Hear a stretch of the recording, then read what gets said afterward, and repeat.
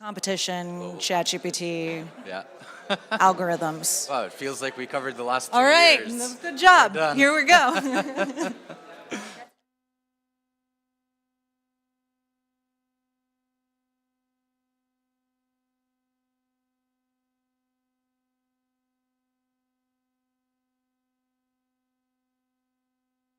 Who else is? Oh, So we have one more participant in person, and then we have two more joining online.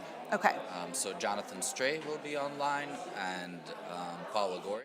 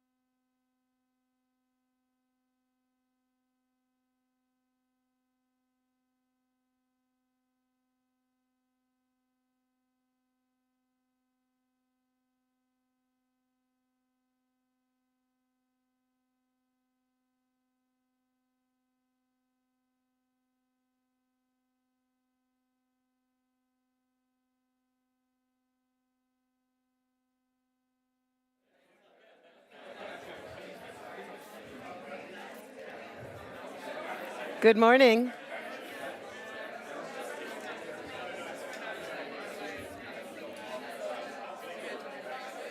Good morning, everyone. May I invite everybody to find a seat because we do want to get started right away. So, hello and welcome. May I have everybody's attention up here, please? Great to see how eager you are to interact, and we're going to be doing plenty of that today.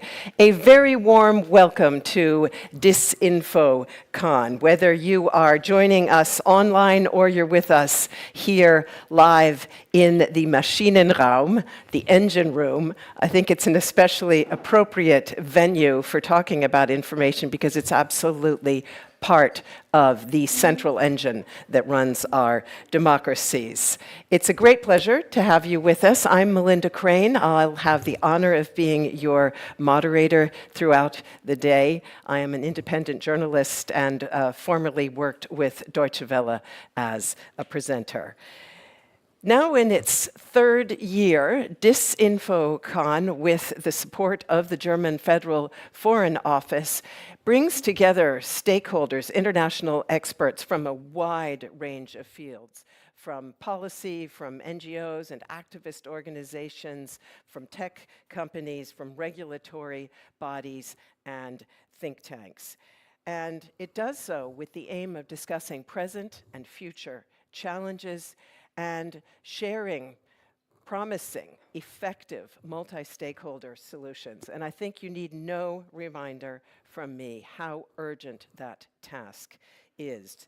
Geopolitical and technological trends are sparking a surge in hybrid threats that seek to undermine electoral processes, reduce the resilience of our societies, and exacerbate political divisions.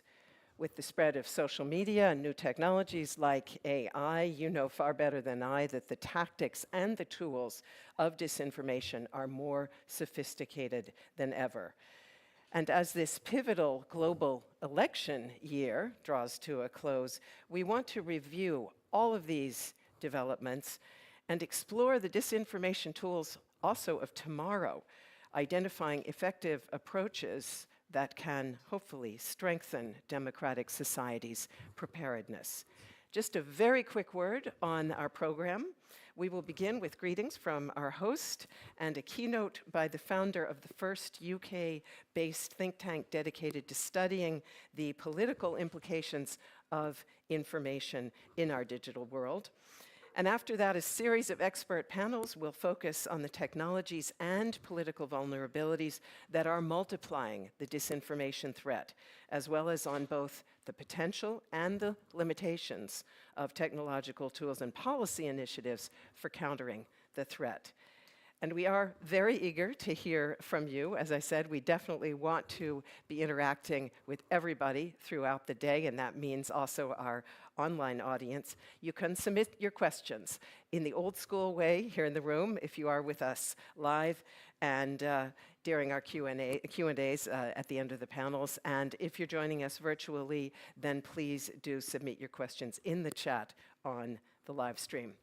And now, let us get started. It is my great honor to hand over to our host, Michael Meyer-Resende, Executive Director at Democracy Reporting International. Welcome, Michael. The floor is yours.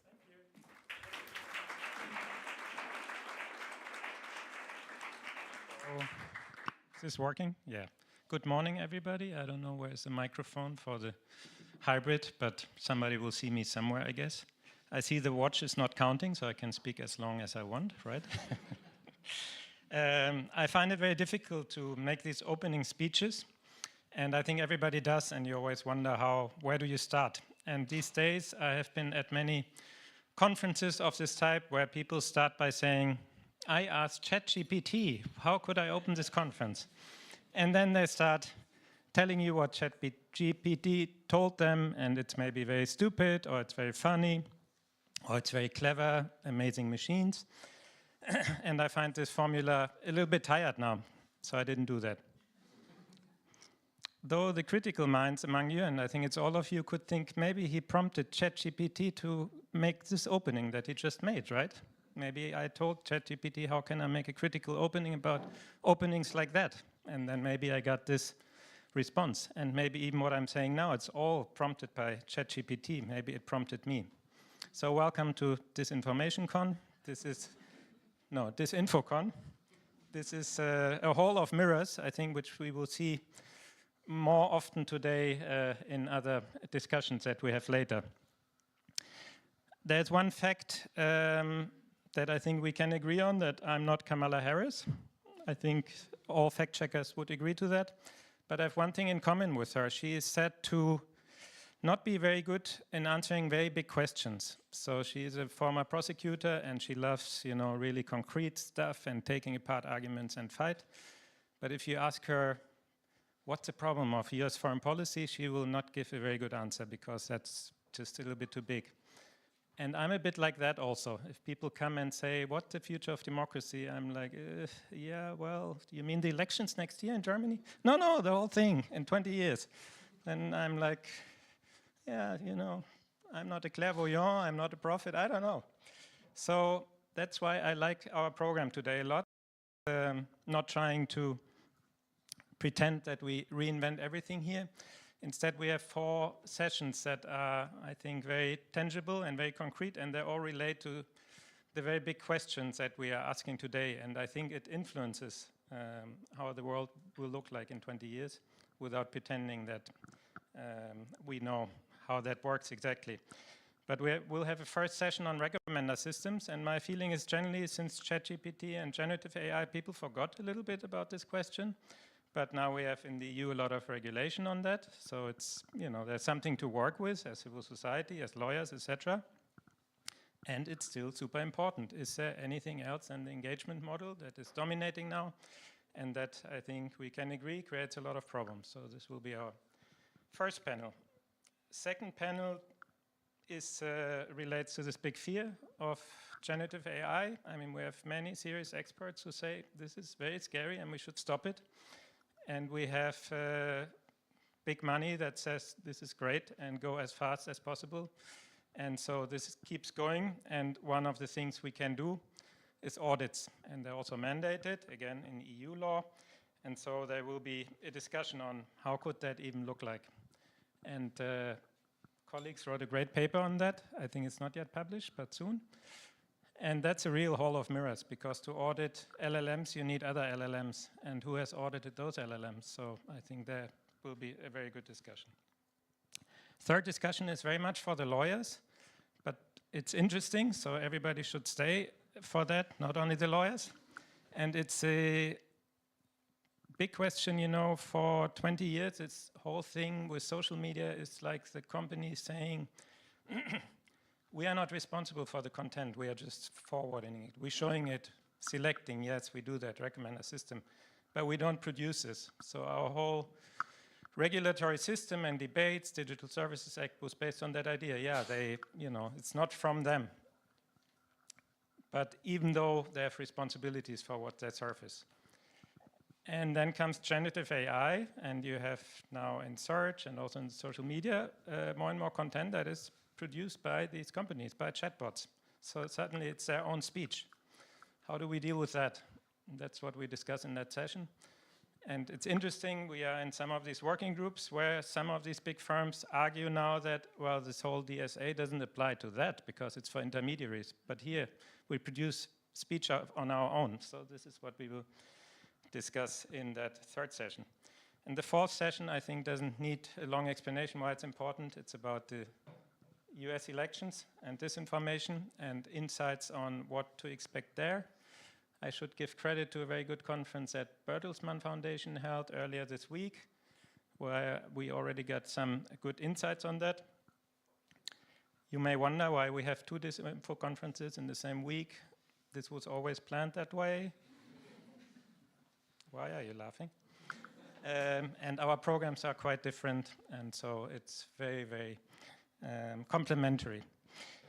And the one thing I learned there about the US election became clearer to me that it's really 2 big fights. The first is for the votes until election day, and then we probably will have a massive second battle, which will all be about what are actually the results. And this is a battle of statistics, election laws, a battle of public relation, and yeah, that sounded quite worrying. So I'm very interested to hear more about that. Now, I encourage you today, ask lots of questions.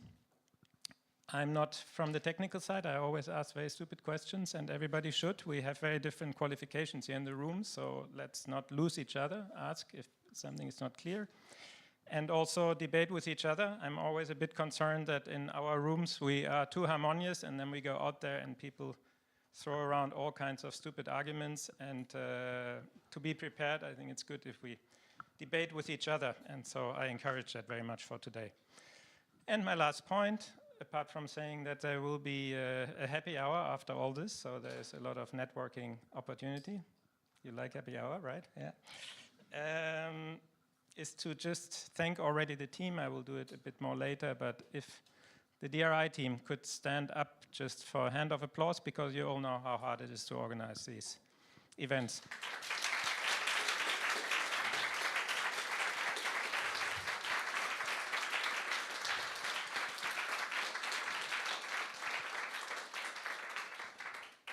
Thank you on behalf of all the team, and you will see many of my colleagues on this stage today also. So let's have a great conference, great discussions, and I hand over to you, or to you directly? To you. Great, thanks. Thank you very much, Misha. And you hand over to me because our keynote speaker needs an introduction, although many of you undoubtedly know his work. He is a leading researcher who sees disinformation as an existential threat to our democracies, and who early on founded the Center for the Analysis of Social Media, CASM, and its affiliate, CSM Technology, at the UK-based think tank, Demos. He's also a visiting fellow at King's College and author of the acclaimed study of digital power transformation, The Death of the Gods, the New Global Power Grab. It's a great pleasure to welcome Carl Miller. Carl, the floor is yours.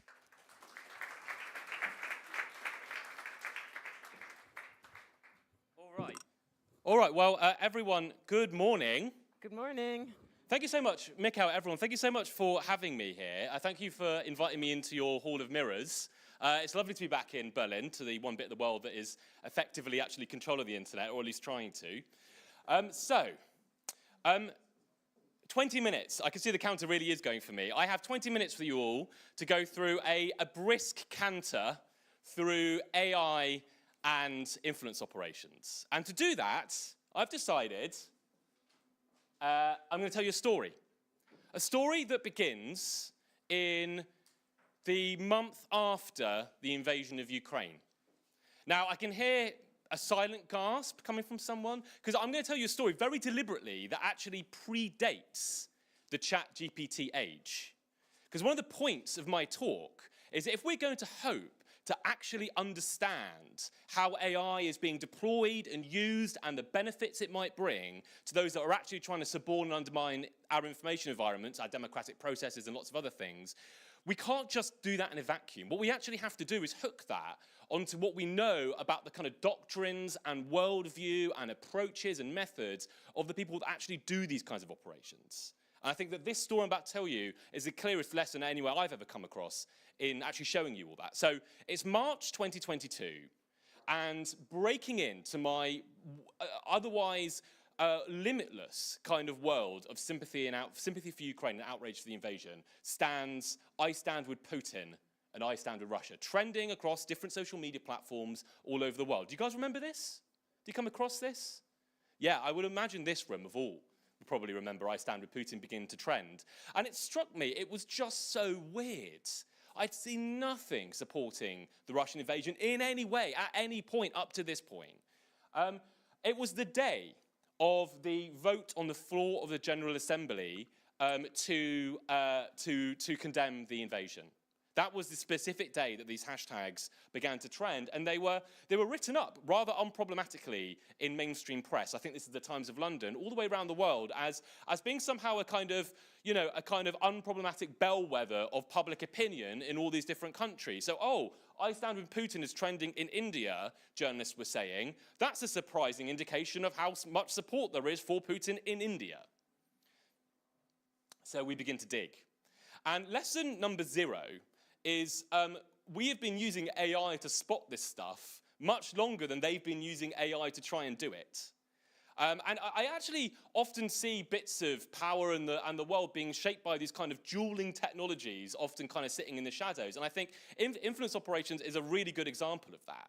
You know, we build technology to try and find it. They build technology to try and camouflage it. It's this kind of dualism of going back and forth, this kind of reciprocity or dynamic. So we have to understand, firstly, of course, then, that AI is entering into that dynamic. It's not just being used by one side. It's not being used by the other. Any important technology is always used by everyone. And so here we are using some very, very weird AI to try and spot influence operations. What we did is we suck up lots of messages of people sharing, I stand with Putin, I stand with Russia. Then we suck up basically as many other messages that those accounts have ever sent in their entire lifetime that we can. And then we create what's called a semantic mapping, where we measure the semantic similarity of, this is the only bit of social media research method I'm going to throw at you, I promise. We measure the similarity of every message with every other message. We average that for accounts, and then we turn that into a vector position for a map. Now, what that really means is we're turning language into space. So when we put an account on a map, it's basically showing us all the different language, the tropes and means, vocabularies, diction, everything that it's doing. It shows us what that account is basically saying when it goes onto social media. We did that for all these accounts. And that was the kind of map that we got back. Now, my heart leaps when I see a map like this as a researcher, because it's non-chaotic. there is something underlying this map. There's something that I can actually explain. And you can see there's really, really clear nodes all over this map. You've got this big red cluster there, and thank you very much, lights people. And you've got the kind of, I always feel a bit like a weatherman doing this. You've got a kind of a kind of beige front going over there, and you've got the kind of greens going off the bottom. There's all kinds of interesting stuff happening. Lesson number 1. An enormous amount of influence operations is to do with identity. I have never seen an influence operation in my life where a group has tried to influence that group by pretending to be anyone but a member of that group itself. This is all intra-group influence. You never address that group externally. And this might be where AI begins to be used.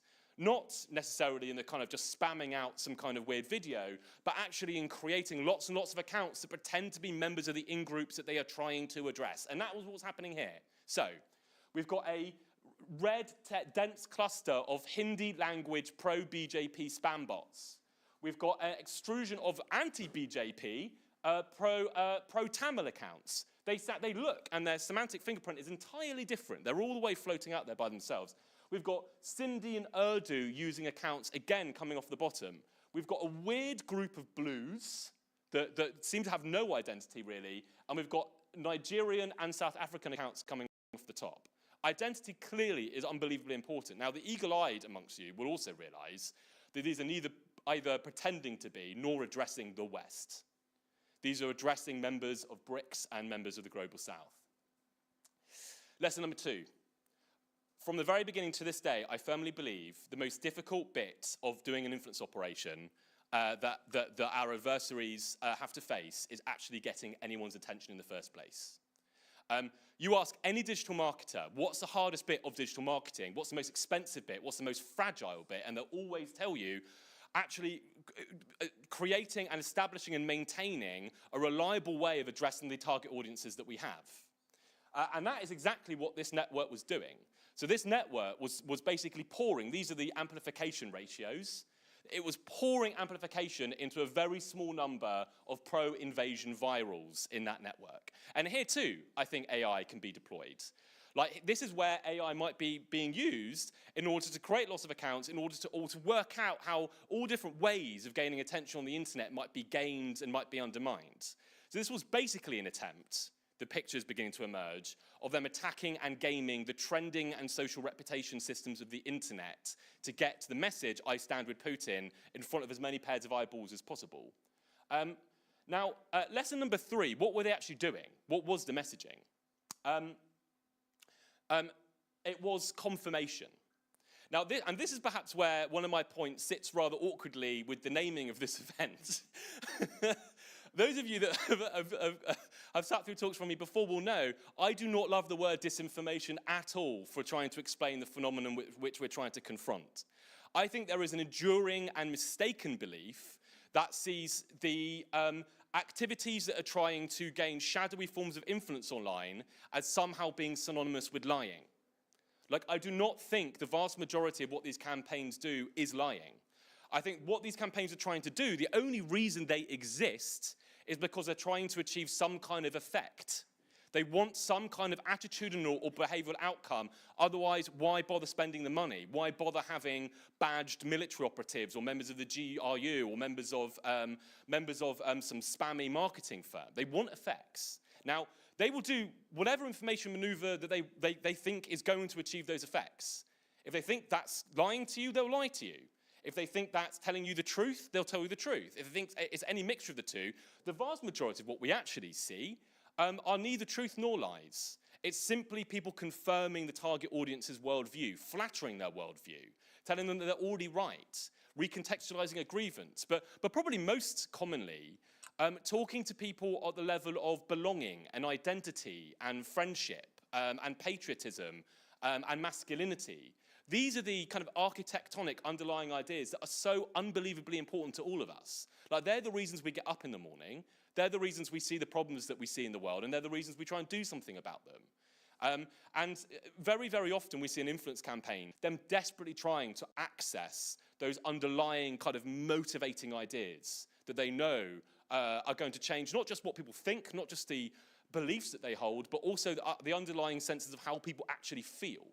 If there's one thing I see exploited more than anything else in influence operations, it's outrage. Triggering outrage is the most common, reliable way of influencing people in the entire world. And that's what this campaign was doing. So they're addressing, it's full of anti-colonial motifs. It's full of Russia's diplomatic solidarity. Russia stood with India in the United Nations.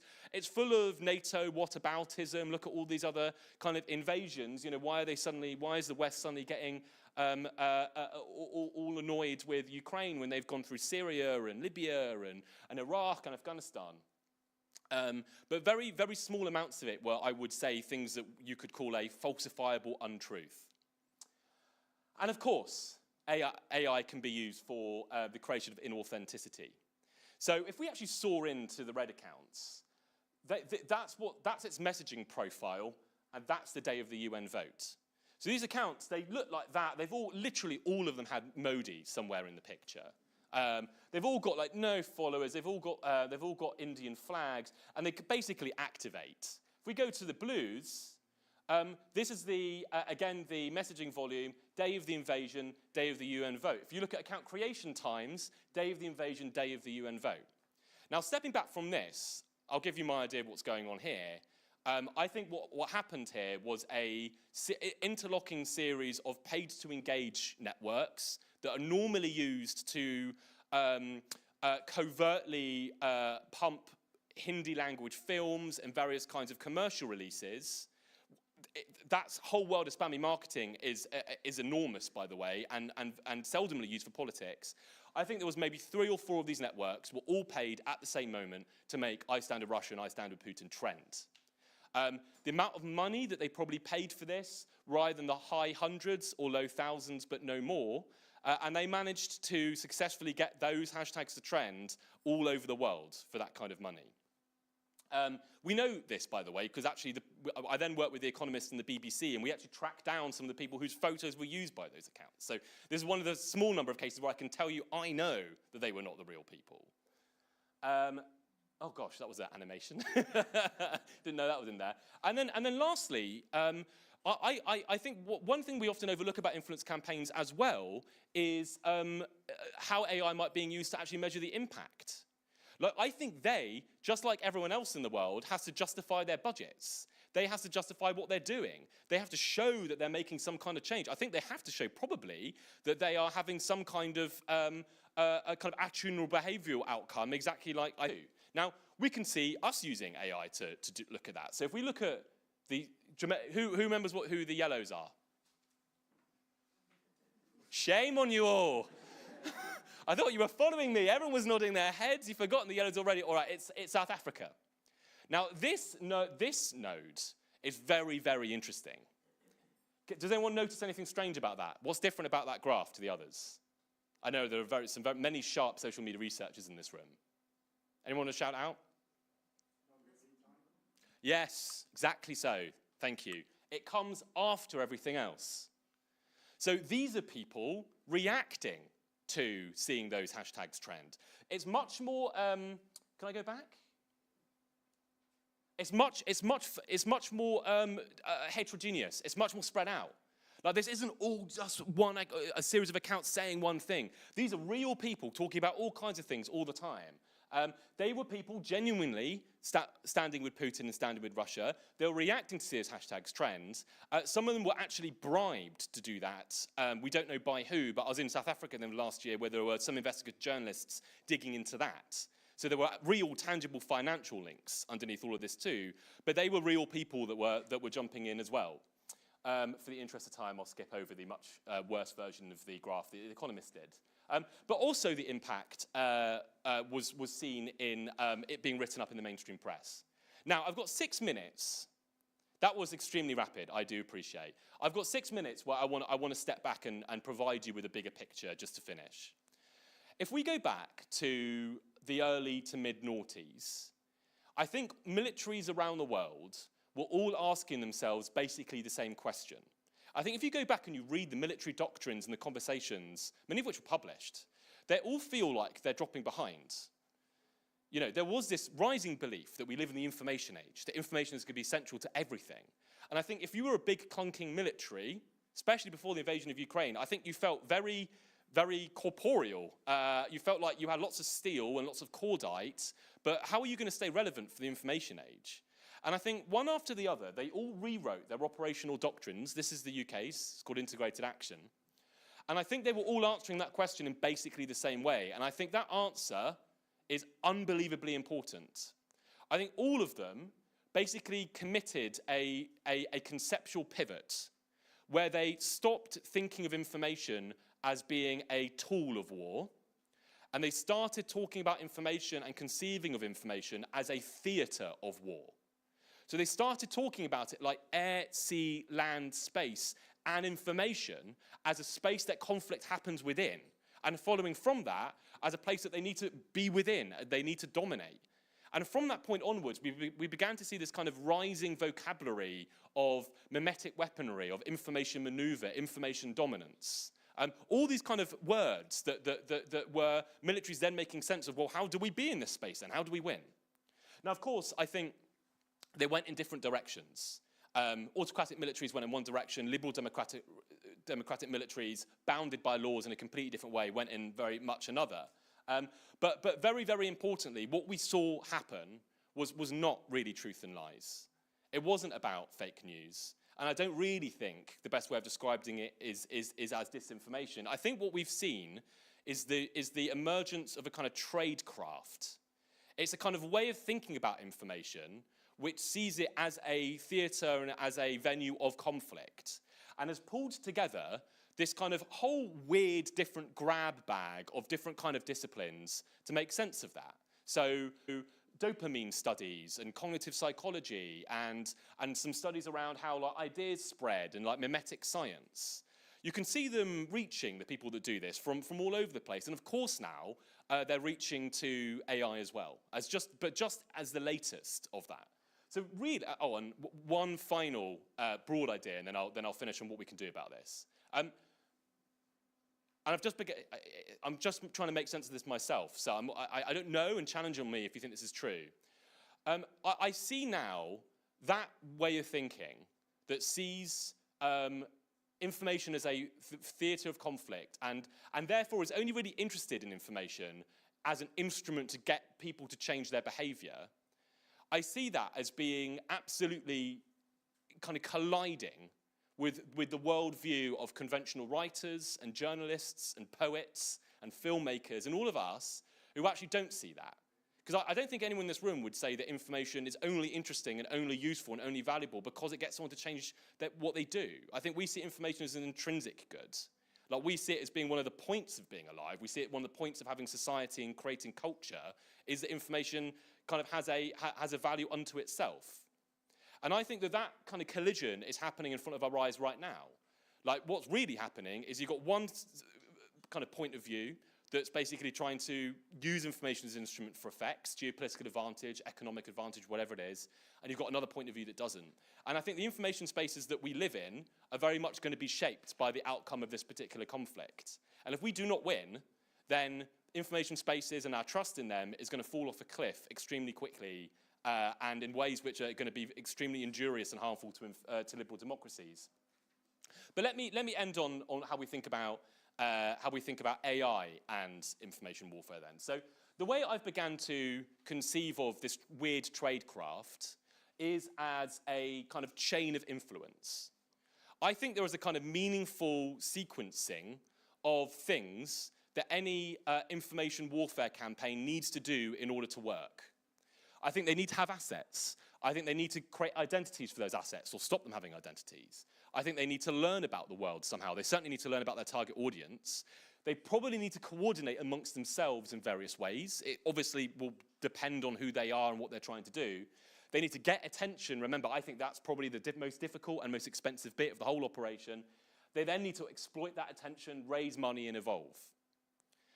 I think now, as we can kind of see for the first time AI actually in the wilds being deployed across influence campaigns, the next step for us, I think, is to work out on each and every one of these links how AI might make their workflows and their activities either cheaper, easier, or more scalable. Implicitly, I think we need less attention around people creating deep fakes and spamming people they don't know. I think we need much more attention around how they might be using AI to raise money, how they might be using AI to create assets. And I'll end with my doomsday scenario, just to cheer everyone up even more. If I put myself in the shoes of an information warfare officer, say, and I'm being tasked with use AI to create some kind of game-changing effect, I wouldn't spam you all with deepfakes. What I would do is I would bring you all into one-on-one conversations with me over time. Because if there's one thing every single behavioral scientist in the world will tell you really influences us, it's the social networks that surround us and our friendships. And the relationships we have that are really meaningful to us. Now, I do not think it would have been possible before to scale that kind of thing.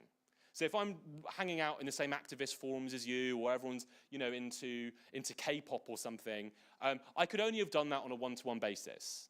But to me, now with AI, you don't have to do that anymore. I could create a kind of therapy bot, always willing to lend an ear to you, always willing to listen, and over time, always willing to commiserate when you didn't get that promotion at work or celebrate with you when you did. And over weeks and months, I think that sort of conversation, for some of us, would turn into something that we would meaningfully think of as a friendship. And then you wouldn't even really need to politically activate that. You would never have to do something as, start spamming Putin videos. Maybe it's just a salience operation. Oh, have you seen this? This is a bit worrying. And I have no idea how we as researchers, or actually the DSA, or the regulatory paradigms we're rolling out in the UK as well, I have no idea how any of that would really be caught. But that's what I'm really afraid of, because you could now scale that out to thousands, tens of thousands of people, and that's really the weaponization of friendship. So thank you, thanks for enduring with me. I am delighted that I didn't accidentally use the word disinformation too much in my talk. It's a hard ask because you replace disinformation with something else, and we don't have a great vocabulary for any of this yet. So we still remain like muddling around trying to name it properly. I call it influence operations, other people call it other things. But thanks so much for your attention. Sorry for speaking quickly. I hope that was useful. Thanks very much.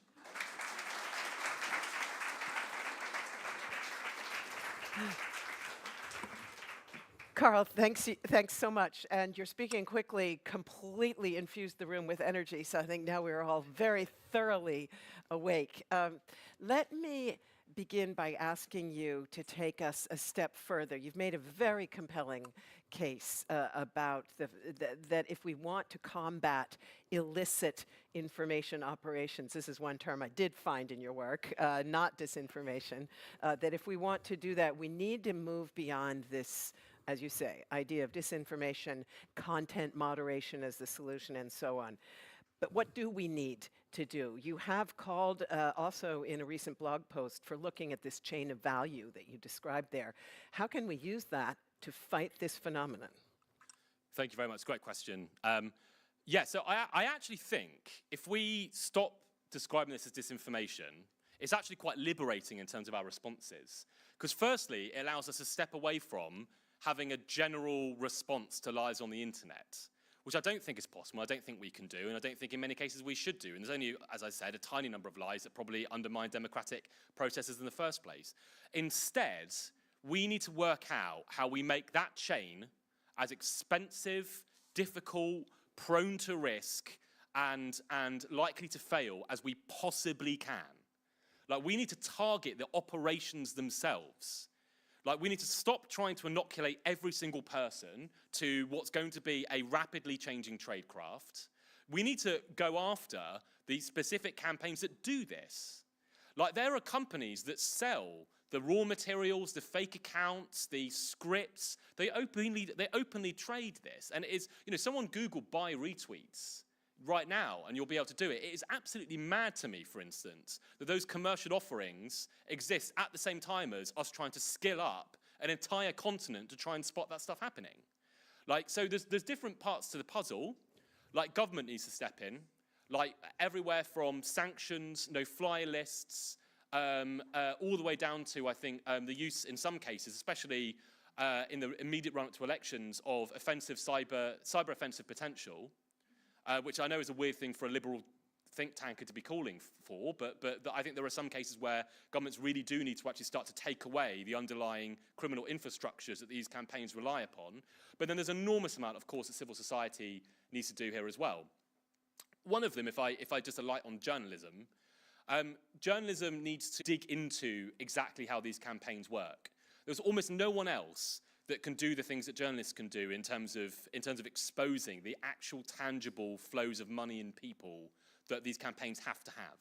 Like, we need pitch decks. We need to know how much this costs. We need to know examples of it happening. Like, we need to know the different tierings. We need to know where these companies are based. Only journalists can do that. And we see too little of that. Obviously, some journalists have done amazing work, but we need to see that coming out all of the time. And civic society too, of course, has places to plug in, I think, across that entire chain.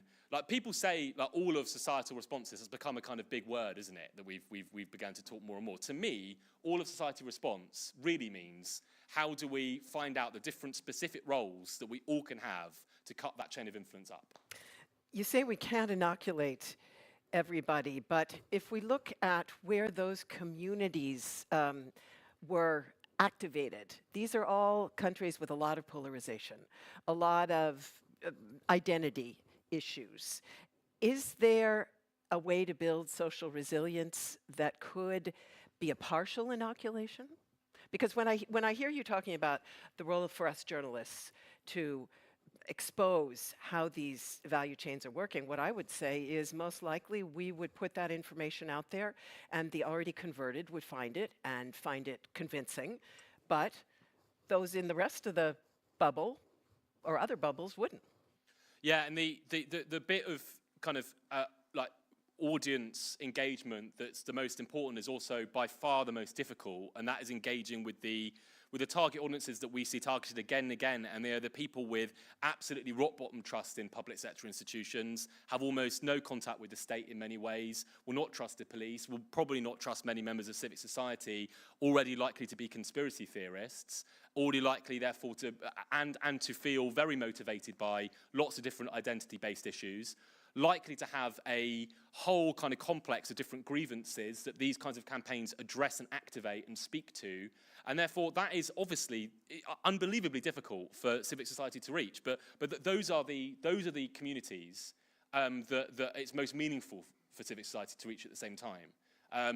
Not just outside of our bubble, but like really on the other end of the universe from our bubble. Yeah, yeah. One last question, then I want to take a question from the audience as well. I think you were very convincing about the fact that this is not only about lies and disinformation, but if you look at some of the campaigns that have gotten the longest legs and been most outrage-inducing, they definitely were based on lies, whether it's Pizzagate or whether it's people eating pets in Springfield, Ohio. And I think you see the nastiness of something like that in the very fact that many of us laughed when Donald Trump talked about it in the debate. It seemed so absurd that it seems funny till you hear that Haitian immigrants in Springfield are subject to threats on their lives and that there are bomb threats at City Hall. So why are lies nonetheless so very compelling and so very effective? Yeah, thank you. And it's good to come back to this. So just to clarify, I'm definitely not saying I don't care about truth and lies. I think sometimes that's being kind of interpreted that like I'm embracing a kind of post-truth world where that kind of distinction doesn't matter, and I'm definitely not. Like there are truth, there are lies, and telling the difference between them is really important. Like, but what I'm basically saying is, don't confuse a tactic for the overall strategy. Like lying is one of the array of different things that they might do, and sometimes it's really important, and in some contexts, like in like we see in the US, that kind of thing will be a really prominent part of the campaign. But in many other contexts, it really won't be. And simply focusing on truth and lies doesn't allow us to kind of dent or blunt the influence of those kinds of campaigns. So we need to see it in the round. We need to see it as an emerging and developing tradecraft and address lies within it. And really, like I would say, insofar as we are addressing lies, I'd much rather we address the ways in which lies are being kind of gamed and spread in ways which kind of unfairly privilege them to the truth. So of course we need fact checkers and all the rest of it, but we also need to work out how people are purveying lies by gaming social reputation systems, by massively manipulating search engines, you know, and creating false crowds that make those lies initially appear much more popular. And just as an addendum to this, we do not, as researchers, have a particularly good view of where this is happening at all. Like, we have massively over-focused on a small number of social media platforms, and I'm as guilty of that as anyone.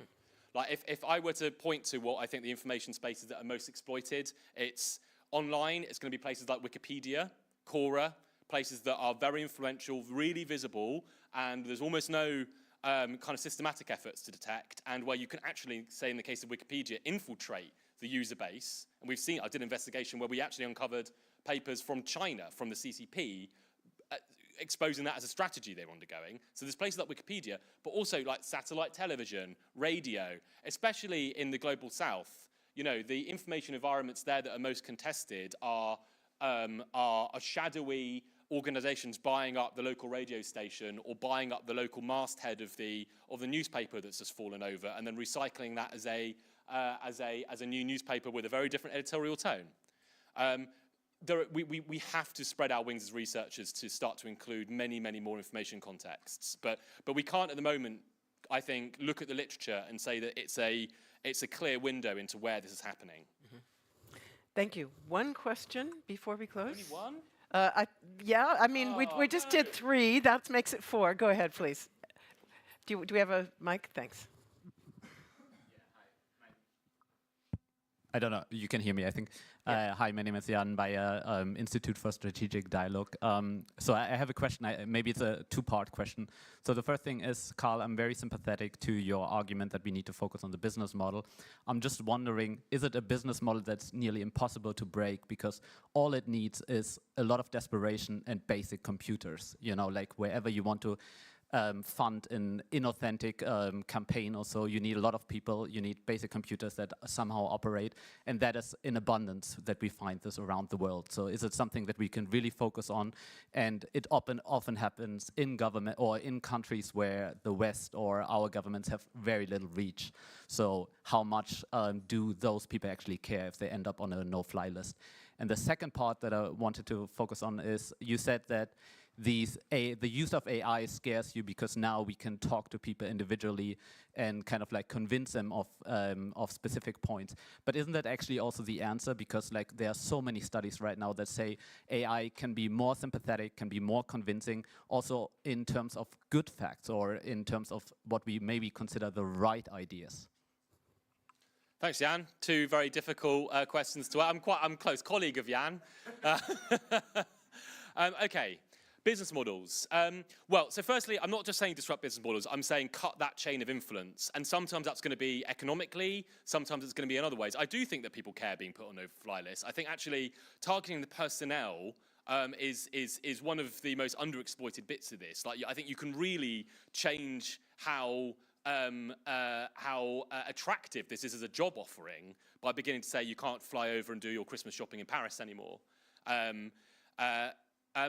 But there are lots of business models that we can disrupt. So for instance, fake accounts. Like, this has been going on forever. I think, talking to the platforms back in the day, I think it's very likely there's 2 or 3 really sophisticated actors that do almost all of the wholesale creation of fake accounts. They then sell that to a network of like retailers, and they sell that down again, and then suddenly it reaches the campaigns. Those wholesalers have massive business models that can be disrupted. So they're running residential IP proxy networks. Like, they're hacking loads of toasters and fridges, stealing the IP addresses, and using those to fool Facebook and the others into thinking that they're a real person trying to just innocently set up a new account on Facebook. Yay. And that's a business model. Like, that's technical investment, and that can be disrupted. And even if it's just, say, deregistering these companies from being able to trade in the EU so they can't sell stuff in the EU, I think that would be quite disruptive as well. But sometimes it won't be about disrupting business models. It will be about exposing or be about degrading their assets. Constantly getting rid of their social media accounts, constantly deregistering their companies, constantly exposing the covert identities that they created for themselves.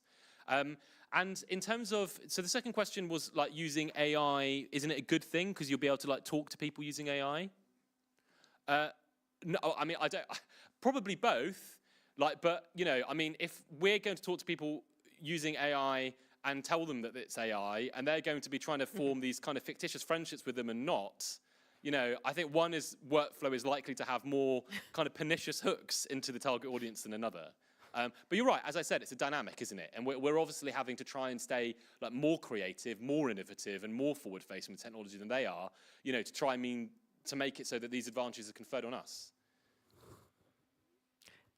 Thank you very much. I'm looking over here to Serena. No? Okay, she's very strict with us. So If you saw that was a definitive end of session. Yes, Carl will be around at least through the coffee break, is that right? So if you'd like to catch up with him, then please do so. And let's now give him a very warm round of applause for giving us a great start.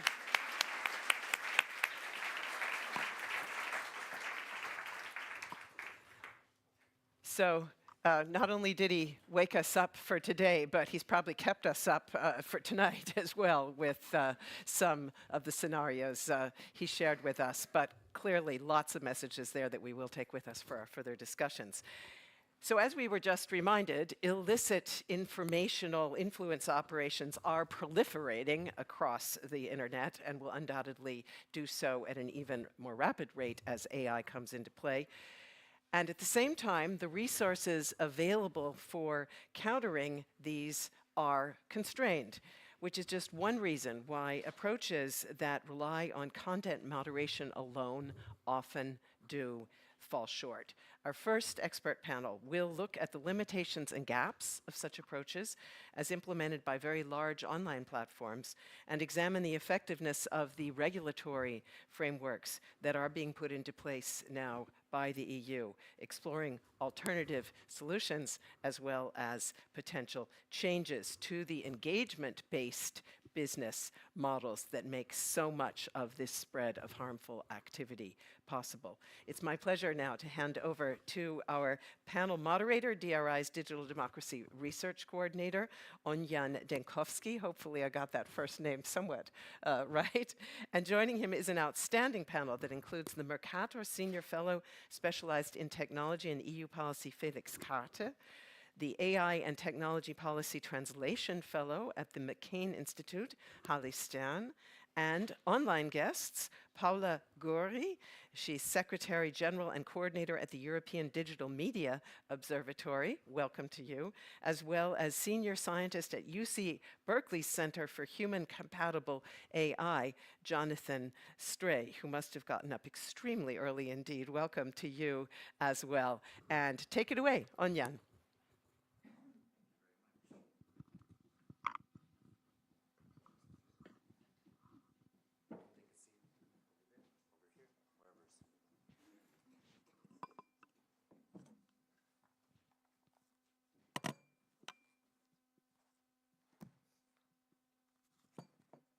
Can you all hear me? Yes? All right, great. Dear audience, dear speakers, my name is Ogin Denkovsky, Research Coordinator at Digital Democracy, the Digital Democracy team at Democracy Reporting International, and it's my great pleasure to welcome you to DisinfoCon to kick off our first panel on a topic that influences a lot of our lives, but one which we stop to consider in detail very rarely, and that is recommender systems. These systems, which we may also refer to as ranking systems during today's discussion, form the backbone of our online information environment. They play a critical role in what information we encounter, how it reaches us, and ultimately, how we perceive the world around us. Whether on social media platforms, search engines, or news sites, recommender systems are omnipresent, deciding what information we see, how often, and when. This makes them instrumental in influencing the quality of democratic discourse and, just as crucially, the integrity of the information that we base our public discourse on. For a long time, however, the development of these systems and the control of them has been in the hands of private corporations. Their primary design has been driven by business logic, platform growth, maximizing user engagement, and increasing retention rates. The result is that engagement-driven recommender systems have become the dominant model in today's online information system. While other alternatives, such as reverse chronological feeds, have been explored and other proposals like bridging-based ranking exist, engagement-based systems remain the dominant model. But what is the cost of this dominance, and how does it impact our democratic values and the integrity of the information that underpins our public discourse? The Digital Services Act and other associated regulatory frameworks are increasingly bringing very large online platforms and very large online search engines under increased regulatory oversight. Recommender systems, as a core component of these platforms, are also becoming part of this regulatory landscape. Today, I'm thrilled to be joined by 4 distinguished panelists who will help us to navigate this complex, evolving terrain. Together, we will explore the limitations of engagement-based ranking systems, the potential for alternative methods, and the implications of the DSA for future recommender systems. At the end of the panel, we'll also open the floor for questions from the audience. With that, it is my pleasure to briefly introduce the 4 panelists yet again, and to kick off our discussion. With us, we have Paula Gori, Secretary General and Coordinator of the European Digital Media Observatory, a hub for fact-checkers, academics, and other relevant stakeholders involved in countering disinformation. EDMO regularly collaborates with media organizations, media literacy experts, and provides support to policymakers. Hallie J. Stern is an AI and Technology Policy Translation Fellow at the McCain Institute and a member of the Integrity Institute's Leadership Board. Hallie's work focuses on aligning technology and policy to uphold ethical standards.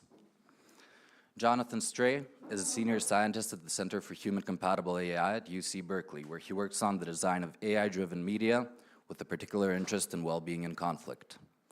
Felix Karte is a Mercator Senior Fellow and an expert in EU and tech policy. At the European Commission, he worked on initiatives such as the European Democracy Action Plan and the Digital Services Act. With that, I would like to kick off this panel and pose my first question to Jonathan. Jonathan, you have done extensive work focused on recommender systems, exploring the issues with existing approaches and suggesting alternatives based on democratically aligned values. To set the stage for us today, would you kindly explain what engagement-based ranking is and the main associated issues with it? Moreover, why don't solutions like chronologically reverse recommender systems work and address the issues that engagement-based ranking systems also face? Floor is yours. Good morning. I hope you can all hear me all right. Yes. Sorry I couldn't be there with you in Berlin. In large part, that's because I'm in the middle of running a large experiment testing alternative social media algorithms launching this week, so had to be here for that.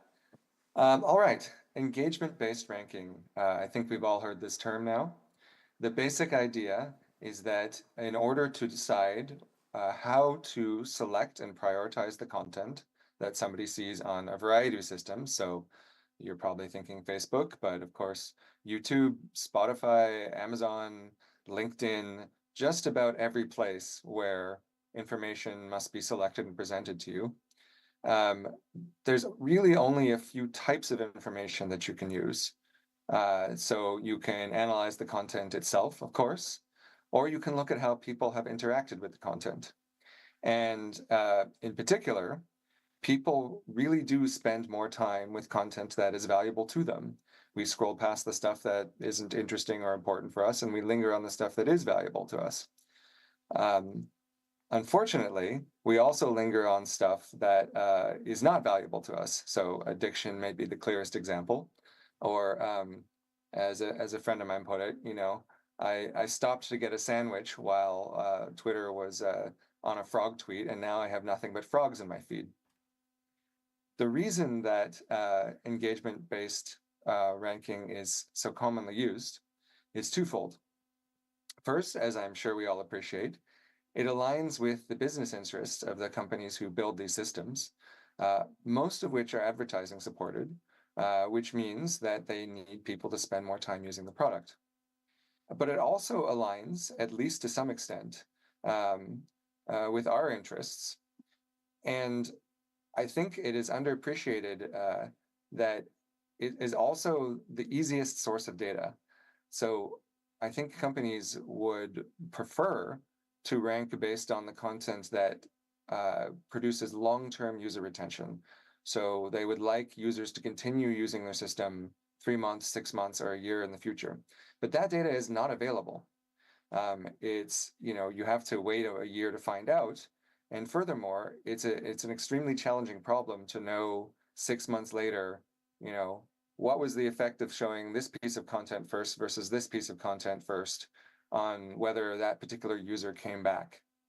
And so when people build these systems, they use what they have, and that is the short-term interactions with content. So engagement is really nothing more than what are your immediate reactions to the content that you're being shown. So it's this confluence of business interests, often value to the user, and technical and operational possibility, which explains why engagement is the dominant mode of selecting content. Now, it has been suggested that we go back to a sort of pre-algorithmic world and try, for example, good old-fashioned reverse chronological ranking. Unfortunately, I don't think that's going to be a viable solution for a number of reasons. First of all, it only really makes sense for platforms where users hand curating sources is the dominant mode of interaction. So, you know, Twitter classic, where you would follow a particular set of people, or, you know, your friends on Facebook, that type of thing. That's not really how modern platforms work to a large degree. So you would like to get music on Spotify from musicians other than the ones that you have specifically followed or you know, favorited already. For example, on YouTube, a chronological list of new videos would just be overwhelming. It wouldn't make any sense. The other challenge with using a chronological list is that it rewards frequent posting. It is, you know, what you get essentially is sort of a random sample of what people are posting at this minute. And so it tends to reward spam. It's not necessarily going to incorporate all of the modern filters and moderation techniques for bad behavior or even just low quality content and clickbait. Many of the algorithmic innovations that have been developed over the last decade were really a response to this problem of trying to get a higher quality feed. And if you take all of that away, empirically find an experiment is what you end up with is a feed that people say they like less, contains more objectionable or low quality material, and is more subject to spam. So the way forward, in my view, is not trying to get rid of algorithms, but to try to have a clear perspective on what exactly it is that we want from these algorithms in different uses. Thank you, Jonathan, for this comprehensive response, and I think that's an excellent segue to my next question, which I would like to pose to Hallie. At the Integrity Institute, which is a collaborative effort between numerous former platform employees and other trust and safety stakeholders, you've also done extensive work on recommender systems and provided recommendations for best practices for existing and emerging platforms. For instance, Integrity Institute has cited Google Search as a successful example of responsibly surfacing quality content, even on sensitive topics, by focusing on trustworthiness and content-agnostic quality signals. What lessons can platforms learn from Google's search approach to ranking search results? And what are some of the most critical trust and safety metrics that should be integrated in platform decision-making processes? Sure, so this is definitely a loaded question. I think right now one of the biggest challenges is that content moderation element. We forget that these are networked systems that are based on our data patterns across all of the other things that we interact with. And Google very much knows that and ranks what we see based on your touch points on other applications. Google's not showing you search results out of the goodness of their hearts. They're showing you search results because they're taking what you're searching and evaluating it as data. Just like you can't interact in a networked environment unless you have some kind of Google something plugged into the applications you use. If you're an entrepreneur, you need some kind of SDK that plugs into the networked environment that then collects data from the different applications in order to personalize your results, and this is the same for all of the platforms. Google does take an approach where they use what people in general find most valuable and rank highly. So example being, if you go back in time and look at how Twitter used to have the blue check, right? Now we use it as a metric of validity of our identity. But at the time, it actually didn't, back like 10 years ago, it didn't have anything really to do with the amount of followers you had or your identity validation, which I have definitely gamed in my own research and had it validate fake identity accounts. It was based on who's talking about you on other platforms, who's talking about you across the web. And that would be the determiner of ranking and authority in any algorithmic ranking system. With Google, they still use that metric, who's talking about what, where, but you run into problems. So I don't know if anyone remembers the Google Gemini incident with the founding fathers and it overfit the immigrants and the depiction, right? Well, if you look at what was trending on Google when you typed founding fathers into Google at the time, it was Hamilton, right? Immigrants, we get the job done. It's their main thing. It's about the founding fathers. And so Gemini's algorithm took that as the metric, as the highest ranking authority of who the founding fathers were, and pushed out content in relation to what was trending already and validated. So Google definitely has a long way to go with this. What they are doing right is they are reaching into a bigger cohorted pool versus a lot of social media platforms that do very, very specific cohort analysis, which is also done in AI red teaming. You'll look at what kind of cohort is using this enterprise AI, and you'll game it against the interactions of that specific targeted cohort. They're a little bit more broad-reaching, but they are still going off of widely accepted ranking and authority metrics. Who's talking about this topic where? How often is it searched for? Who's searching for this thing? Where's it being searched for? What's going on in the news that relates to this thing, and trying to make analysis out of that. Still have a long way to go, but definitely on their way, I think, to reaching, I guess, a more balanced ranking authority. Excellent. Thank you very much. Having understood a little bit the landscape that we're operating in with recommender systems, I think it's also relevant to discuss the policy frameworks that are emerging and that also have an impact on recommender systems. So Felix, I would like to ask my next question to you. The Digital Services Act introduces specific obligations for online platforms, particularly very large online platforms and very large online search engines. And this is also regarding the management and transparency of their recommender systems. Could you briefly outline the key requirements laid out in the DSA? Of course, with pleasure. Do I need to use this microphone? Hello? We're good. Sure. So thanks to the two previous speakers for mapping out the risk landscape a little bit already. The EU recognized, these, let's say, commercially incentivized some programs, recommender systems, as a public policy problem a couple of years already, and I'd say that the intention to regulate them in the public interest has been like a, core motivation of these recent legislative innovations that we have seen at EU level, including the Digital Services Act. The DSA, I assume that most people here are familiar with it. Is that a daring assumption? I think I can go with that.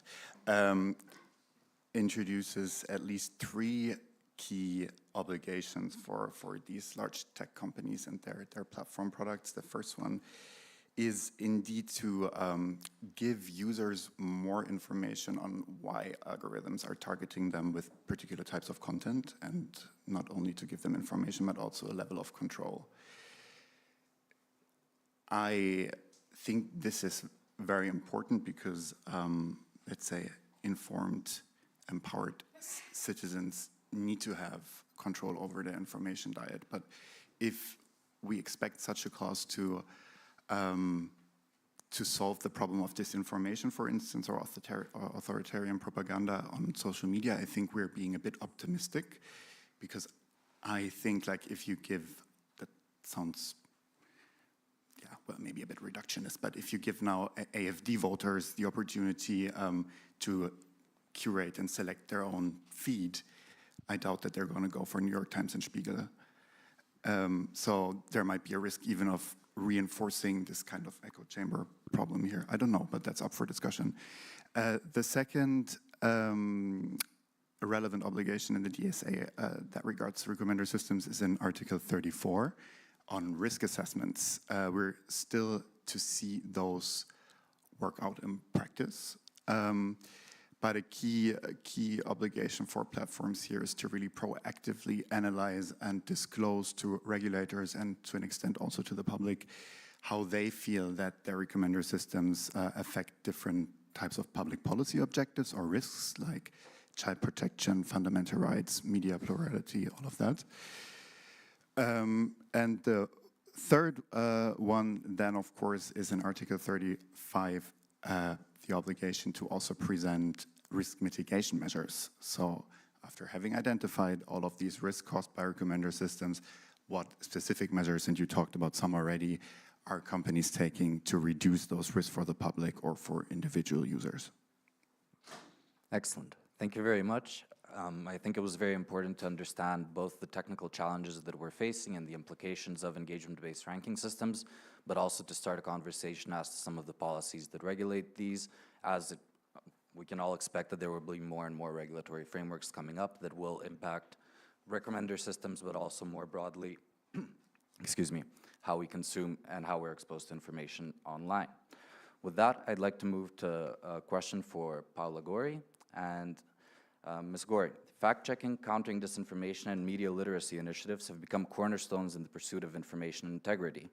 What insights can we draw from Edmo's work to inform the development of safer and more responsible recommender systems that prioritize social and democratic values? Thank you very much for inviting me today, and really sorry for not being there. I'm in another city for another conference.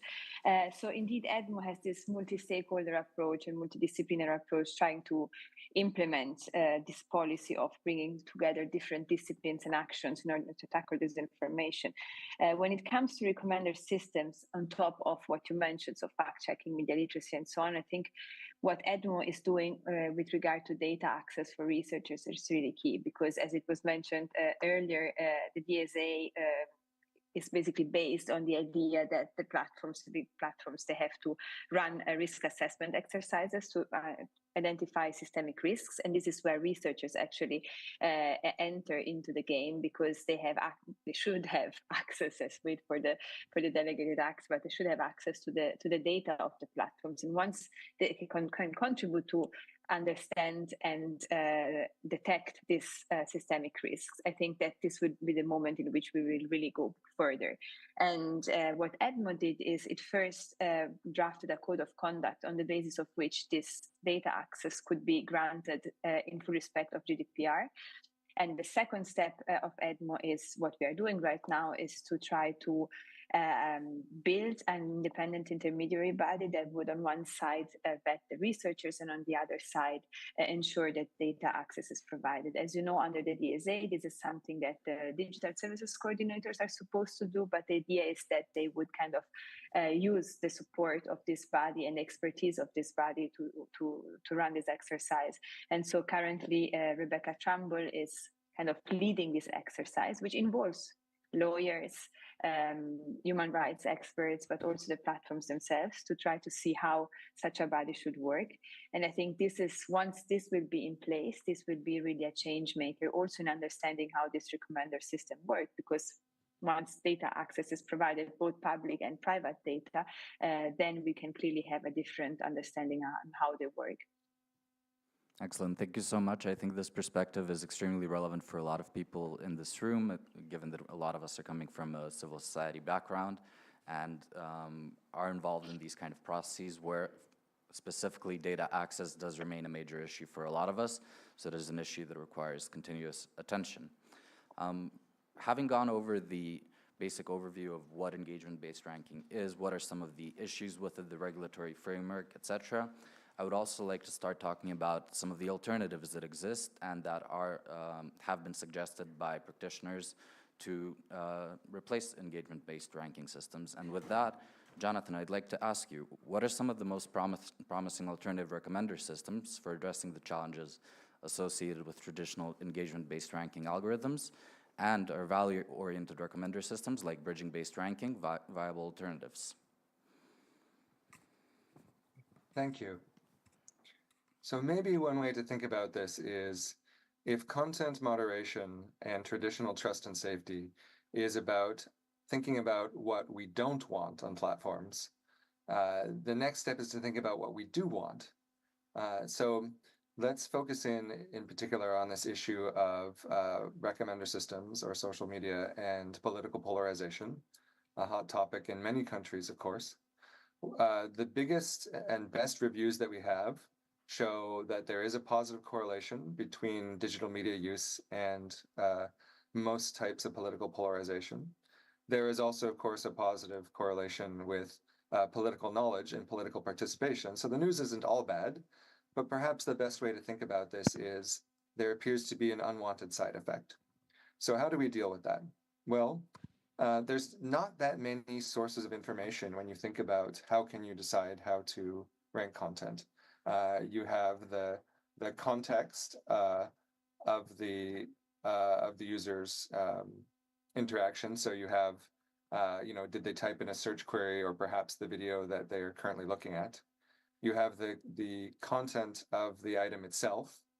You have the user's history, what they've looked at. But importantly, you also have the history of how other people have interacted with a particular item. You mentioned bridging-based ranking. This is the idea that instead of ranking content highly when it is very engaged with, which may be because it is sensational or panders to the sensibilities of one side in a political conflict, we could look for content that spans the divides in some way. So content that both sides engage with positively. This is the fundamental idea of bridging-based ranking, is to find content that is considered worthwhile or valuable on both sides of a conflict or a political divide.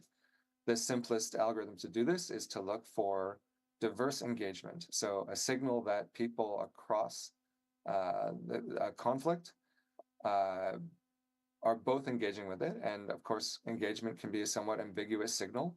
It's not a perfect signal. Sometimes it misrepresents what we truly value. However, experimentally, if you look at things like Twitter's or now X's community notes algorithm, which surfaces the most trusted misinformation labels, or in the Facebook papers, there's discussion of the use of diverse engagement as a signal. These things seem to dramatically improve the quality of the ranking results, and they seem to produce a better and less polarized conversation. So there's a bunch of experimentation in this field right now. And interestingly, the platform oligopoly is an opportunity. If it is true that these algorithms can improve things, you only have to change it at a small number of companies in order to change the incentives for all of the other producers in the ecosystem.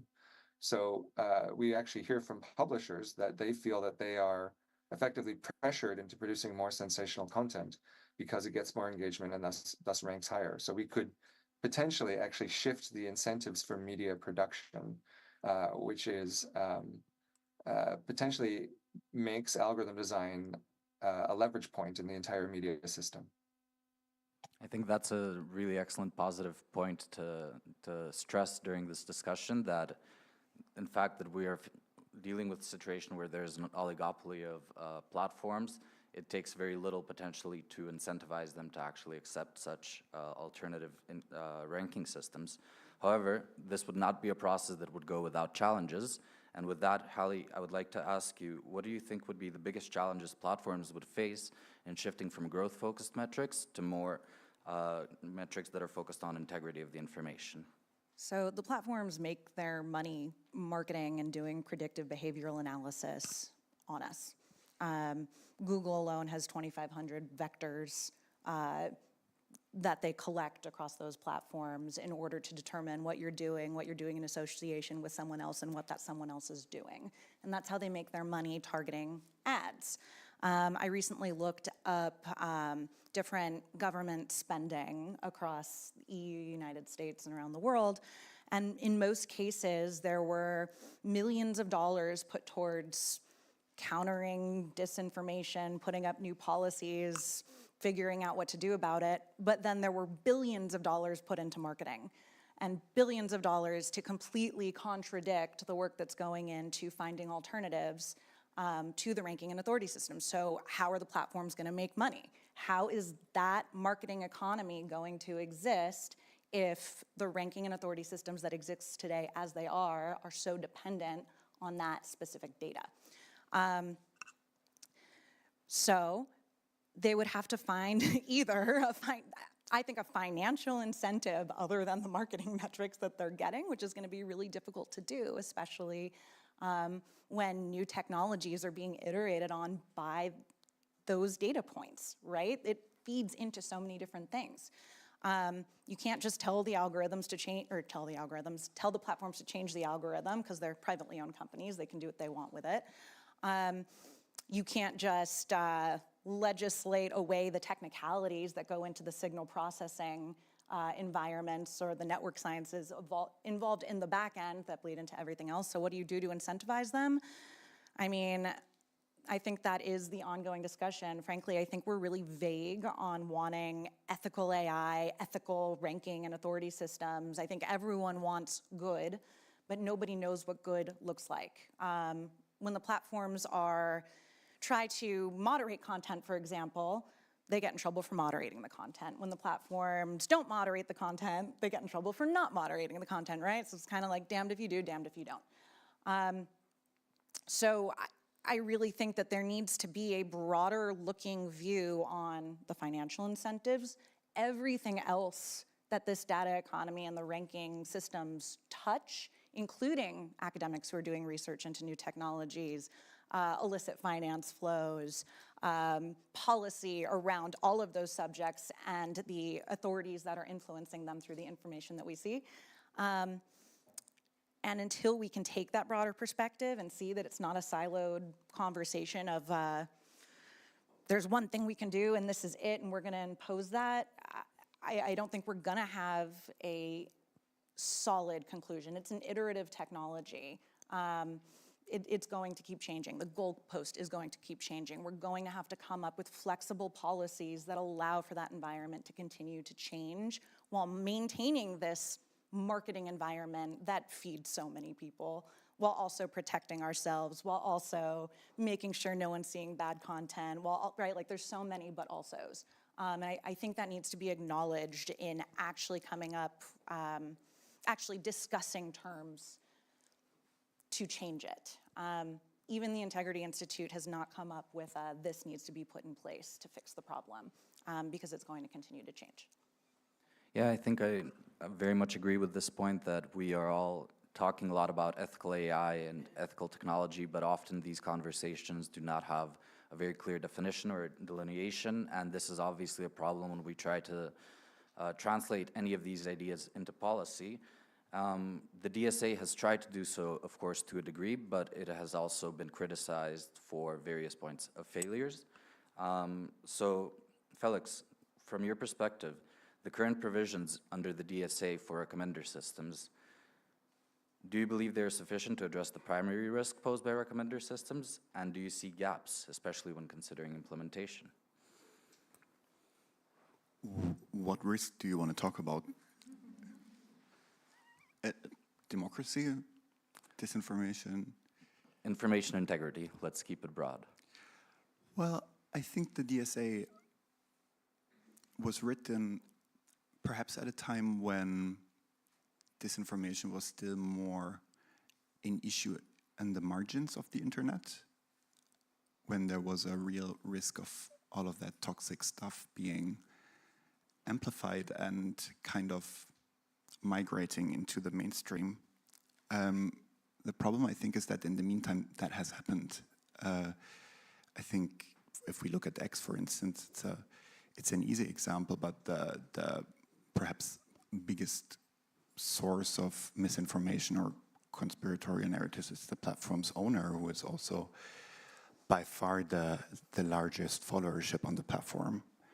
And I'm not quite sure yet, given particularly like how he has publicly communicated with the commission. Maybe some of you remember his memes that he, he posted some very insulting language targeting European regulators in recent months. I don't really see or feel yet that he is very impressed or intimidated by Article 34 or 35. Will that mean we will see European Union regulators like threatened with full-on bans on Twitter in Europe? I don't know. Will he be locked up when he next travels to France? Hopefully, I don't know. But right now, I'm not entirely sure that we're able to fix that problem with the DSA. That's my answer, yeah. Great, thank you very much. Still a lot of problems to solve, both from a regulatory and technical and market perspective, I think, based on our discussion so far. One last question specifically for Ms. Gori before I open up the floor for a question to all speakers. What role do you think that public awareness campaigns should play in educating users about how recommender systems work, and how can platforms and regulators collaborate to promote this digital literacy? It's a very good question. Well, probably I just wanted to first link back to what Felix was saying, because somehow I tend to agree on the fact that we have an issue, which is that policymakers and tech specialists are not talking, or they talk too late. And that's why policy is always late, because as he was saying, when we started drafting the DSA, there was a completely different information environment, and now, of course, things change. And think of AI, we're all happy about the AI Act, but engineers started talking to policymakers actually already in the 50s, and no one was actually opening the door when they knocked at the door. So, I think this is really key, and the moment we will change this and we will start including human rights experts and policy experts into the development of the technologies, probably we won't be that late. That said, I think that media literacy and algorithmic literacy are very important, but I also agree with what was said earlier, that it depends on how much reaction or reactive the public is, because there are different, if you want, groups of users. And there may be those users who are actually interested in understanding how the algorithm works, how to change it for the best. But there is a bunch of users who are completely uninterested in that, and who are actually happy to keeping into their chamber, into their bubble. So definitely media literacy is important. And let me say something, considering how fast technology is evolving, it is important that this is a lifelong process. It's not sufficient just to say we should have 2 hours in schools. That's really not sufficient. And so I would say it's very important, and we need the support of many organizations to do so. But let's also remember that it's a big challenge, and we cannot give the burden only to media literacy, because this would be moving the burden on citizens and on the users. So we need to be also aware about this. I just wanted to mention that EDMO, and we will present them at the UNESCO Media Literacy Week in a few weeks, worked on guidelines for good media literacy initiatives. So basically, we work with experts to understand basically which should be the key features of media literacy initiatives that can have an impact, because that's the other point. Many different organizations are implementing media literacy initiatives, but they often do so, including the platforms, just to tick the box on their to-do list. But it is important that they are sound pedagogically, and that they really have an impact. So if you're interested, these guidelines will be presented in a few weeks. Excellent, thank you so much. I would like to ask 1 or maybe 2 questions, depending on the time, to all speakers. Staying in the realm of regulatory frameworks, obviously platforms operate globally but face different regulatory frameworks across regions, particularly the DSA in Europe, for instance. What challenges do companies face in ensuring compliance across multiple jurisdictions? How can they balance adhering to varying legal requirements while maintaining consistency in their approach for safety and engagement across markets? I can start if you want. Yes, please. Yeah. No, I think this is a big challenge in general. I mean, I guess this is a challenge not only for platforms, in general for businesses. Whenever they enter a market, I mean, that is regulated differently, they feel a challenge. But let's remember that also UNESCO published guidelines on the governance of digital platforms. And if you look at those guidelines, there are the same keywords that you have in the DSA: accountability, transparency, risk assessments, human rights, and so on. So I would say that I don't know if the DSA will have the famous Brussels effect, but if in other countries there is somehow alignment, at least to those guidelines, I can imagine that it's going to be a little easier, if you want, for platforms. But one thing that I think platforms should definitely implement regardless is the fact that they have to have local content moderation teams, because you cannot just have the big languages moderated while the other languages are just left alone. So context, cultural context and language are key. And so regardless of any regulation, I think they should invest in that. Hallie, please. I was watching a documentary recently about tech competition, United States and China, and how they're gonna make this work. And a friend jokingly asked me, well, who's winning? And I said, Europe, because the platforms are adopting the European policies that are coming out before anybody else makes policies. It's much easier to take a policy that you're financially incentivized to follow and just make it the policy internally than try to make a bunch of different policies globally. And so a lot of the things that are being implemented here are reaching at least the United States and other places that are engaging with content in different ways, because it's really expensive to try to create different, I guess, country communities at the platform level. So from just observation, I haven't looked into this, so please correct me if I am wrong, but it seems that I've seen they're adopting the policies that come out first and are the most widespread amongst populations, various populations. Great, thank you. Jonathan, Felix, anything on this point? What exactly is the question? Can you dumb it a little down for me? Yeah, the question is the challenges that would be faced by platforms working across different regulatory frameworks. So where in one instance they have to comply to the DSA in Europe, but maybe they will have to apply to upcoming, they will have to conform to different regulatory frameworks in different settings, while also maintaining kind of a consistent platform information integrity policy. Well, that sounds almost as if I should feel sorry for them. Well, they're the richest companies in the world, and they should factor compliance costs into their business plans. Of course, they have to comply with different kinds of laws if they want to operate as global companies. All right, thank you. Makes sense. Okay, I think we can maybe ask one more question before we move on to questions from the audience, and this is again for anyone who would like to pitch in. There's also the discussion of the concept of middleware services, where users can choose their own ranking algorithms from competing third-party providers, selecting the ones that reflect their interests and have earned their trust. What technical regulatory challenges would need to be overcome to make this a practical solution in today's digital landscape? The concepts that entirely remove the user relationship from single platforms, such as Fediverse, offer more viable solutions. I'll give this a shot. Yes, please. It's, you know, I think it's a good idea in principle, and a lot of people would like to see it happen. It's very challenging because when you think about what a ranking algorithm does, it selects content from potentially the entire inventory of the platform. If you think about something like YouTube, which is billions of videos, there's more YouTube videos than there are people in the world.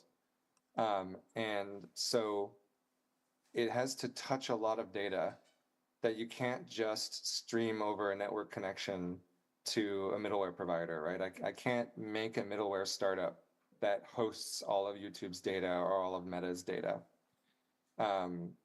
So that means that, and even if I could, you're talking about handing over not just my data as a middleware user, but the data of everyone whose posts I might see, which is a privacy challenge because those are people who did not consent to give their private information to the middleware provider the way that I, as an end user presumably did. So there are immense technical and privacy challenges to making this work. It's not impossible. There's some work coming out of conversations at Stanford about how we might technically do this. And the short version is you run the middleware on the platform's infrastructure rather than trying to move the platform's data to a third party. So it could be made to work from a technical and privacy perspective.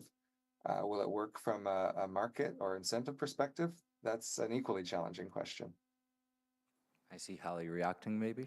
No, I was going to say pretty much the same thing. I mean, computer science is path of least resistance, right? I mean, I can see it working in some cases. I can see data on, I don't know, blockchain networks for health tech, or people deciding in smaller cohorts what data they want for specific things, but I don't see it working at least easily at scale.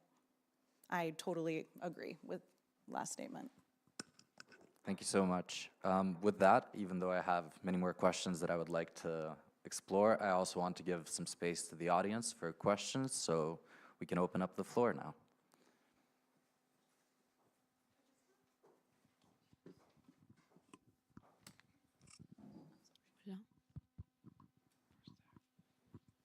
Thanks very much. Oliver Marsh, Algorithm Watch. It's for Hallie, but anyone else, feel free to chip in. Jeff Horowitz's book on Facebook, I'm blanking on the name right now, but the trust and safety team at Facebook, concludes with the claim that a lot of the trust and safety measures put in, particularly around the US election, led to temporary decrease in user engagement, but long-term increase in user retention. This struck me as a very neat, an overly neat and quite nice story to conclude a book. Am I being too cynical, or is that a message that can be used to change business models, that good integrity, good information integrity leads to longer user retention? Ooh, I would say some cases yes and some cases no, right? It's going to depend on what the information is and who the cohort is. As it stands, ranking and authority systems still kind of operate under the like any publicity is good publicity notion. The more somebody interacts with something, we all know this, goes to the top. And even Google, when you put in like a search term, if you put in like one contradictory piece in the search that will like come up and recommend, you're still more likely to click on it. And it will still decrease your trust in whatever politician or policy or whatever you're looking up if there is that source. So it depends on the information. I wouldn't definitively say yes and everything's merry and great, because that's just not how iterative technology works. But I think probably in that study, sure, it led to some long-term good engagement. Or who's going to tell the marketing firms, though, that they're going to get a decrease in their bottom line for, you know, but long-term, it's okay, right? I mean, like, they need to get it this quarter. So you tell me, question back at you. It's mixed. The last point, you lose a quarter, you gain long-term, to me just doesn't strike me as convincing to business models. Yeah, maybe there are some components of it, but I don't think alone it is. Yeah, hi, Jan Bayer, Institute for Strategic Dialogue. At the ISD, we do a lot of compliance research for the European Commission, and Holly, it's a kind of like half question, half response to one thing you said. You said like, okay, if the platforms are looking what is basically the first standard that is out there, and then they adopt to this one, like given that the other countries, like in particular to the question that Ogi asked about how do they operate if they have to operate across different legal regions. And I think you suggested a little bit that they take, you know, they look at the EU, they say this is the first standard, this is the one that we're going to play with because this is the only thing we have. Just as a response a little bit, what we see in our research is that's not really the case. So location matters very much. We find content in one region that we don't find in another one, and as soon as we move into EU, it's much more restricted. And if we do location spoofing, or if we try to pretend we are outside of the EU, we find the content still available, still ready to be used. So a little bit maybe a note of caution that this is not really the case at the moment. I find opposite when I'm on the platforms. I'm finding that I'm having to abide by European laws when I go online with the content that I see and what is shown to me. I'm sure that the content is going to vary by location because different cultures, different cohorts of people are going to be looking at and considering different things. I don't think it is necessarily definitive, but I do think that those policies are being implemented worldwide because I am seeing them in New York and DC when they're here, and having to click and having to acknowledge European policies when I engage with different platforms.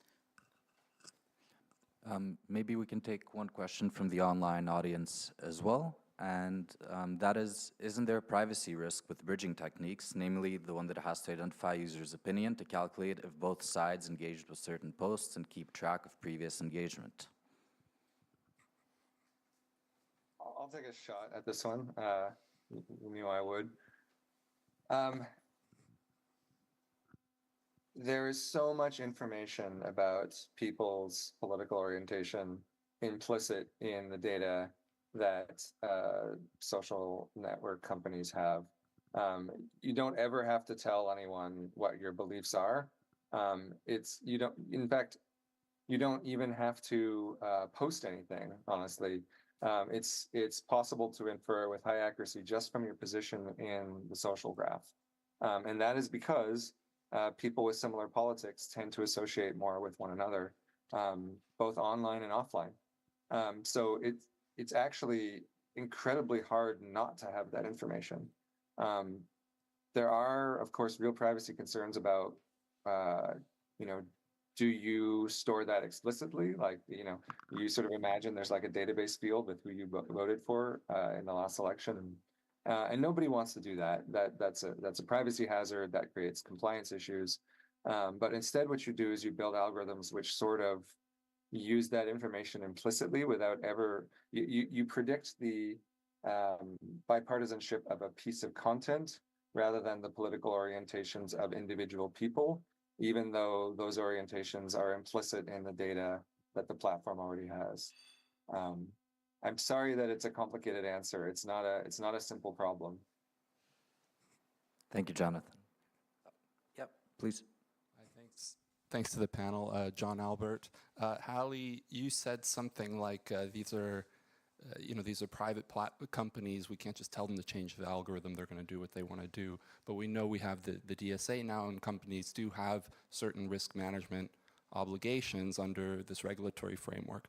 So I'm just wondering if this is, if we can imagine, or if we're optimistic that there might be a process by which platforms could be compelled, because there's sufficient evidence that, something like bridging algorithms, which Jonathan spoke about, is shown to, say, decrease political polarization, and that this would be relevant for risks. So do we, what might the links in the chain be? And I guess this is a question to anybody, on the panel who wants to take it. Yeah. Hold on, let me gather my thoughts for a second. So I think there's a danger in, I have seen reports that have come up that have said, just change the algorithm, right? Well, it's not that simple because of so many policies, because of locations, specificities, because of so many things that go into the ranking system. There would have to be, you're right, incentives, and not just, well, let me show you how bad your algorithm is, let me show you this harm that you cause. There has to be an actual incentivized structure and a do-out. Simply saying, change the algorithm versus, all right, we want to implement this thing to make this harm difficult, and it's going to find a loophole in, I don't know, in the United States 230 because X, Y, Z. Like, there has to be a clear, you're right, link analysis, and I don't know what that link analysis is. I don't think anyone has drawn up a clear link analysis for how to tell the algorithms what to do or what those incentives are. It's almost as ambiguous as we want ethical AI, we want ethical algorithms. Okay, what is the baseline for that? And until that structure is in place, instead of presented as an idea to talk about, or until that idea is talked about in depth enough to create an actual framework to follow, there is going to be no incentive. Does that answer your question? Yeah. I wonder sometimes, though, if it's really that complex when we talk about all these standards and expectations towards platforms and how can they orient themselves. AfD, for instance, there was a recent investigation by University Potsdam, showed that I think ahead of the European election, AfD had 10 times more, 9 times more views and thus algorithmic amplification than any other party in the election campaign. And there are these like transnational authoritarian movements, including MAGA, the Kremlin, domestic extremists here who have been using these platforms for many years with the stated intention to basically abolish democracy. And the platforms have chosen again and again to amplify them and to allow them to grow and to fester. And that was a choice, and I don't think we need very like complex technical standards to measure that. Agreed, however, when it comes to at least platforms that are based in the United States and freedom of speech laws, you legally cannot incentivize a private organization to take something down or downrank it unless there is an actual threat of harm. Freedom of They could do it voluntarily. They could do it voluntarily, but then you have the pushback, right, from the different political parties, which adds to the polarization. So back to the you're damned if you do and damned if you don't, right? Then someone who supports the Conservative Party will come and complain and write a lawsuit against the platform. They're doing that anyways. Exactly. They have this whole censorship narrative going on anyways. Correct. Correct. So what do you do as a platform? And who decides, right? So when doing analysis on hate speech, for example, or what speech needs to be taken down, a lot of it comes down to not, I hate this group or I'm promoting this thing, but I'm going to harm this group this way at this time, right? It's an actual doable. Otherwise, they don't necessarily, and again, I'm not saying I agree with it, I'm just saying in the eyes of that particular law, they don't have incentive to downrank it. I think you both make excellent points. Difficult topic. I encourage both of you and the audience also to continue this topic afterwards during the coffee break, and we have more questions, please. Thank you. I'm Anke Domscheit-Berg, member of the Parliament. I'm digital policy speaker for the left and in the digital committee, where we always discuss this topic. And I want to introduce two more radical concepts to fight this problem. And one is to prohibit personalized online targeting, because, I mean, it's selling ads is what is demolishing democracy, because it leads to those engagement-based reference models, yeah? So if we want to fight those, we have to get to the root, and the root is personalized online marketing. There are some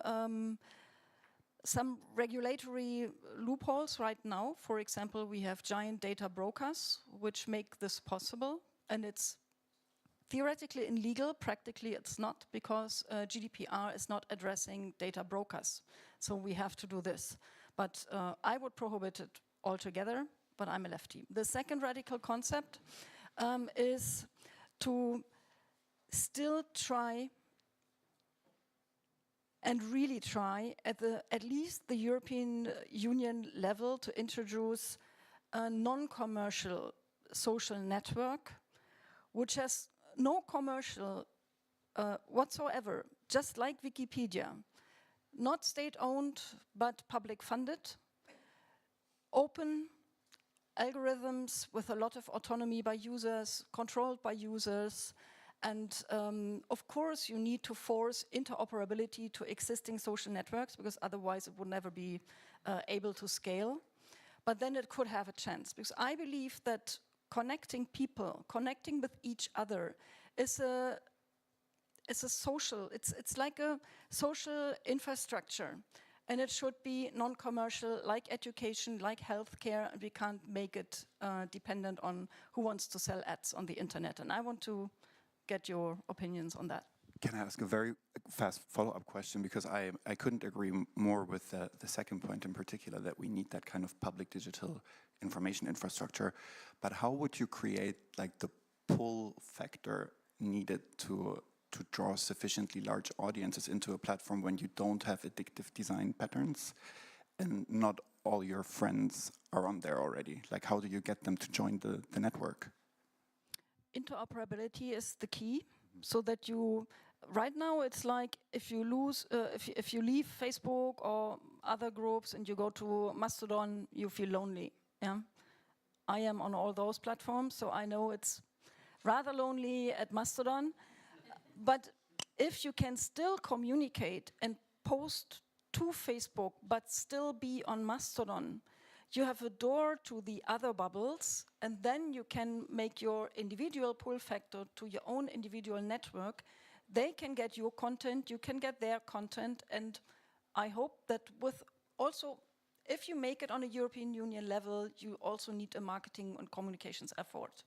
And if we make public the negative impacts, and if possibly we combine it with prohibiting online targeting, yeah, attacking the business models, like in the keynote speech, it's the same.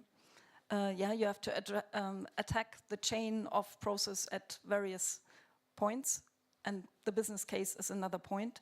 If you do it all together, I believe it can work. apparently von der Leyen has promised a new online advertising act to some MEPs, so that would be something to follow if you can package some of it in there. I have a point to make about that interoperability between the platforms. If you get an API that's sharing data between Facebook and another platform like Mastodon, Facebook is going to have access to the data that's on Mastodon. When you share any kind of API into any other system, that data becomes owned by that system. That system becomes part of that data infrastructure.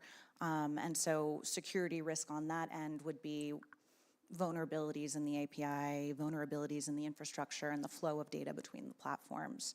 As for the ad tech environment, I think when we think of the marketing environment, we think just about sharing ads on different platforms, and it's not just about sharing ads on different platforms. That marketing data is going into the core of the platforms and the ranking and authority systems.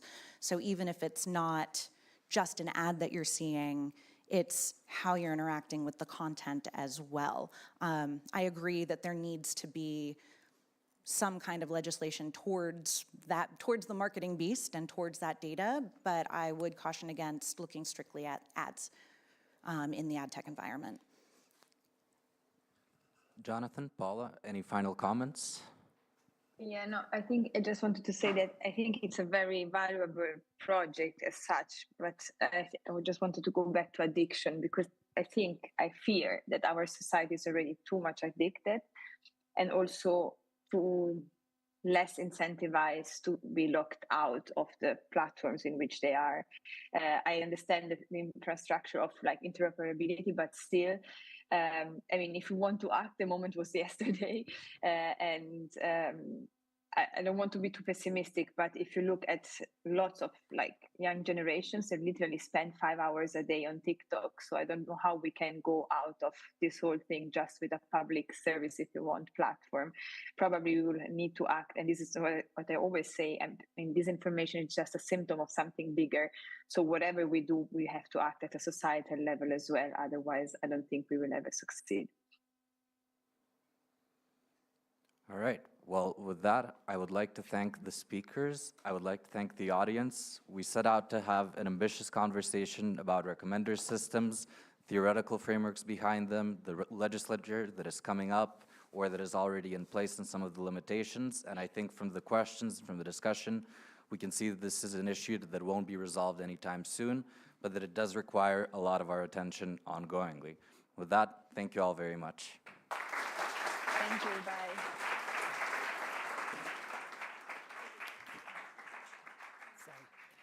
Many, many thanks also to you, Onyan, for that extremely deft moderation. And indeed, you've given us much to think about with a very clear, I think also a very realistic look at potential alternatives beyond engagement-based models, but also at their complexity and their limitations. So many thanks to all of you. We do now take a break till 11:45. Please return at 11:45 when we will move straight into our next panel looking at the risks of generative AI. So enjoy the break, time to network, and see you shortly.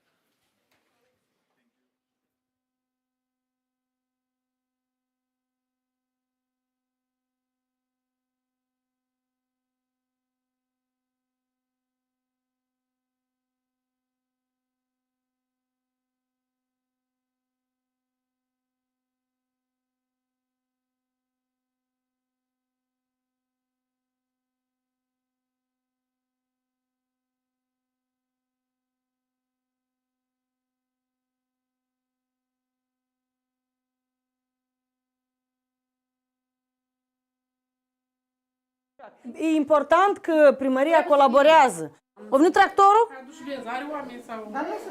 Hai să vedem tractorul. Asta e gunoieștea comunei, ea nu este autorizată. E o gunoiește cât de cât amenajată, dar o vedeți în ce stare este, dacă poate fi spus amenajată. Aici tot satul aduc gunoiul, nesortat, desigur, pentru că dacă ar fi sortat, probabil ar fi mult mai curățică, să zic așa, gunoieștea asta. Se aducă doar resturile regenerabile, ar fi un apogeu atins. Spuneți-mi, vă rog, ați adus gunoiul? Eu nu. Nu? Nu. De ce? Dar nu e nicio problemă, că noi tot îl aducem aici. Vroiam doar să vă întreb dacă îl aduceți și dacă există un serviciu comunitar care transportă gunoiul. Este o om aici, dar el o lepădat. Și acum fiecare își aduce singur, da? Da, sigur. Dar dumneavoastră ați fi de acord să plătiți o taxă, o sumă de bani ca să vă strângă gunoiul în fiecare lună, în fiecare săptămână. Suntem de acord, dar nu chiar toți. De dacă lumea nu vor să plătească, ei o lepădat, că nu vor. Știi cum e lumea amuia. Dar dumneavoastră ați fi de acord să plătiți? Da, de ce nu? Da, de ce nu? Poate aveți vreo sugestie, vreo propunere ca să mergem la autorități și să spunem că, iată, oamenii au propus asta. Cum am spus, mărească taxa cu 50 lei și să meargă din nou. Mărirea taxei și punerea pe roata serviciului. Da. Dar cum duceți dumneavoastră cu noi tot? Amuia, cum duceți cu noi dumneavoastră? Cum îl evacuați? Colectăm o dată în săptămână și duci soț cu mașină. Singur la gunoiește. Totul mi-au dus eu ei. Dă-l cu furca. Îți iei bani Damian sau te duci tu acolo? Ei, las ca să-l iei el încet-șor. Las ca să-l iei așa cât spată, pe urma să așa nu aia să-i dăm.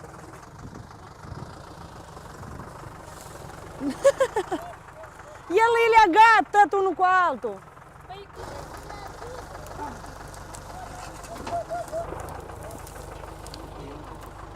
Cum să dăm, mai? Nici nu încape, bai, Damian, atâta gunoi în țăp. Dar cât e răbde s-o făcut treabă bre. Acum, noi și suntem harnici. Anul trecut sau altfel, cum era? Și dacă suntem moldoveni, vezi, suntem harnici. Bulgari. De-am bulgari, ne-am bulgărit, de-am de peste 10 ani tam aici.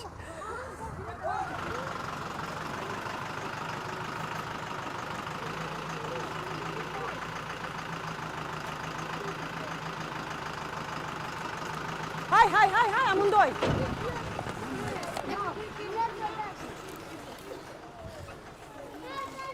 Copiii au desenat, cam și vor, știi? Și se poate de pus un topogan mai așa, calcul, necușcu, e sunt mai complicat, sunt mai simple, sunt screenshot, sunt. Apânsam că trebuie să facem un grup pe Viber sau pe Messenger. Pe Messenger nu, pe Viber văd toți mesajele, dar pe Messenger să vadă numai administrația. Înseamnă pe Viber. Poate că avem care s-ar bucura și cred că ar contribui copiii din vacanță. Stăiem lenta la 1 iunie, de ziua copilului, eu cred că copiii să-i bucurăm. Hai, mergem. Furca cui?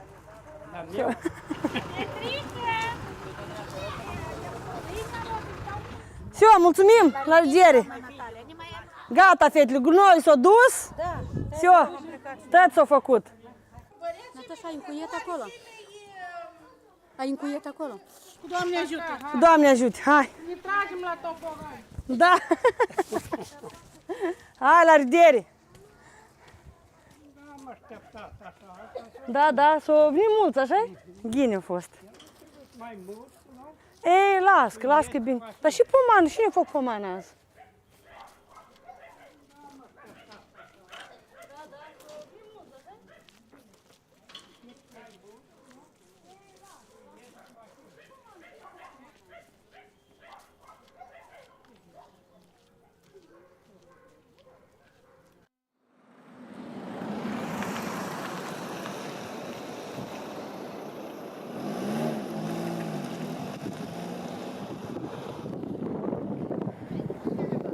Hai, ieșim.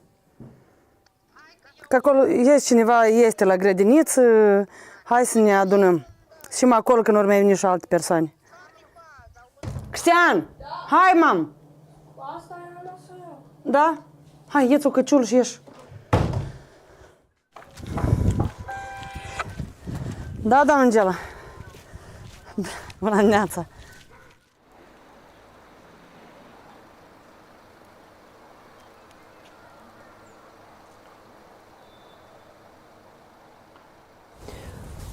Eu propun așa să mergem mai întâi câte 3. Ok, noi suntem un grup de acțiune locală cu interes pentru un drăsliceni curat și avem câteva întrebări, un chestionar foarte scurt. Noi suntem de Ratu și Drăsliceni. Puteți să ne dați câteva răspunsuri, ca și cetățean, ca și locuitor? Ei, Doamne ajute!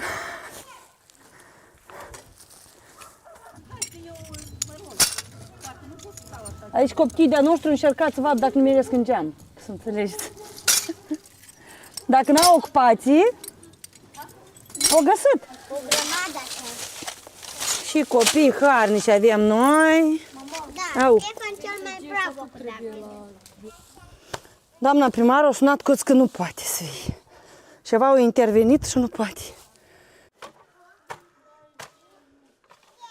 Anume și ne-a plăcut în CPR că ei ne-au monitorizat pe tot parcursul implementării proiectului. Adică e una când duci și scrii pe foaie acolo niște că așa trebuie, așa faci mesajul, așa aduci și problema la cunoștința oamenilor și așa. Dar e una când arăți la mentor ce ai făcut și el îți mai face așa niște retușuri pe hârtie și ea și îți spune, uite, ca să ajungi la mesajul ăla, uite așa trebuie. Uite așa trebuie. Asta a fost pentru mine o experiență foarte bună. Sperăm că o să vă amenajăm aici, o să ne mai întâlnim aici mai des. Sunt multe mai mici tineri în sat care mai vor să mai iasă duminica și să mai organizăm. Ia uite mai și rădășini făcut. Există un serviciu de colectare și transportare a gunoiului din gospodăria dumneavoastră? Poate aveți contract cu cineva sau serviciu comunitar de la primărie. Vă colectează cineva gunoiul? Nu. Dumneavoastră sortați gunoiul, puneți plastic, sticlă, da, la tomberoanele astea. Da. Acum ați achita o taxă dacă ar fi un serviciu. Sigur. Aha. Mai ușor așa. Nu mai să fie acasă. Doamna Nadejda?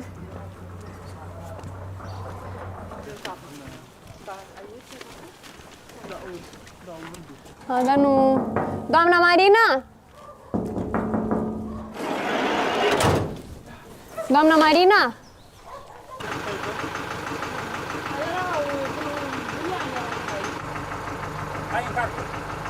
Ce facem? Încărcăm și avem măcar? Sau? Și avem. Ei, sunt niște grămezi de buruian. De la și oră și da. Peste o oră. O oră, jumătate. Veniți încoace. Noi ieșim aici. El a zis cu lopata, dar eu știu cum e mai ușor cu lopata. Scoatem în drum și... Francesca, adă-te rog un sac de așa la negru. Sau ia altul de pe scaun curat, nou. Dacă... Hai stai și faci, da. Cum vrei tu să faci ghine și să nu te ruchi? Și-ai. Ia și echipă bună avem, numai că Alex nu-i, așa-i? Acum ați vii și el. Nu dați tare în drum, puneți încoace, încolo sau încoace, bun?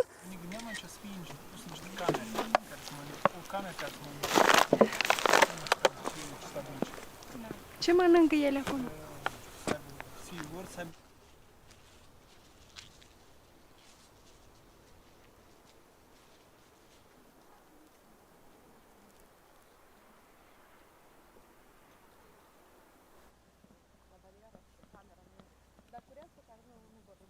Bună ziua! Nu vă supărați, vă rog, putem să vă dăm câteva întrebări? Da, bă, turnat!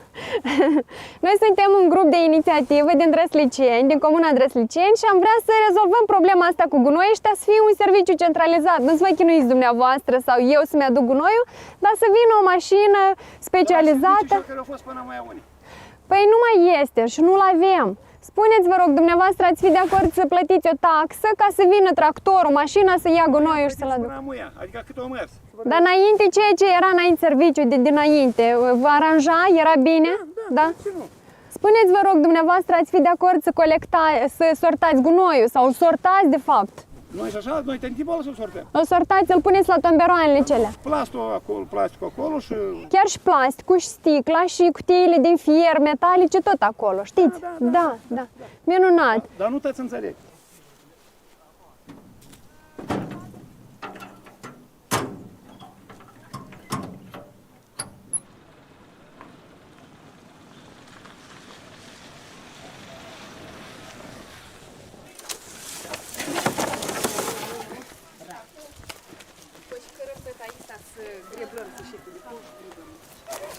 Все, aici. Hai. Mă, nu da în drum, măi, că să... Все. Hai încă o dată și gata. Hăruți aveți? Sunt. Sunt. Ce trebuie? Garafă? Haidem, fetele. Unde o duci? Ia răniți-vă așa o lecțică, nu și glotare. Să am eu mai puțin spalat.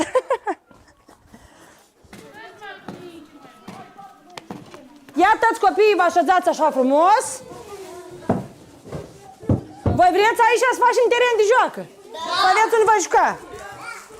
Ia că da, trebuie împreună și voi să faceți. Să păstrați curățenia aici. Desenați voi cum vreți să arăți topogan. Uite, mai sunt și aici.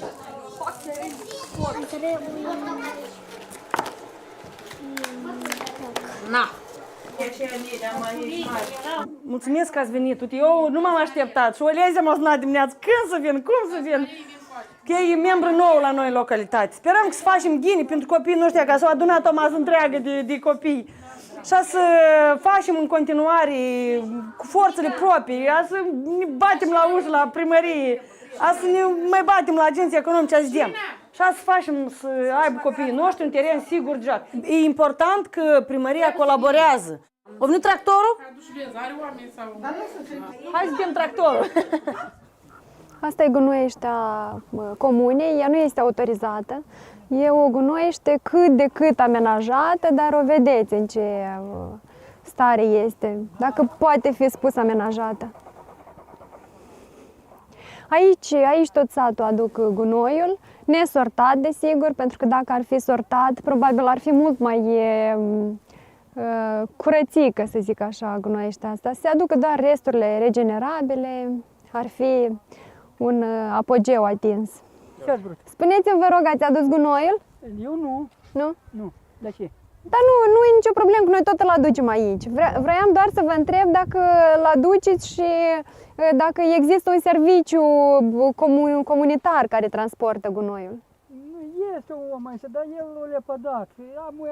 Și acum fiecare își aduce singur, da? Da, sigur. Dar dumneavoastră ați fi de acord să plătiți o taxă, o sumă de bani ca să vă strângă gunoiul în fiecare lună, în fiecare săptămână? Da, suntem de acord, dar nu chiar toți. De dacă lumea nu vor să plătească, ei o lepădat, că nu vor.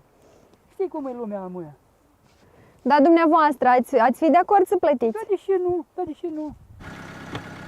Poate aveți vreo sugestie, vreo propunere ca să mergem la autorități și să spunem că iată oamenii au propus asta. Cum am spus, mărească taxa cu 50 lei și să meargă din nou. Mărirea taxei și punerea pe roate a serviciului. Da. Dar cum duceți dumneavoastră cu noi tot? Amuia, cum duceți cu noi dumneavoastră? Cum îl evacuați? Colectăm o dată în săptămână și duci soț cu mașină. Singur la gunoiește. Totul mi-au dus eu ei. Dă-l cu furca. Zi, bagi Damian sau te duci tu acolo? Las ca să-l iei el încet-șor. Las ca să-l iei așa cât spate, pe urma să așa nu aia să-i dăm.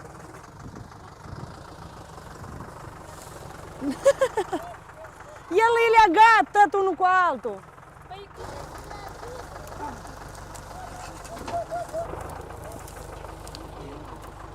Cum să dăm, mai? Nici nu încape, bagi Damian, atâta gunoi în țăp. Da, și cât e răbde s-o făcut treabă bre.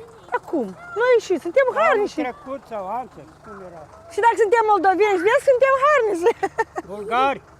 De-am bulgari, ne-am bulgărit, de-am de peste 10 ani tam aici.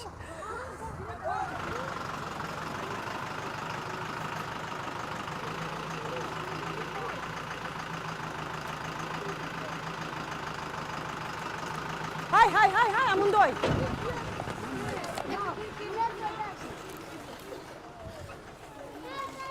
Copiii au desenat, cam și vor, știi?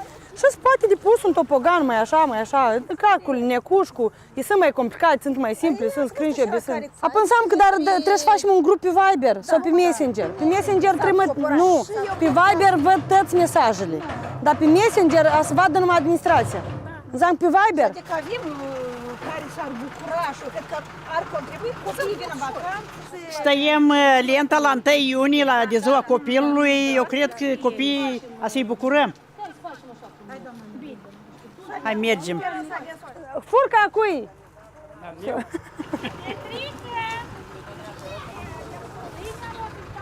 Все, mulțumim, la revedere. Gata, fetele, gunoi s-a dus. Все, tot s-a făcut. Natasha, ai încuiet acolo? Ai încuiet acolo? Doamne ajută! Doamne ajute, hai. Ne tragem la topogan. Da. Hai, la revedere. Da, da, s-au venit mulți, așa? Ghine a fost. Mai mult, nu? Ei, las că e bine. Dar și pomană, cine a făcut pomană azi?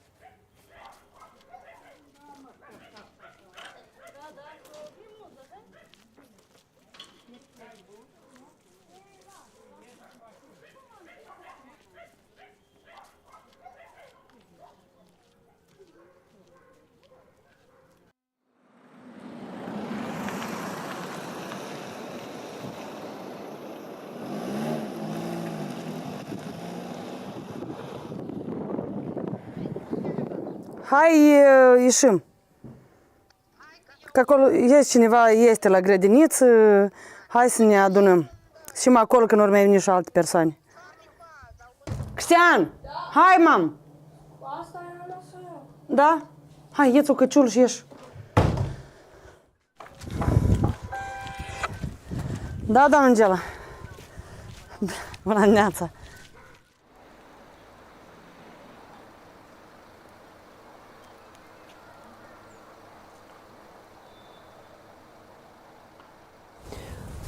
Eu propun așa să mergem mai întâi câte 3. Ok, noi suntem un grup de acțiune locală cu interes pentru un drăsliceni curat și avem câteva întrebări, un chestionar foarte scurt. Noi suntem de Ratu și Drăsliceni. Puteți să ne dați câteva răspunsuri, ca și cetățean, ca și locuitor? Ei, Doamne ajute!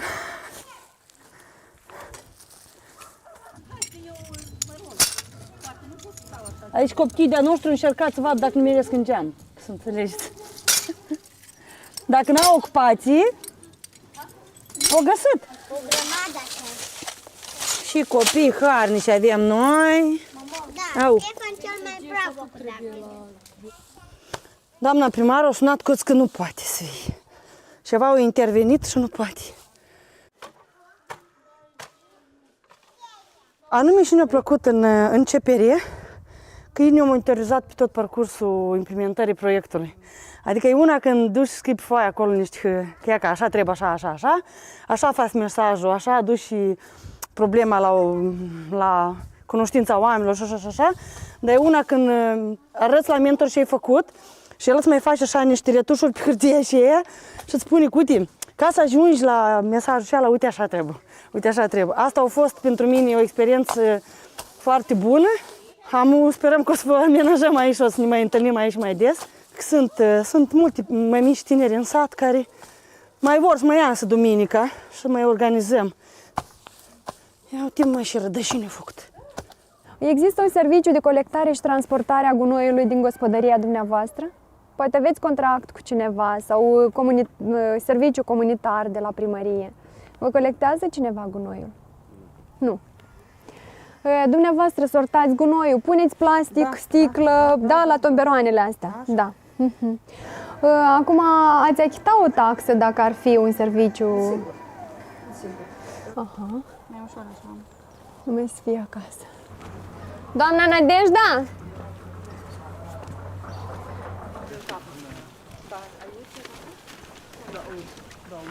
Dar nu... Doamna Marina? Doamna Marina?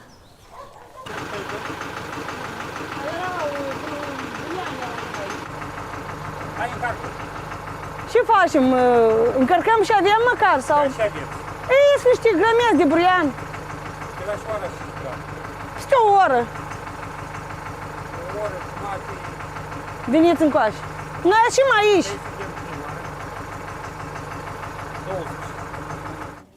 El a zis cu lopata, dar eu știu cum e mai ușor cu lopata. Scoatem în drum și... Francesca, adă-te rog un sac de așa la negru. Sau ia altul de pe scaun curat, nou.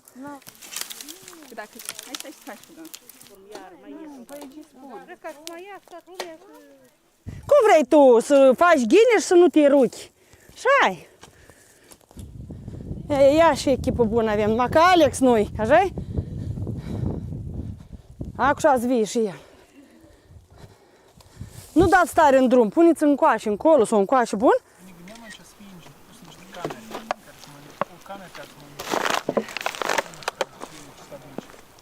Ce mănâncă ele acum?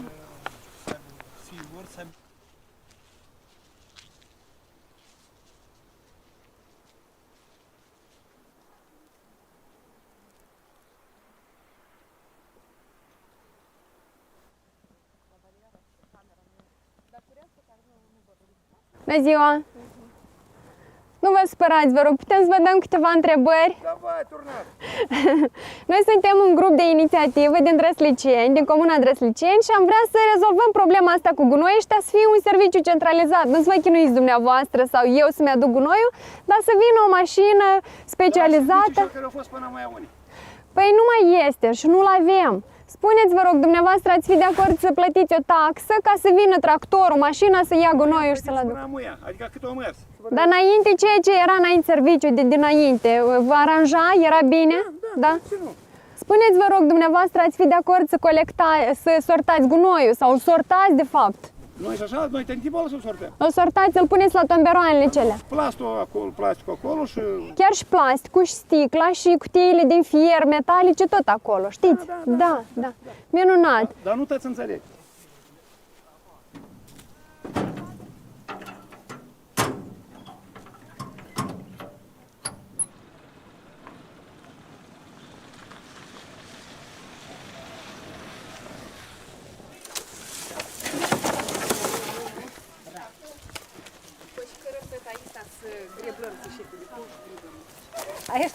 Aici? Mă, nu da în drum, măi, că să... Hai, încă o dată și gata. Hăruți aveți? Sunt. Ce trebuie? Garafă și... Haidem, fetele. Unde o duci? Iar niți-vă așa o lecțică, nu și glotare. Să am eu mai puțin spalat.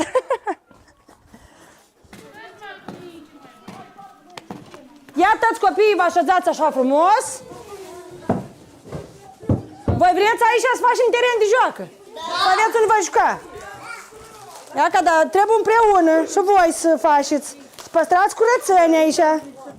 Desenați voi cum vreți să arăți topogan. Uite, mai sunt și aici.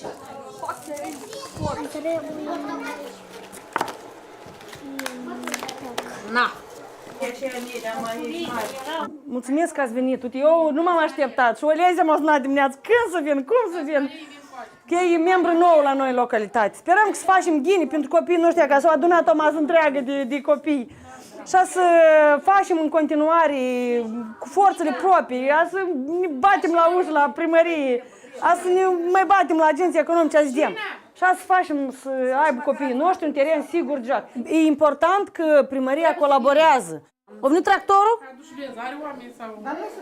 Hai să vedem tractorul. Asta e gunoiește comune, ea nu este autorizată. E o gunoiește cât de cât amenajată, dar o vedeți în ce stare este, dacă poate fi spus amenajată. Aici tot satul aduc gunoiul, nesortat, desigur, pentru că dacă ar fi sortat, probabil ar fi mult mai curățică, să zic așa, gunoiește asta. Se aducă doar resturile regenerabile, ar fi un apogeu atins. Spuneți-mi, vă rog, ați adus gunoiul? Eu nu. Nu? Nu. De ce? Dar nu e nicio problemă, că noi tot îl aducem aici. Vroiam doar să vă întreb dacă îl aduceți și dacă există un serviciu comunitar care transportă gunoiul. Este o om aici, dar el o le-a pădat. Și acum fiecare își aduce singur, da? Da, sigur. Dar dumneavoastră ați fi de acord să plătiți o taxă, o sumă de bani ca să vă strângă gunoiul în fiecare lună, în fiecare săptămână. Noi suntem de acord, dar nu chiar toți. De dacă lumea nu vor să plătească, ei o le-a pădat. Că nu Nu vor. Știi cum e lumea amuia. Dar dumneavoastră, ați fi de acord să plătiți? Da, de ce nu? Da, de ce nu? Poate aveți vreo sugestie, vreo propunere ca să mergem la autorități și să spunem că, iată, oamenii au propus asta. Cum am spus, mărească taxa cu 50 lei și să meargă din nou. Mărirea taxei și punerea pe roata serviciului. Dar cum duceți dumneavoastră cu noi tot amuia? Cum duceți cu noi dumneavoastră? Cum îl evacuați? Colectăm o dată în săptămână și duci soț cu mașină. Soț cu mașină. Singur, la Gunoiește. Totul mi-au dus eu ei. Dă-l cu furca. Zi, bagi Damian sau te duci tu acolo? Ei, las ca să-l iei el încet și ușor. Las ca să-l iei așa cât spate, pe urma să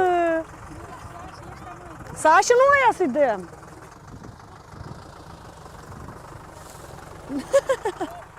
El e legat, tot unul cu altul.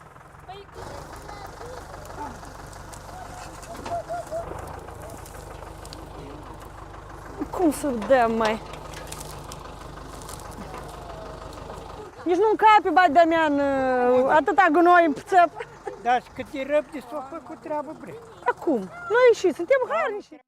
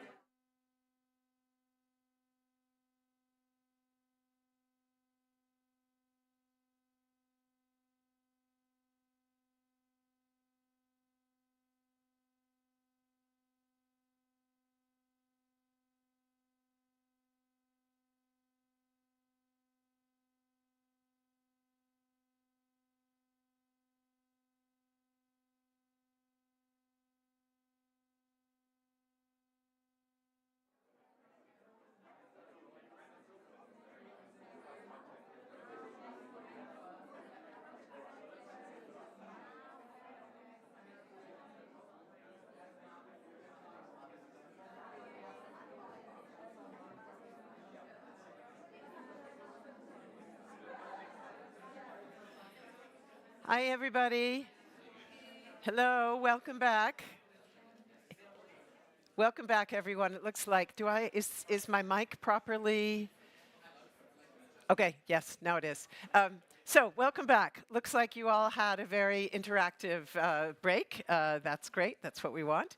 And we want to proceed now with our next panel discussion, which is a deep dive on generative AI and its implications. And Carl Miller reminded us in his keynote that every tool can be used by multiple actors on either side, and tools essentially have both benefits and drawbacks, and that obviously goes for generative AI as well. So in our panel, we now want to ask how we can effectively audit the impact of generative AI assisted or based tools on democratic discourse, measuring both benefits like participation, access, and digital literacy, as well, of course, as abuses that threaten informational integrity.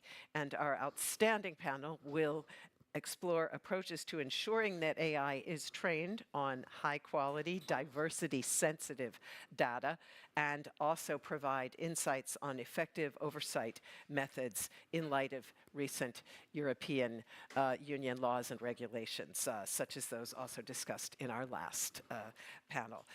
The panel will be moderated by DRI's Francesca Giangiacchini, who is a digital democracy research associate here at DRI, contributing to projects focusing on tasks including data analysis and visualization. And she has a fantastic roster of experts joining her. At least we hope they will all be joining her, starting with Oliver Marsh, who is head of tech research at Algorithm Watch. Lucie Aimé Café, she is EU AI policy lead and applied researcher at the collaborative Generative AI community platform Hugging Face. And we have one virtual guest. That's the one we're currently still trying to track down. That is Brando Benifei. He's member of the European Union Parliament, which makes him an especially valuable absentee guest. His areas of focus include regulation of social media platforms, as well as efforts to combat organized crimes. And let us hope that he perhaps does still join us later. And I'll just remind everybody before I depart the stage, we're eager to hear from you. Please do pose your questions toward the end in our Q&A for those in the room, and also to our streaming audience. Please send us your questions via the chat. Over to you, Francesca. Thank you very much, Melinda, for your kind introduction, and welcome to my panelists. And welcome all of you, of course, to the second session of DisinfoCon. I am Francesca Giannaccini. I'm a research associate at DRI, and today with my panelists, we're going to see strategies, see ways to how to identify and mitigate risks that generative AI pose on democratic discourse. Let me introduce my speaker again, because I'm really happy to have you here. Dr. Lucy Amy Caffé, European AI Policy Lead and Applied Researcher at Hugging Face. Oliver March, Head of Tech Research at Algorithm Watch, and we're hopefully to have Brando Benifei too at some point.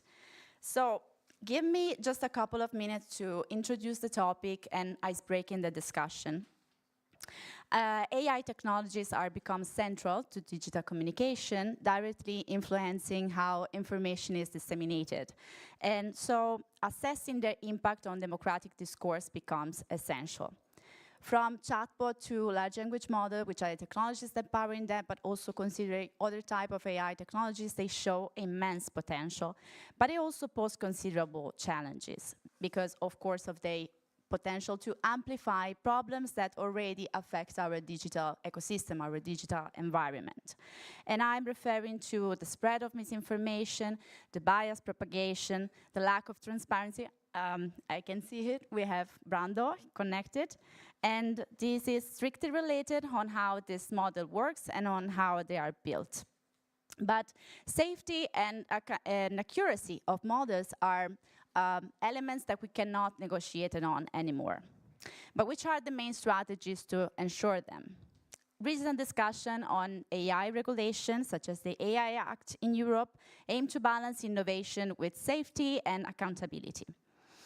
AI Act, as an example, introduced a comprehensive regulatory frameworks that classify AI systems on risk level and sets clear standards for the use. However, the challenges do not end here.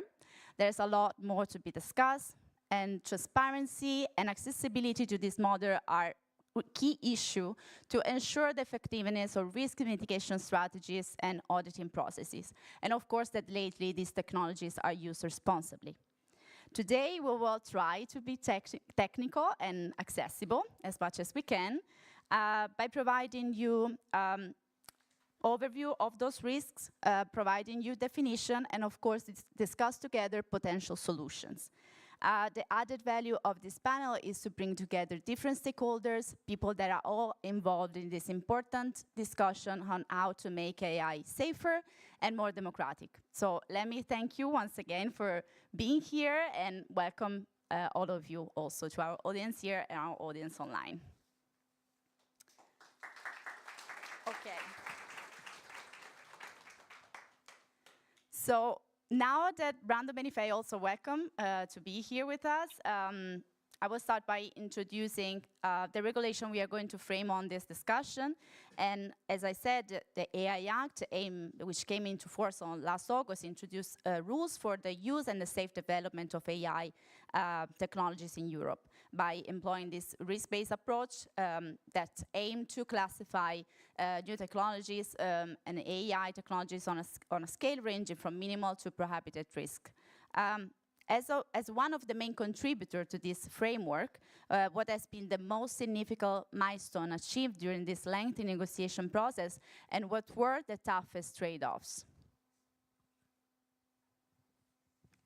Thank you for this invitation. I'm sorry that I can be only online briefly at the beginning of this panel. Unfortunately, the the timing, and that's also why I was late now. It's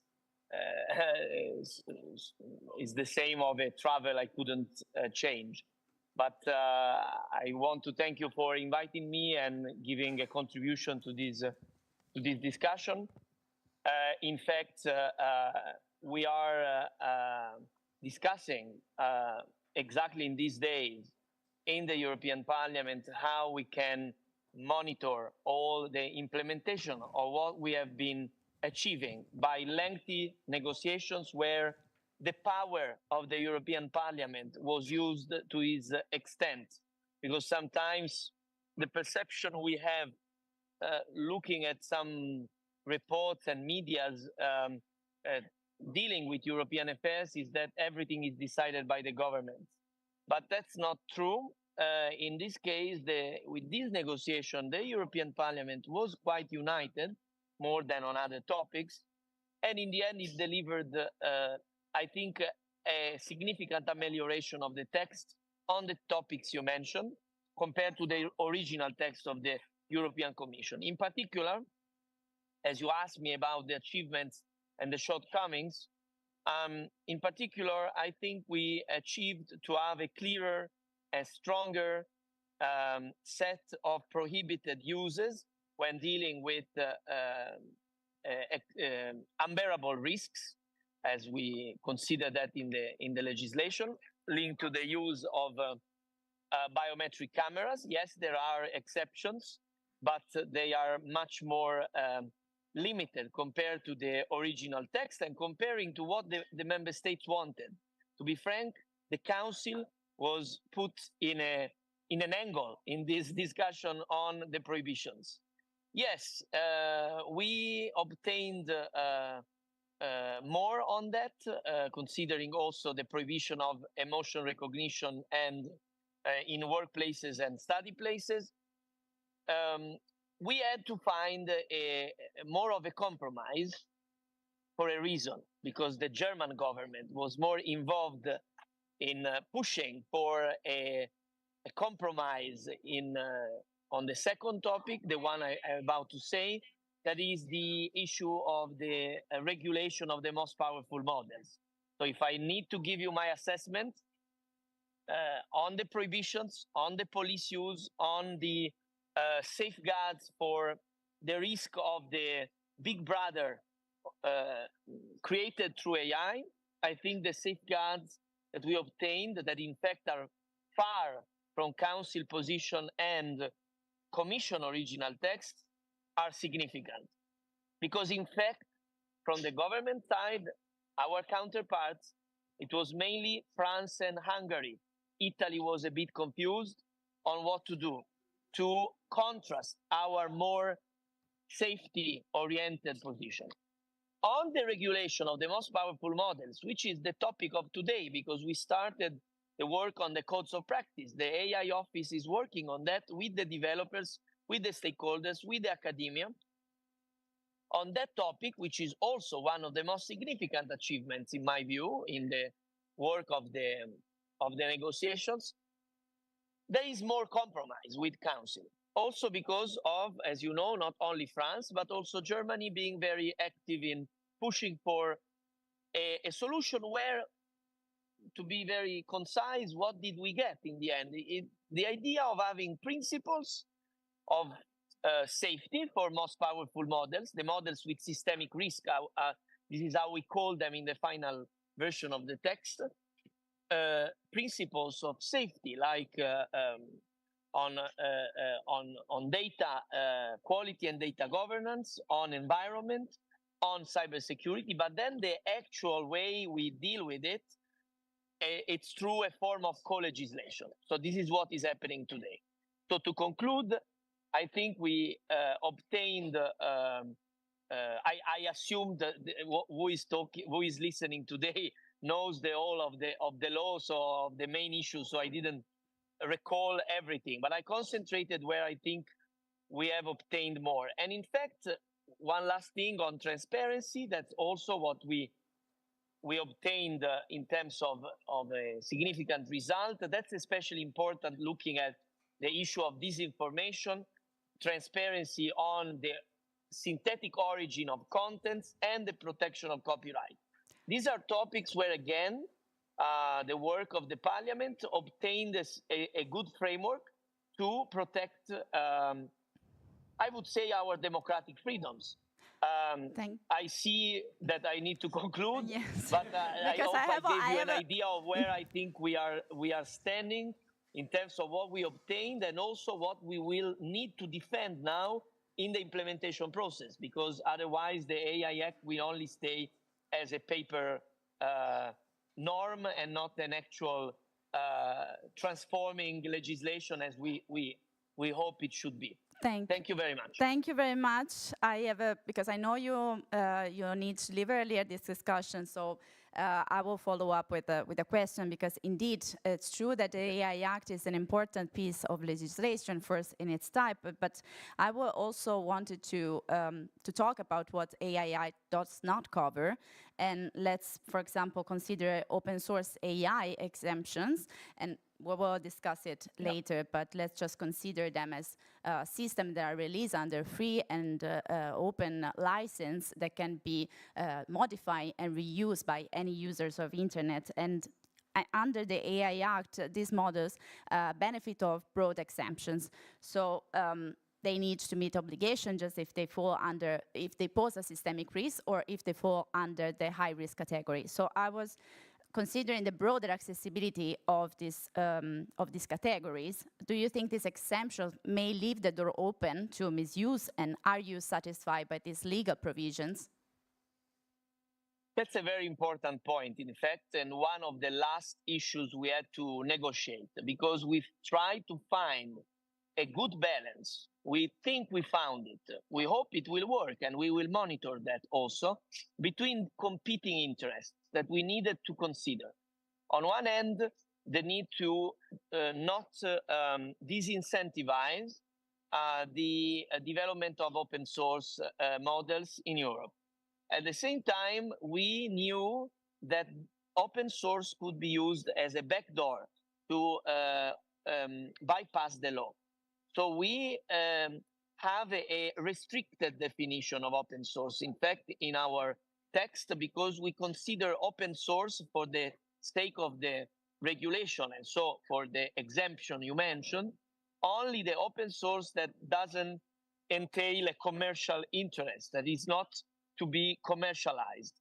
This limit, where does the commercial action, so the putting into the market start, is a legal issue that needs to be worked over. But we needed to find a compromise between different interests and different ideas also on the table. So we think that if interpreted correctly, what we wrote in the law will guarantee the genuine open source that will be put to the availability of the public, and at the same time stop the idea of using open source for as a product to be commercialized as a way to not be under the rules of the AI Act, so to avoid circumvention of the law. This is one of the issues where the work in the interpretation, also the guidelines that the European Commission will need to publish, and the legal interpretation work will be needed, because the point where we can recognize a commercial interest is something that needs to be, I mean, I have my own interpretation. This is what we tried also to have a point that is of balance, that can prevent, to capture what should not be captured in our view, but avoid the circumvention of the law. But it's a point where we still need, I'm sure, work with the AI office. This is something that's for sure. But we wanted to avoid both scenarios. The scenario where open source was completely covered, that we thought would be damaging to the open source development, and also the scenario where open source was too much not covered, and so would allow big tech to use open source as a way to not follow the AI Act. Thank you. Thank you very much. And yeah, I will just thank you for having been here with us. And I will, yeah, good luck for your third term at the European Parliament. Thank you. So, yeah, let's just catch up on some topics. Now we'll start again with an overview of the risks. You mean about the AI Act now? Actually, do you have some comment? But I wanted to have more contradictory in this panel, but yeah, if you have some comments on what Mr. Benifei said, just feel free. Not specifically on what he said. I mean, you know, naturally it is negotiation. One has to accept there's going to be compromises along the way, but the framing of the law is product safety law. It's a liability law. That's one way of framing the law, the AI Act. I'll talk later about questions of human rights and democracy and the question of whether the AI Act is the right tool for that. But also, just as a general point on these discussions of the AI Act and other tech regulation, as he points out, there's a lot still to be worked out. And as we've seen with the Digital Services Act, a lot, we always say this, but the experience has shown a lot lies in the implementation. Like, really, so much lies in the implementation that a lot of discussion about the AI Act right now would be quite premature, I think. Okay, so let's just start again with the risk overview, and I will mention the work that Algorithm Watch does in that regard, by monitoring the impact of emerging technologies and AI on human rights and democracy. Just to mention some of the research you did, you demonstrated how chatbots and the large language models can be considered an unreliable source of information, and that has especially impact on electoral moments. And also, you also do research on against risk from technology to democracy, particularly in the light of EU legislation, as you mentioned. So if you can tell us what your top concerns regarding the use of generative AI in this context, and how do you think these challenges can be effectively addressed? Sure, thank you. A framing device that I'd like you to keep in mind, and we'll come back to later for this whole thing, is the idea of a jigsaw puzzle. And we'll see why I'm talking about that later. But as far as generative AI and democracy goes, I think the first concern I have is that these technologies have an extremely broad range of use cases, like really, really broad range of use cases, and thereby the range of potential risks and harms is also extremely broad. So when we think of elections, the one that often comes to mind is deepfakes to sway voters and sway elections. I think, as Carl said earlier, this gets disproportionate attention, but it is still something worth thinking about. Also in the context of elections, Francesca, you mentioned our own research on the risks of people innocently using chatbots as search machines and the misleading and biased information you can get from that. The latest report is on our website, so I won't repeat the details here. But democracy isn't just about elections, obviously. Democracy exists outside elections. Generative AI can be used, and we have seen it being used, to produce content that's used to harass candidates and political actors and journalists, particularly from underrepresented communities, and thereby diminishing the pool of political participation before an election has even happened. So it isn't just around elections. And all of those examples I've just given are risks and harms from the end products of Gen AI. And that's not even thinking about the whole value chain of Gen AI, from the input data to the sustainability and ecological impacts of training the models. On this stage last year was Rich Matenge from the African Content Moderators Union, who's talked a lot about the exploitative labor involved in detoxifying models. So you have this whole end-to-end chain and a lot of different risks. So that's a lot, right? If you're an auditor or an assessor or a researcher, that's a lot to think about. So that's my first concern. I also have a sort of semi-solution that contains within it, a very broad solution, but contains within it another concern, which is, as you said, in the EU, we have a lot of different legislation. So the AI Act, as Brando said, just brief aside, earlier when we thought Brando couldn't connect, I don't know if any of you have those dreams where you're supposed to go on stage and you're completely naked and you're scared. Francesca earlier said to me, Brando can't come, so can you maybe briefly summarize the AI Act spontaneously? For me, that's the going on stage completely naked.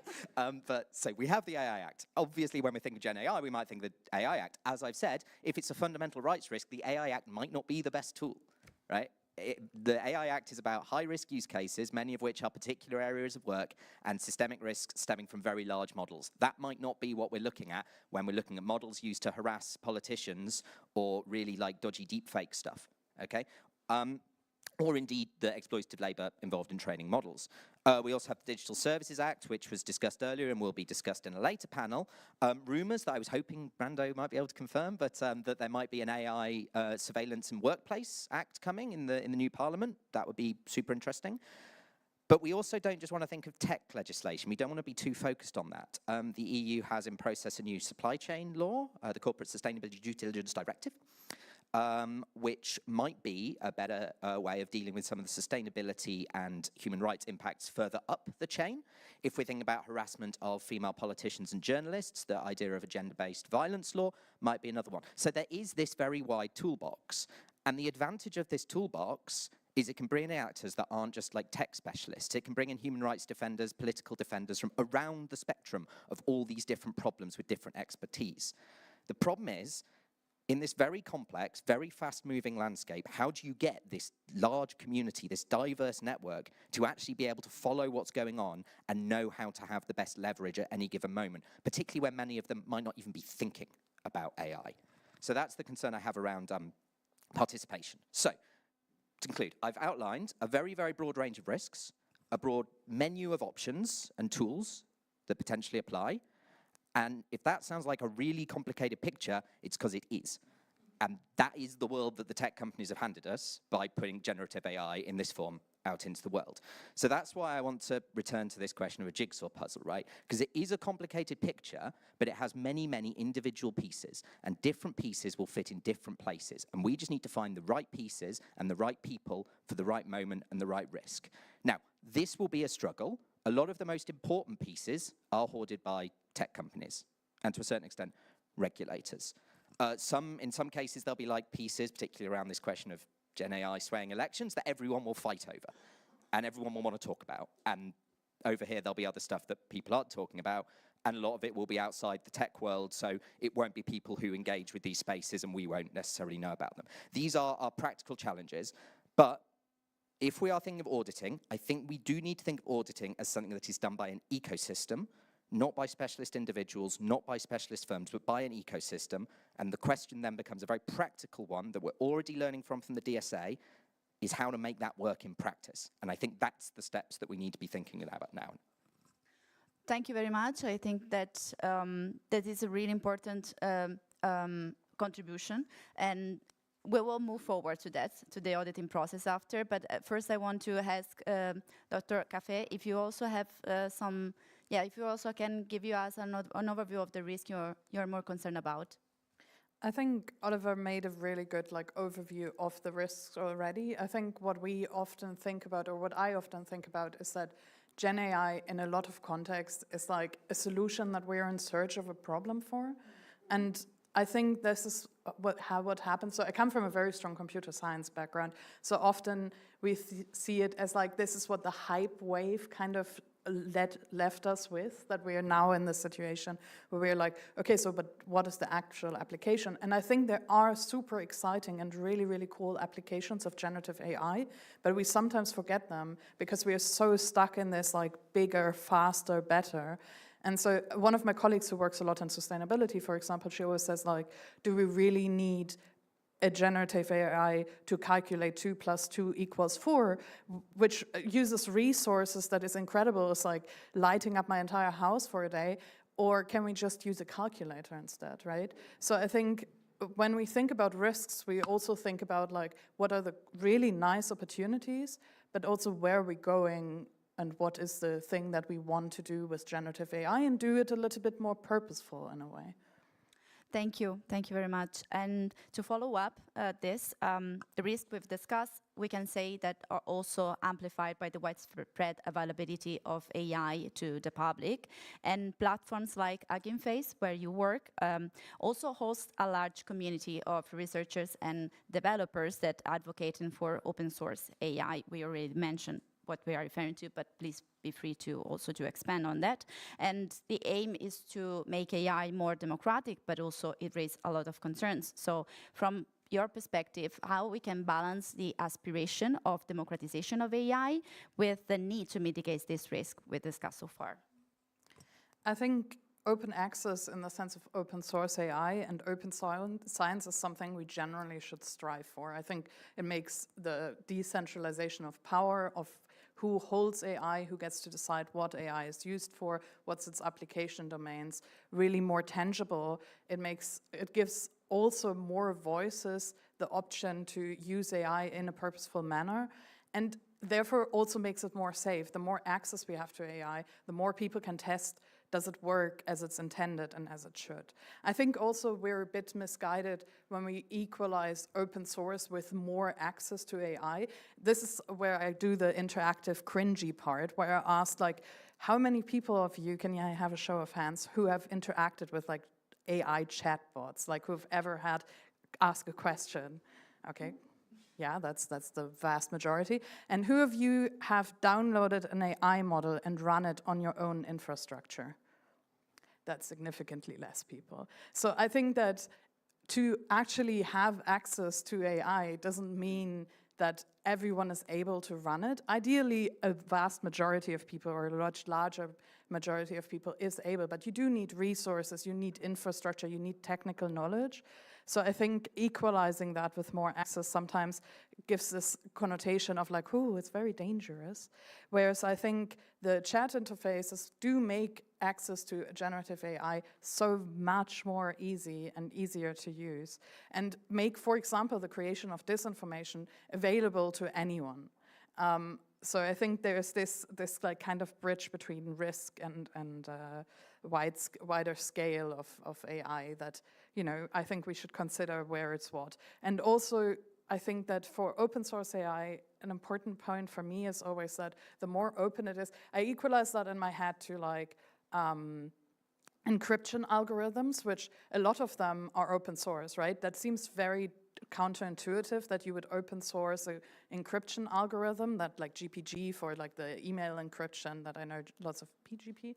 Sorry, I always miss with the abbreviations, that a lot of journalists use, for example, is open source. And I think the cool thing about that is that it means there's a lot more possibility for red teaming. So like what works well, what doesn't work well. And the same for open source. We know what's the structure of the model, what works well, what doesn't work well. Risk can be mitigated a lot easier.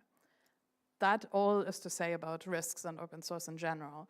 At Hugging Face, so Hugging Face is this platform where people upload open source models, or open models in the widest range, so also models where only the weights are open. I can get into what's openness and later, but we also provide data sets. I think there's over 1 million models now openly available on Hugging Face. I think around 400,000 data sets. So there is a lot of like information happening. And we try to think about like ethical openness. So what does it mean to host all of those AI models, to make them available? Hugging Face, we also develop our own models, so we try to lead by example, so to say. So for a lot of the projects that we develop, because they are large open source projects, we try to have ethical charters, so ethics charters, where the community sits together and thinks about what are the values that we want to have at the core of developing those AI models. We implemented for some of our models opt-out mechanisms, so thinking about if I don't want to be in the training data of a generative AI model, what is a technical possibility to say I don't want to be in this data? But we also build tools that are meant to help the community to have this idea of ethical openness in mind. Of course, we have a code of conduct and a content policy and so on. But then also it is possible for the community to flag models, so to talk about like what is the kind of models that we want on the platform, what is the kind of models that we don't want, and the community among itself can discuss what kind of models are appropriate. There's things like, this is very like content moderation specific, but there's things like not for all audiences tags. So you can tag a data set, for example, that you say, well, this is a really important data set to have available, but it's not something that I want everyone to see or train their models on. Very usual example here is, for example, hate speech. You want a hate speech data set that is freely available because you don't want people to iteratively do and resource that data again and again. But you don't want that to be used to train a model. You want it for filtering of models to make sure that the models doesn't output things it shouldn't have. So we have this kind of like infrastructure to tag the models.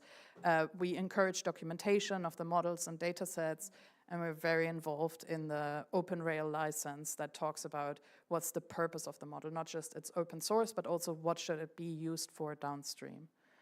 Yeah, maybe we'll quickly follow up on what you said about, because there seems to be a challenging on defining what really open source means, both legally and on practice.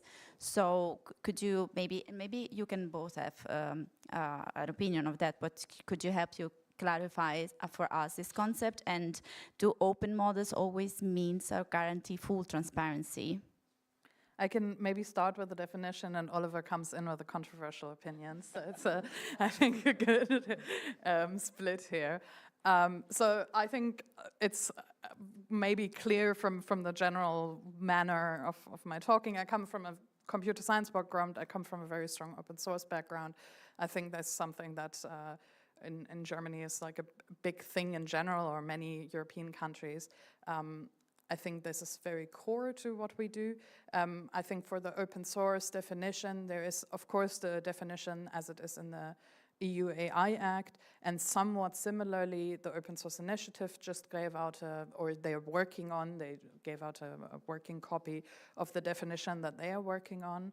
And so I think it's always important to remember that there are stages of releases. So one idea of stages of releases is to say, for example, I'm not sure, I have a new model, I'm not sure if it's safe or not, if I want to open source it, if it's good to open source it, or do I want to just diminish it and never work on it again? There's staged releases where you can say, well, first I give researcher access, and then I give access to everyone in like different stages, and then open source is completely. Coming back to the open source definition of the OSI, the idea is to say in the model complete value chain, we have different parts of the model, right? So there's the data that the model was trained on.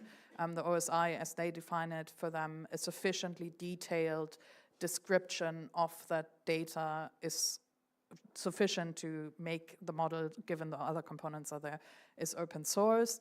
Sufficiently detailed, of course, is the big question that also comes with the EU AI Act. The code should be available, so all the algorithms that were used to train the model, to fine-tune it, RLHF, like each part of the training of the model, the code should be available, as well as the weights. And so when we think of like openness in different stages, we often say with open source models that would fall more under this OSI definition, and there are also open models at large. And those open models at large, we usually mean models where the weights are published. That means you have access to the model, you can download it, you can train it, you can even fine-tune it, so like modify the last iterations to an extent, or the tasks that you want to apply this model for. But you don't have access to the data, you don't know what it's actually trained on, and you don't have access to the codes and the algorithms, so you don't know how the model was trained, what was used, what are the exact mechanisms for the data, for that specific model to learn from that data. I think in the context of the EU AI Act, understanding this open source definition is really crucial because, as we said, there are exceptions, and especially the exceptions when it comes to transparency and documentation of model makes it really crucial, because I also believe there shouldn't be an overly burdened process for open source developers, because we see that open source developers can be universities, can be institutions, but can also be a single nerd somewhere in a basement, right? And that person to understand the legal implications of how to document their models, when you can actually just go look at the code and go look at the data, I think there is some leeway we should give them to document a little bit less of each of the detail of the models. I have no controversial opinions. No, and I also have very little to add on open source. I think, absolutely very happy to defer to Lucy on this. Again, the question I raise about the whole framing of open source is, and I ask this as a genuine question, not as a provocative one. But sometimes I wonder what other things we're worried about open source doing that closed source models don't do? Like, what's the extra harms and risks added? There are some you can think of, but like if open source didn't exist, we'd still have a lot of the list that I just laid out there in my opening presentation, the risks to democracy and fundamental rights. And the work that Hugging Face and others do in creating sort of documentation and transparency is really important. However, 2 points. The first is, again, think about this value chain. If you read like a system card or a model card, it might say something useful like, here is how our model was detoxified in the current ways using human manual labor. It doesn't have in brackets slave labor, right? And it is slave labor. Like, if you look at what happens in Kenya, it is basically, you know, absolutely appalling. That's not going to be in a system card, right? That is the job of things like investigative journalism to uncover. So this part of the extra transparency is certainly good, but it's part of a longer chain. The other thing I think we can maybe, and I'll try and keep this very brief, the other thing we can learn from the Digital Services Act, data access requests. There's 2 levels of data access requests. The first is the 40.12, which is known as the CrowdTangle provision, which is a kind of series of standardized metrics that platforms can put out through an API or an interface or whatever. Things like engagement, view counts, like these things that we think researchers in general want. So that's the kind of public data access provision. And then there's this 40.4 provision, which is you can then go to a platform and say, hey, I'm doing something very specific. I would like something very specific, which isn't on this public interface.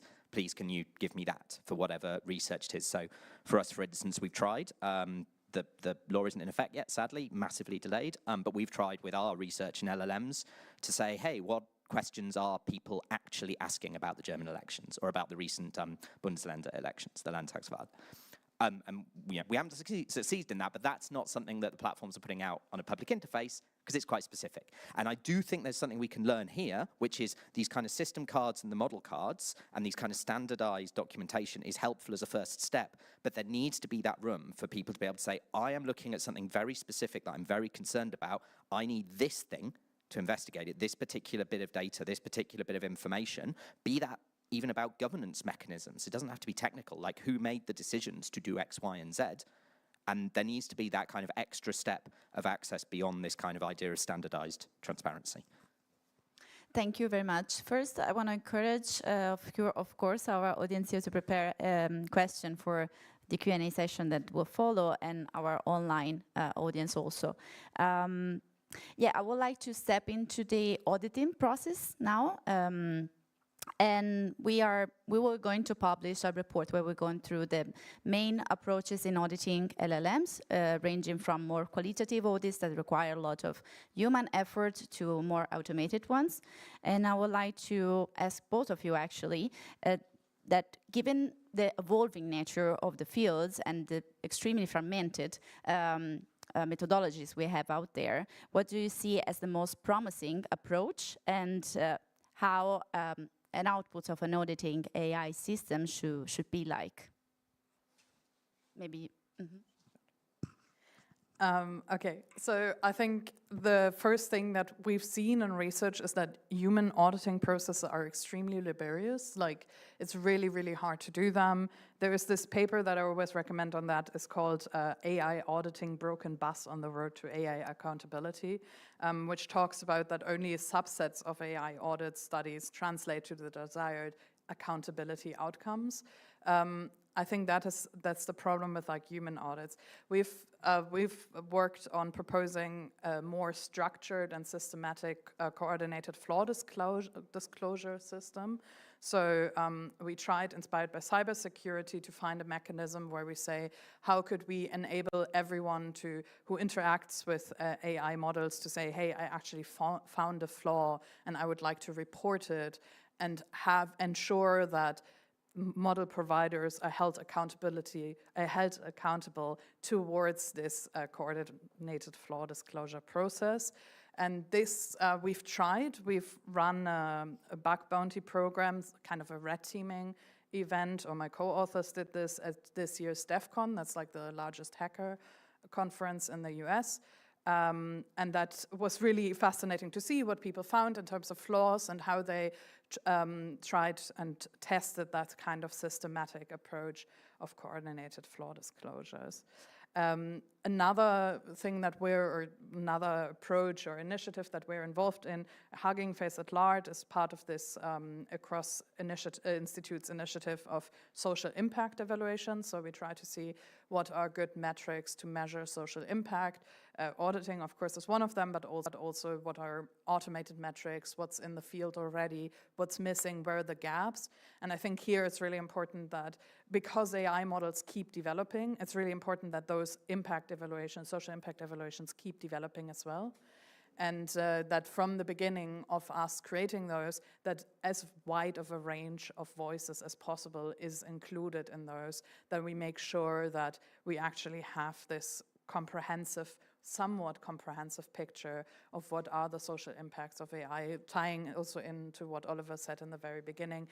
Generative AI can be used in lots of contexts, so a lot of people are affected, and what does it mean for them to say, what is a social impact, how can I measure social impact? So we work there, or this initiative, it's not led by us, but we are involved with academics, but also people from other institutions, independent people. There is a workshop at NEURBS this year that is called Evaluating Evaluations in that context. I think there will be really interesting work coming out of that as well.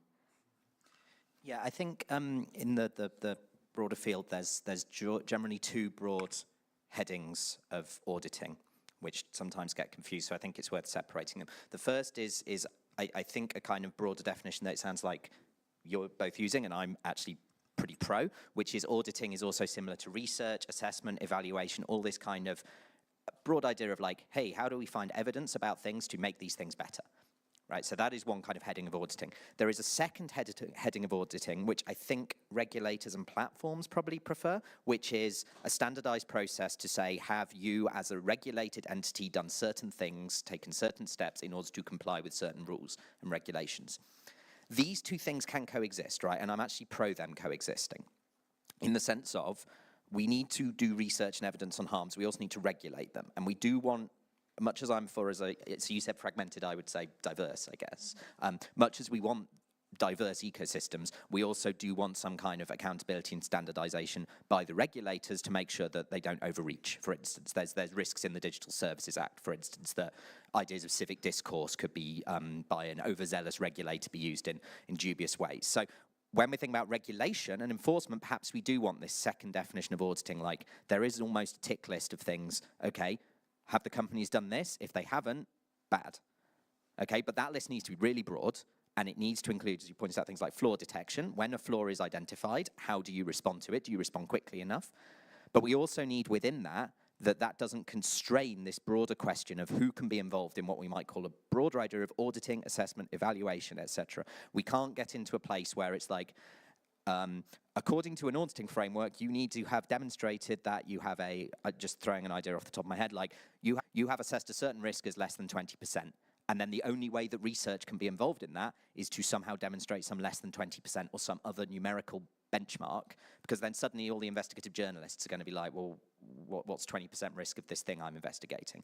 So you do want, I think, to keep these two ideas of auditing in mind. The broad framework that I think you were just talking about, which includes bug bounties, includes flaw detection, includes data access requests, includes investigative journalism, and the stuff that isn't the tech, the governance, what Carl was talking about earlier, the business models. And maybe later on we have this more standardized framework of here's some things that we think are problems. We can keep adding to that list, but this is what we want the platforms and the companies to do. But I think that the diversity and what we might call the fragmentation of audits is actually a strength. It's a toolbox. Thank you very much. I will prioritize one question from the audience we have, and I think it's related to what we were mentioning before, like this, this difficult to actually identify what really open source is. And the question is, why do we say that Llama is open source when Meta has not been transparent about the content of the training data, nor the weighting of the system that we're used to train it? There is no certification of what we qualified as open source, right? Yeah, I think there is, so that's why I refer to the OSI definition. There's currently no set definition of what is open source AI. I think that's something that people are working on. There is some version of a definition of open source in the EU AI Act. I think what often happens is that we mix open models and the definition of open source. So open models means we have access to the weights. I don't think it necessarily includes an open source. It needs to be an open source model to be an open model, because you can still access the weights of the model, meaning it is an open model in the largest sense. That definition, I think there's been work on the question of what is open source, but I think there's often this confusion, which of course hopefully will get a little bit less once the dust settles a little bit and we see like what is the definition for open source AI that we end up all using. Thank you very much. Okay, so if there's not any question from the audience, I will just, okay, we have 1, 2, 3. Yeah, thank you so much. I would be really interested, Annelies, I wrote my master thesis actually on like auditing and like some experiments. So I'd be super interested into your opinion on like, what are the possibilities on like different quantitative possibilities on auditing? Is there anything promising that you see, like especially with like reinforcement of certain policy acts, or would you say that's a completely dead end because the models are too different to have like a standardized way of auditing them, like in an automated way, not by humans? Sure. I think there's two things here. I think the question of like how do we evaluate qualitatively is needed. I think there needs to be humans somewhere in that process to make sure that the models we interacted with have been tested by humans, but it is a very, very big task. And I think for that, it is sometimes referred to back to have some form of like standardized automatic evaluations. We have this form of leaderboards on Hugging Face. That's what I usually refer to. They're not auditing tools, and I don't think they should be used for social impact evaluation, because you don't want to end up in a situation where you're like, that model scored highest on social impact. I don't think that is something that we can or should be able to say, but they are an example of how can you make large-scale evaluations across model infrastructure. However, here also there are people who have to manually, they are only for open models, because for those we can actually look into the model and try to work it into the framework that we have. It is a huge process, I think, because in the end, when you're auditing closed models, you only have that chat interface that we see also, right? And also for auditors, that is very little to interact with. I think doing auditing purely on red teaming is just not really sufficient for in the scale of policy and the AI Act.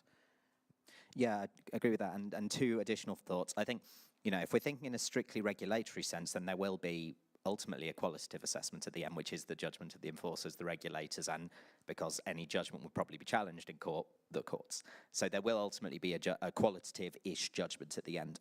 As far as the qualitative point of assessment goes, I actually think a lot of them, you can actually have both elements, and they're both quite valuable. I'll give you an example of our recent research on large language model chatbots and the German Landtagswahl, that we found, you know, it can be relatively quantitatively easy to ask a question of, hey, in Brandenburg, I can vote on the 26th of September, right? And Gemini, we were using the API for Gemini, and about 90+% of the time, it's like, yeah, you can vote on the 26th of September. For non-German speakers, you cannot vote in Brandenburg on the 26th of September. So the model was getting it wrong a lot, and that is a fairly quantitative measure. But more interesting for us was slightly more qualitative measures of, not necessarily more interesting, but also this idea of if you add something onto the end of a question like, what does this politician stand for? Last time I voted for the Greens versus last time I voted for the AfD, or last time I voted for Die Linke, as we've got Anke here, you might get slightly different answers, right? because it's digging into party programs, saying, well, last time you voted for this party, so let's dig out that one bit of the Greens program that's a bit like the AFD's program, and it's like a tiny little bit of like a massive party program. Can you quantify that? Maybe you can. Maybe you can do a semantic analysis that's like, here is the semantic difference between these answers. But qualitatively, the question is still, are we saying that these are good ways of getting democratic information? Is it a good thing that someone says, I want information about this party, here is my political ideology, and the model is saying, okay, cool, let me find the tiny bit of their party program that might appeal to your ideology, or saying, why do you want to vote for this party when they're completely different to you? Like, what do we actually want a model to provide good information about an election to do? And that is ultimately a qualitative question.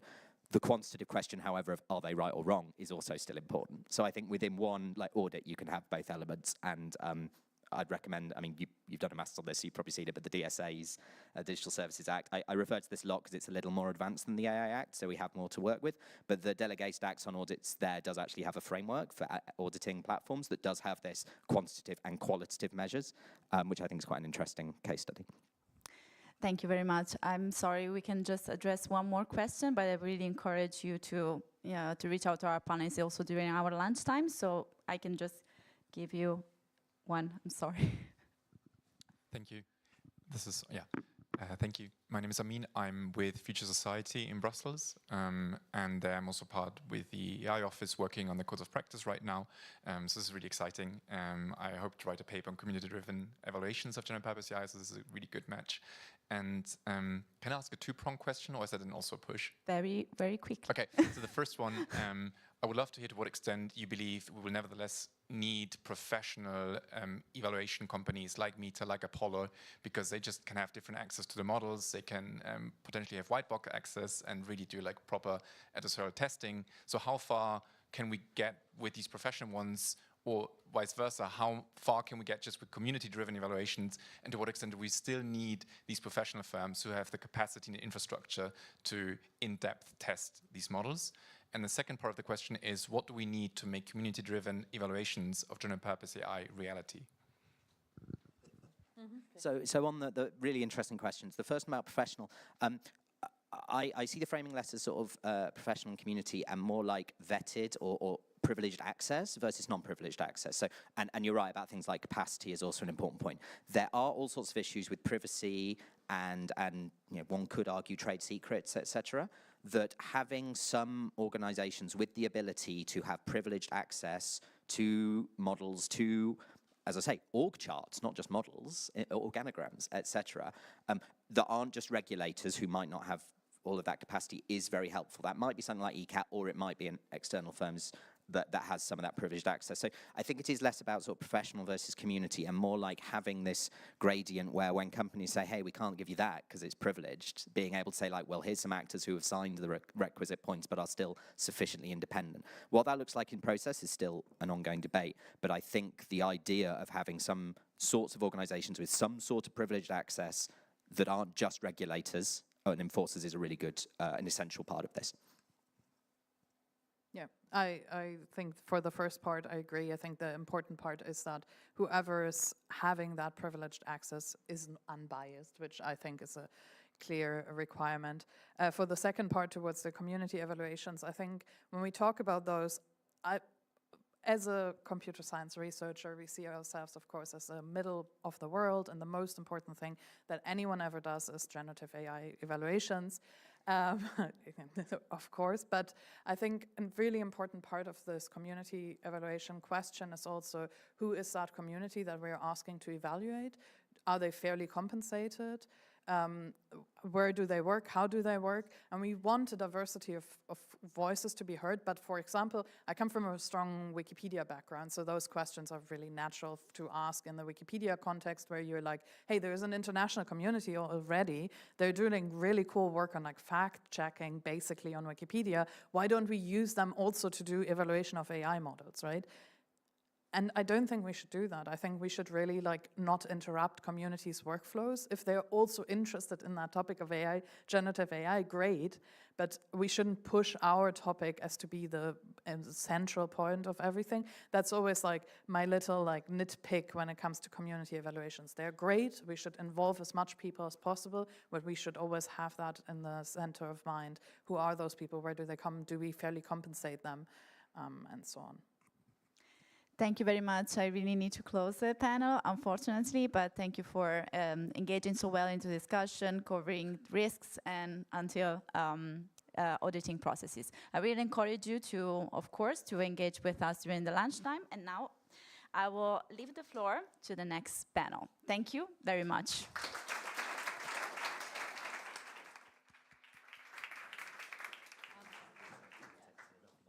Thank you very much also to you, Francesca, for that very able moderation of a far-ranging discussion. And we do not take a break now, dear ladies and gentlemen. Leg stretching, yes, but no formal official break, because we want to move straight away into our third panel, which basically will take us on a deeper dive in regard to the synergies and perhaps occasionally also lack of synergies between the DSA and the AI Act. The panel is entitled Future Proofing Digital Europe, and we have heard from several speakers, and I think it's clear that the EU's Digital Services Act and AI Act are setting new standards when it comes to accountability, transparency, and ethical use of AI, and at the same time their complexity, both singly and in relation to one another, does pose challenges. And for that reason, DRI has put together 3 scenarios revealing some of the tricky issues posed by that nexus to hopefully help all of the stakeholders who are here in the room today, as well as on our live stream, and perhaps outside this room as well, negotiate this, this very complex landscape. So here to pilot that exploration is Daniela Alvarado Rinzon.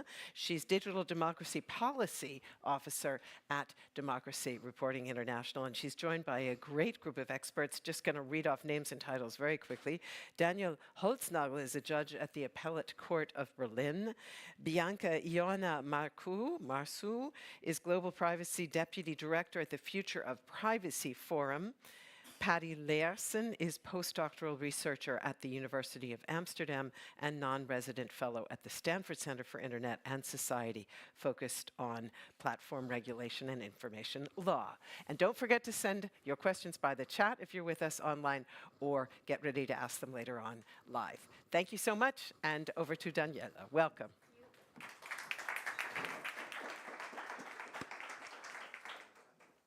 Yeah, I think it's good if you join me already. Thank you, Melinda, for your kind introduction. And again, good morning, everyone, to our audience here, to our audience online. I'm very glad to be your host and to moderate this session. I maybe will start by introducing our great lineup of panelists. Bianca Ioana Marcu, she's the Global Privacy Deputy Director at the Future of Privacy Forum, where she focuses on data protection, privacy, and AI regulation globally. Daniel Holznagel, he is a judge at the Appellate Court of Berlin. He was involved in drafting the German Network Enforcement Act, and he also teaches courses on platform regulation law at the Free University of Berlin. And finally, Patty Leersen, he's a legal researcher at the University of Amsterdam Institute for Information Law. His research focuses on social media governance with a particular emphasis on questions on transparency and data access. And Patty is also part of the DSA Observatory Project, which monitors the implementation of the Digital Services Act. Thank you again for joining us. I'm very glad to have this discussion with you. So as Michael briefly mentioned at the beginning, this session is going to be a lot about regulation, and particularly about the interactions, the overlaps, the synergies between the many regulations that have been issued in the last few years in the European Union. So we have, of course, on one side, a hard law. We have the Digital Services Act. We have the AI Act now. We have the regulation on transparency and targeting of political advertising, and of course, the still relevant GDPR. On the other side, we also have a growing number of soft law instruments. We have the Code of Practice on Disinformation. We have the Code of Conduct on online hate speech, and the upcoming Code of Conduct on general purpose AI. And these come with also a set of regulations, a set of challenges, especially considering that many of them or some of them may become legally binding in the future. I think I want to kind of follow up on what Oliver said in the previous panel. We have realized with the DSA that many things are at stake in the implementation phase of these regulations. And it's particularly in this phase of implementation, of enforcement, where people start to notice that there are inconsistencies, that there are gaps, that there are difficulties in understanding what the regulation is about, or what the ultimate purpose is. We want to start talking about these intersections. I think for many of these regulations, since they are so new, it is still a early conversation, but still I think it's important to start hinting at those of these interactions. And maybe to start right away, I would like to ask you, Bianca, first, because I know that the Future of Privacy Forum was monitoring the negotiations of the AI Act. I would like to start with one of the crucial interactions between the AI Act and the DSA, which is the regulation of generative AI systems. Maybe to start kind of setting the scene for the next questions and for the discussions, I would like to ask you, what are the key obligations? I think we have heard some of them in the previous panels, but maybe to get a more concrete image, what are the key obligations of the AI Act in terms of how they govern generative AI systems, and when can we expect them to be applicable? Thank you. I think this works. Thank you so much for the question, Daniela, and thank you for having me here for this really important conversation today. So I would just start by saying that if it wasn't already obvious, the AI Act is a really huge text, not only in its length of almost 150 pages, but just in its kind of sheer complexity and the way that it overlaps and interacts with many other digital laws, like the DSA, but also like the GDPR, which we'll come back to in a bit.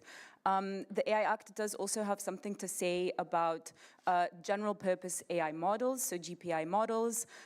During the negotiations, I think around last year when sort of ChatGPT entered the scene, this is when these conversations around the regulation of GPI models really ramped up also across the EU. So firstly, and we already heard a little bit about this technical documentation, but GPI model providers will really have quite a big task to provide this documentation, which includes things like what are the tasks that the model is intended to perform, what are the design specifications of these models and the training process, information on the data used for training, what are the main characteristics, how was this data obtained.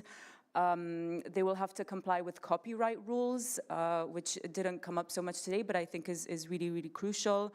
And they will have to sort of have this documentation ready to be shared with the AI office, which I'll come back to in a bit, and also with AI providers who may wish to sort of integrate these GPI models within broader AI systems or services. And then we turn to GPI models that pose systemic risk. I think this notion of risk has been mentioned a little bit already, but it's really crucial to sort of begin to familiarize ourselves with this new terminology. And systemic risk is crucial to that. So these are models that have so-called high impact capabilities, that they could pose a significant negative effect to fundamental rights, to public health, public security, safety, and so on. And so far within the AI Act, we know and we are given a number of criteria through which this systemic risk is to be assessed. So looking at the quality of the training data, the number of users, autonomy levels, and so on.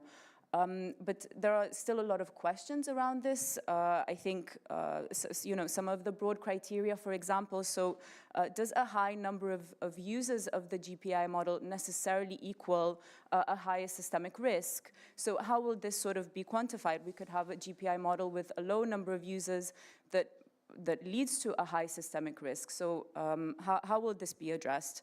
And this is exactly where the EU AI office comes in. I think I heard somebody in the audience before saying they will participate in one of the working groups. So I'm sure they can say more about that. But they will play really a huge role in the implementation and enforcement of these rules. One of the ways I wanted to mention is a sort of template for model providers so they can share information about that model with the general public. This will be crucial, for researchers, for public scrutiny of how these GPI models operate in different contexts. And crucially, also, they'll have to draw up a code of practice. This will clarify issues around systemic risk, but also about, what is an appropriate level of information about the content used for training. And this is really relevant right now because just this week, the working group on the GPI code of practice has sort of been announced, and they will have their first meeting on Monday. So the rules for this are being drawn up right now. This was also open for public consultation over the summer, and there were just more than 400 submissions that were received, from really multi-stakeholder groups. So be curious to see also the contributions there. And then just to your very first question, the rules on GPI systems and for providers of these systems will enter into force on the 2nd of August 2025, with this code of practice to be expected around April next year. So there's quite a short window there, but let's see. Thank you very much, Bianca. And yes, in fact, I think many of the organizations here are signed up for the code of practice on general purpose. So let's see how that develops. Thank you for kind of bridging a bit to my next question, because in fact, some of these, or many of these regulations, all these regulations are not going to take effect still into 1 year more. And actually, during the European Parliament elections, the AI Act had not yet been published. And this left a bit of a regulatory gap in terms of the generative AI systems.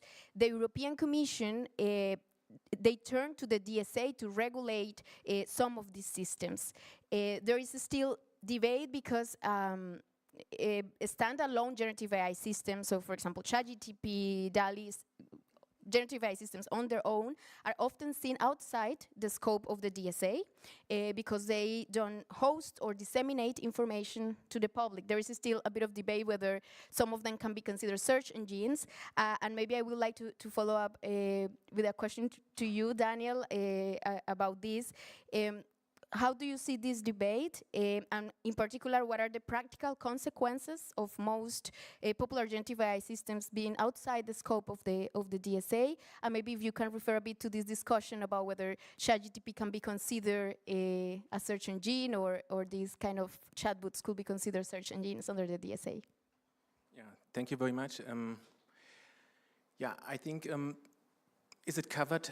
You're talking about standalone generative AI, and the question, is it covered by the DSA? I think, or you asked for search engine hosting definition. I think you already mentioned it. I also, in my view, it does not fall under the definition, because for hosting, I think, as you know, you would need some element of storage at the request of the user.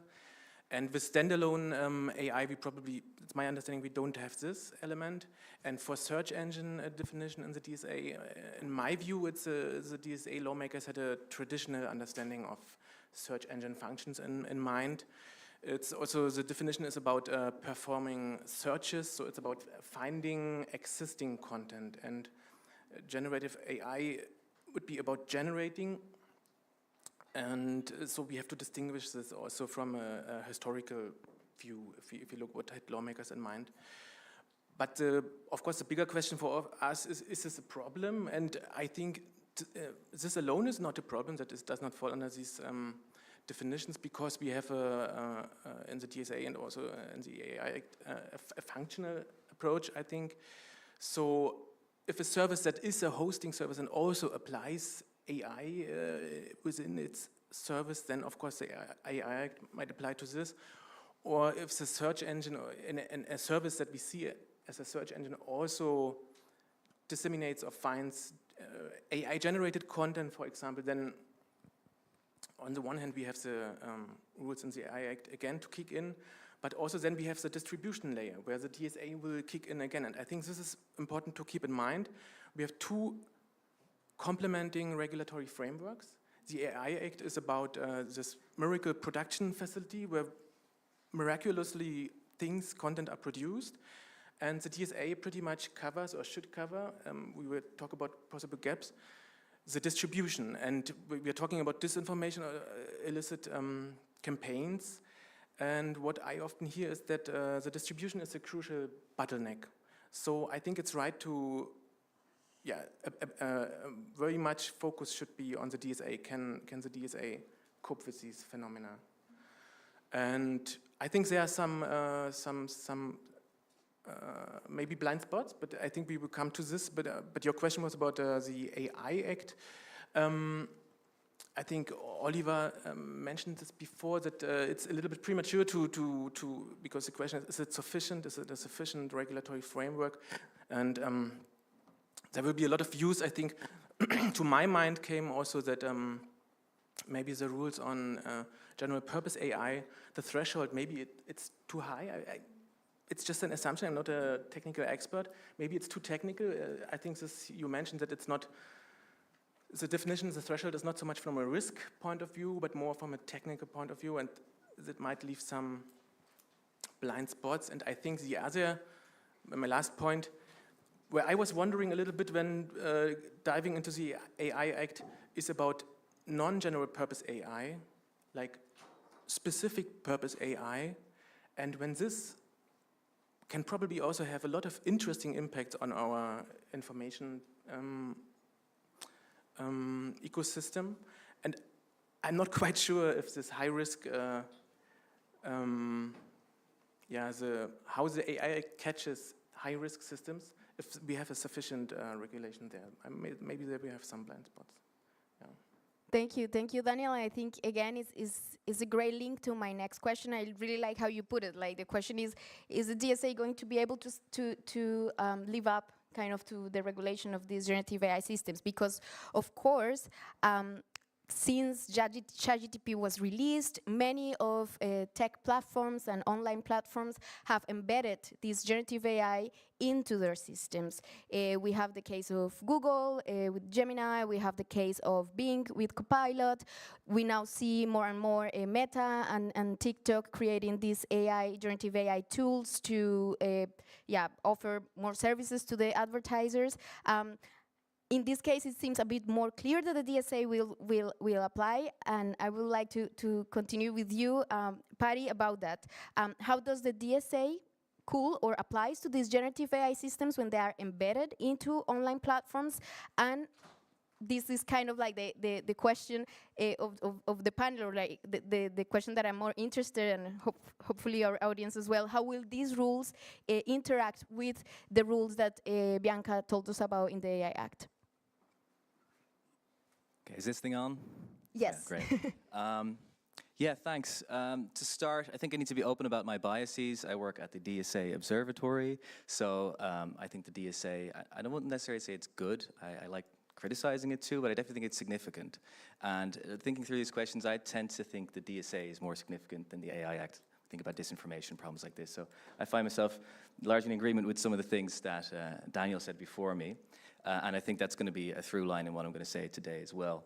I'd also like to compliment you, Daniel, on your timing with this question, because this morning I saw an article on TechCrunch saying that Facebook is rolling out this new embedded feature called Imagine, right? Which I don't know if you guys have seen it, but it's like an AI support tool that lets you visualize your posts as you write them on Facebook.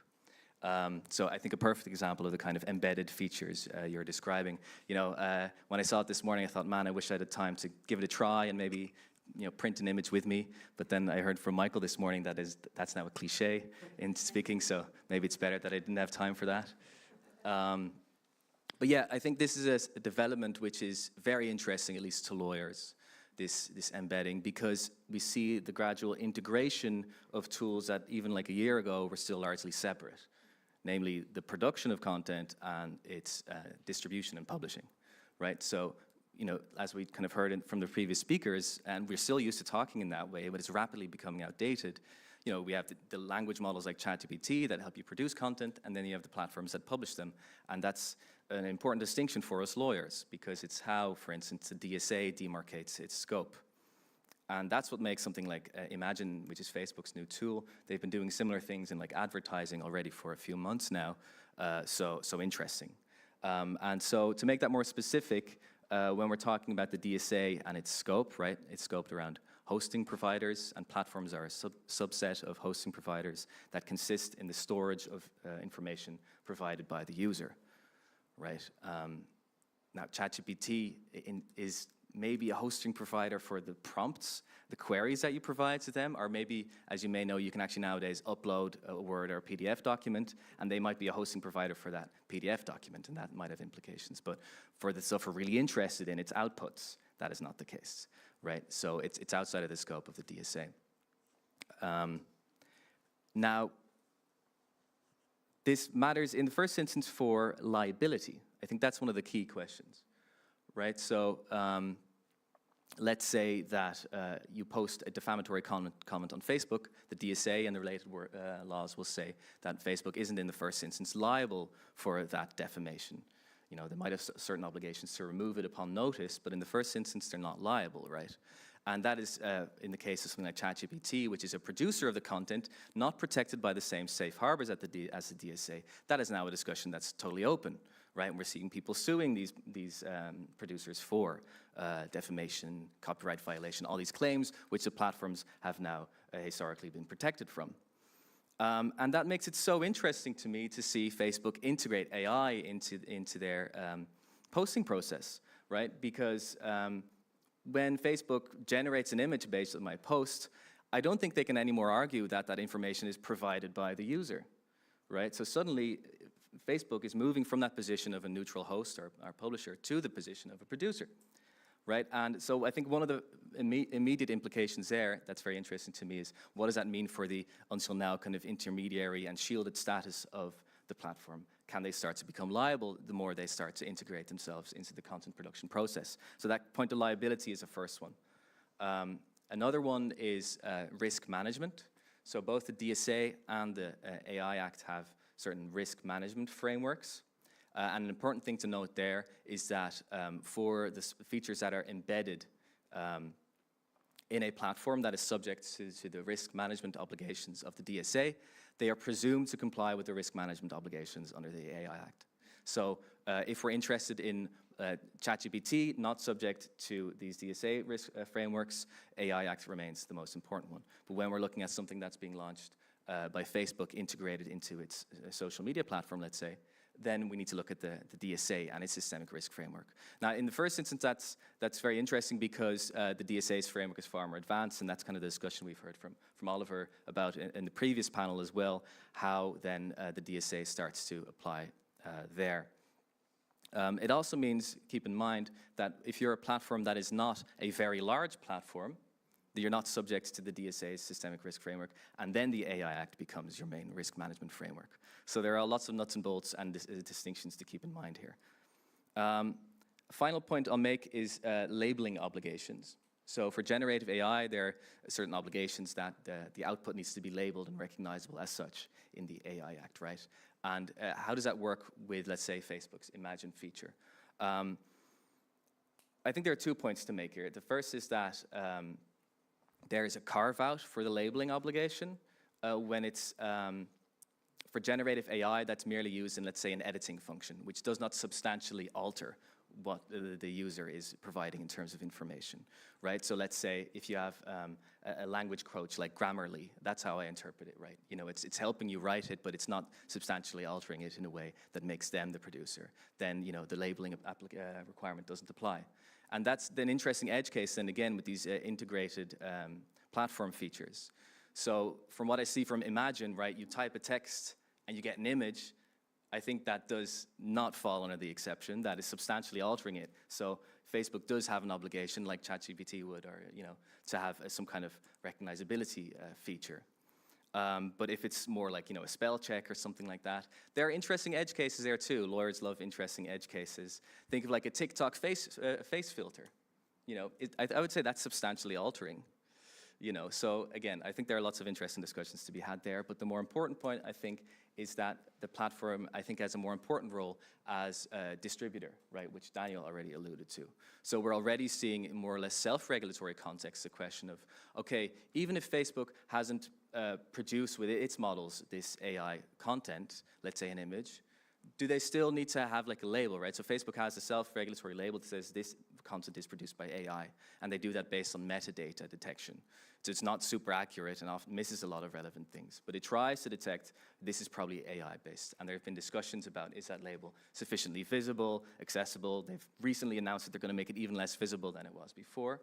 But that is a discussion that's taking place entirely outside the scope of the AI Act, right? Because it implicates Facebook's role as a distributor, not its role as a creator of that content. And so there, again, it's a systemic risk framework of the DSA, which talks in a much broader sense about what the obligations of a platform are, including its role as distributor, that I think continues to be the most important and interesting ones. So I'll leave it there for now. Thank you, Patty. That has been so comprehensive and so insightful already. Thank you very much. I would like to still be on the topic of generative AI, but I would like to kind of light on another crucial interaction that has been very public in the last days, I think. Last Friday, a group of tech companies led by Meta sent an open letter to the EU citing inconsistent regulatory decision-making, particularly regarding the AI Act and the GDPR.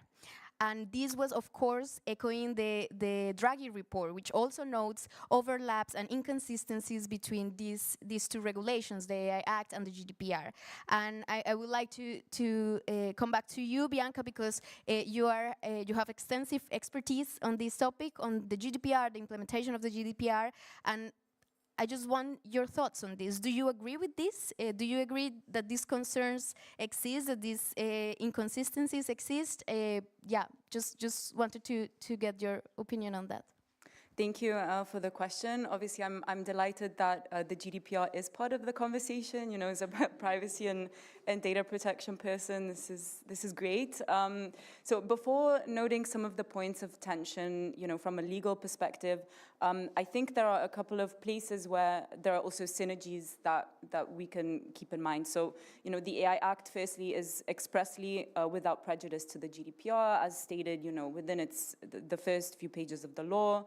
Secondly, even though it's a product safety law, the AI Act does have part of its legal basis in Article 16 of the Treaty on the Functioning of the European Union, which essentially gives the EU a mandate to lay down rules on the protection of personal data, of personal data processing. So it's significant to kind of keep this in mind as we now go to a couple of the points of tension. And I can say that at least from a kind of regulatory perspective of data protection authorities and data protection kind of experts that are grappling with today is in the context of generative AI, for example, can scraping training data be done lawfully under the GDPR? And if so, under what legal basis?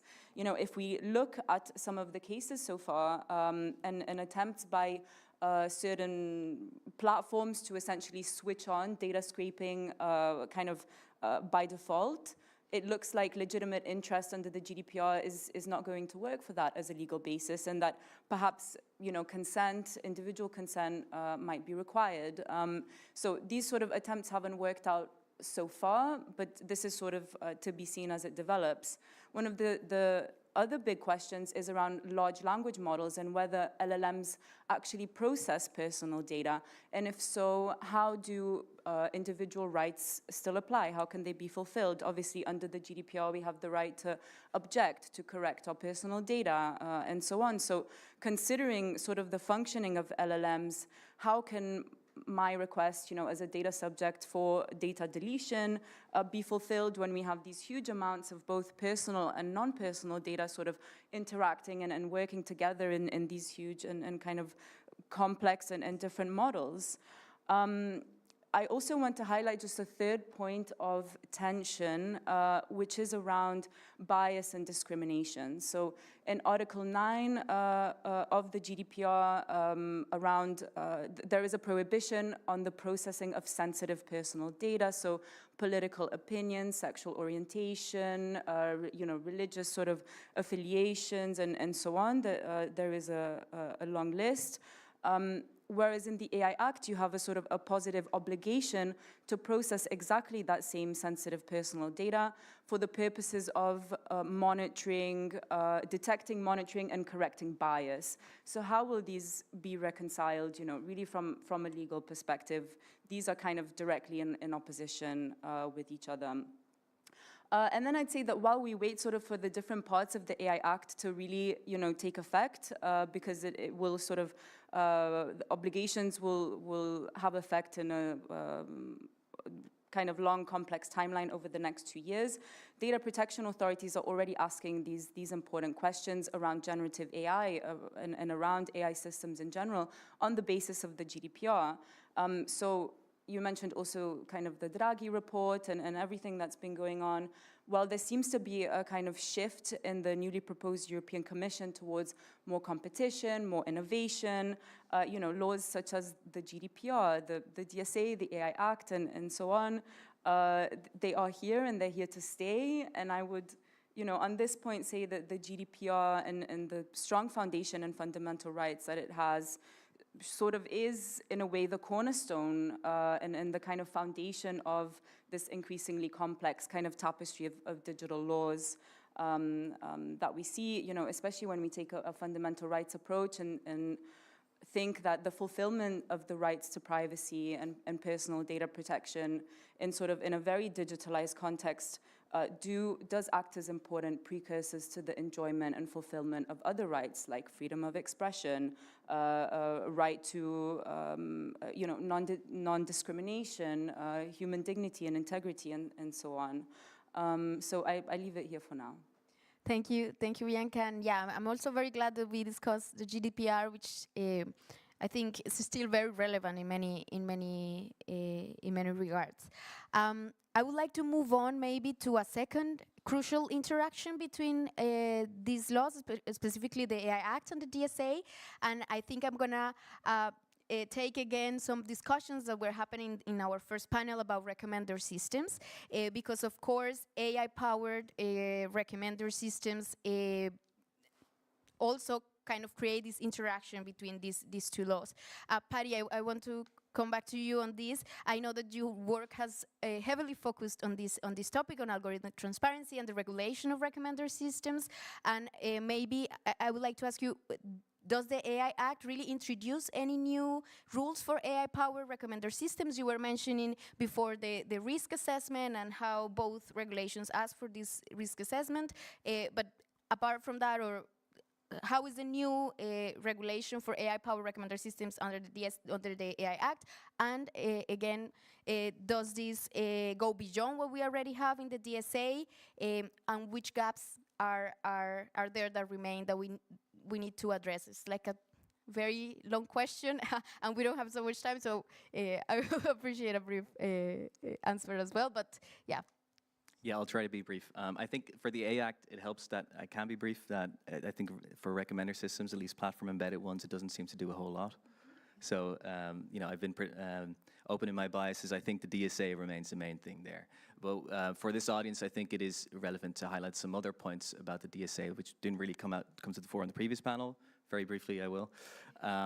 So there was, I find myself in agreement with what Felix said about the limits of this provision, which is about explaining the parameters to the user. I don't think it will work, and even if it does work, it doesn't necessarily solve the problems that we're concerned about, like he put it. But the DSA does do some other stuff, which I think is relevant. It came up over coffee as well with Daniel. There's a rule about, for large platforms, they have the obligation to offer at least one ranking option which is not based on profiling. Again, I'm skeptical about that really moving the needle so much, but for me, what's very interesting are the data access provisions for researchers, including journalists to some degree, right? And much of what my PhD work was about was criticizing the focus on algorithmic transparency, where you're really focusing on the algorithm, explaining what its algorithmic logics are, which is just very difficult to do and not very meaningful in most cases.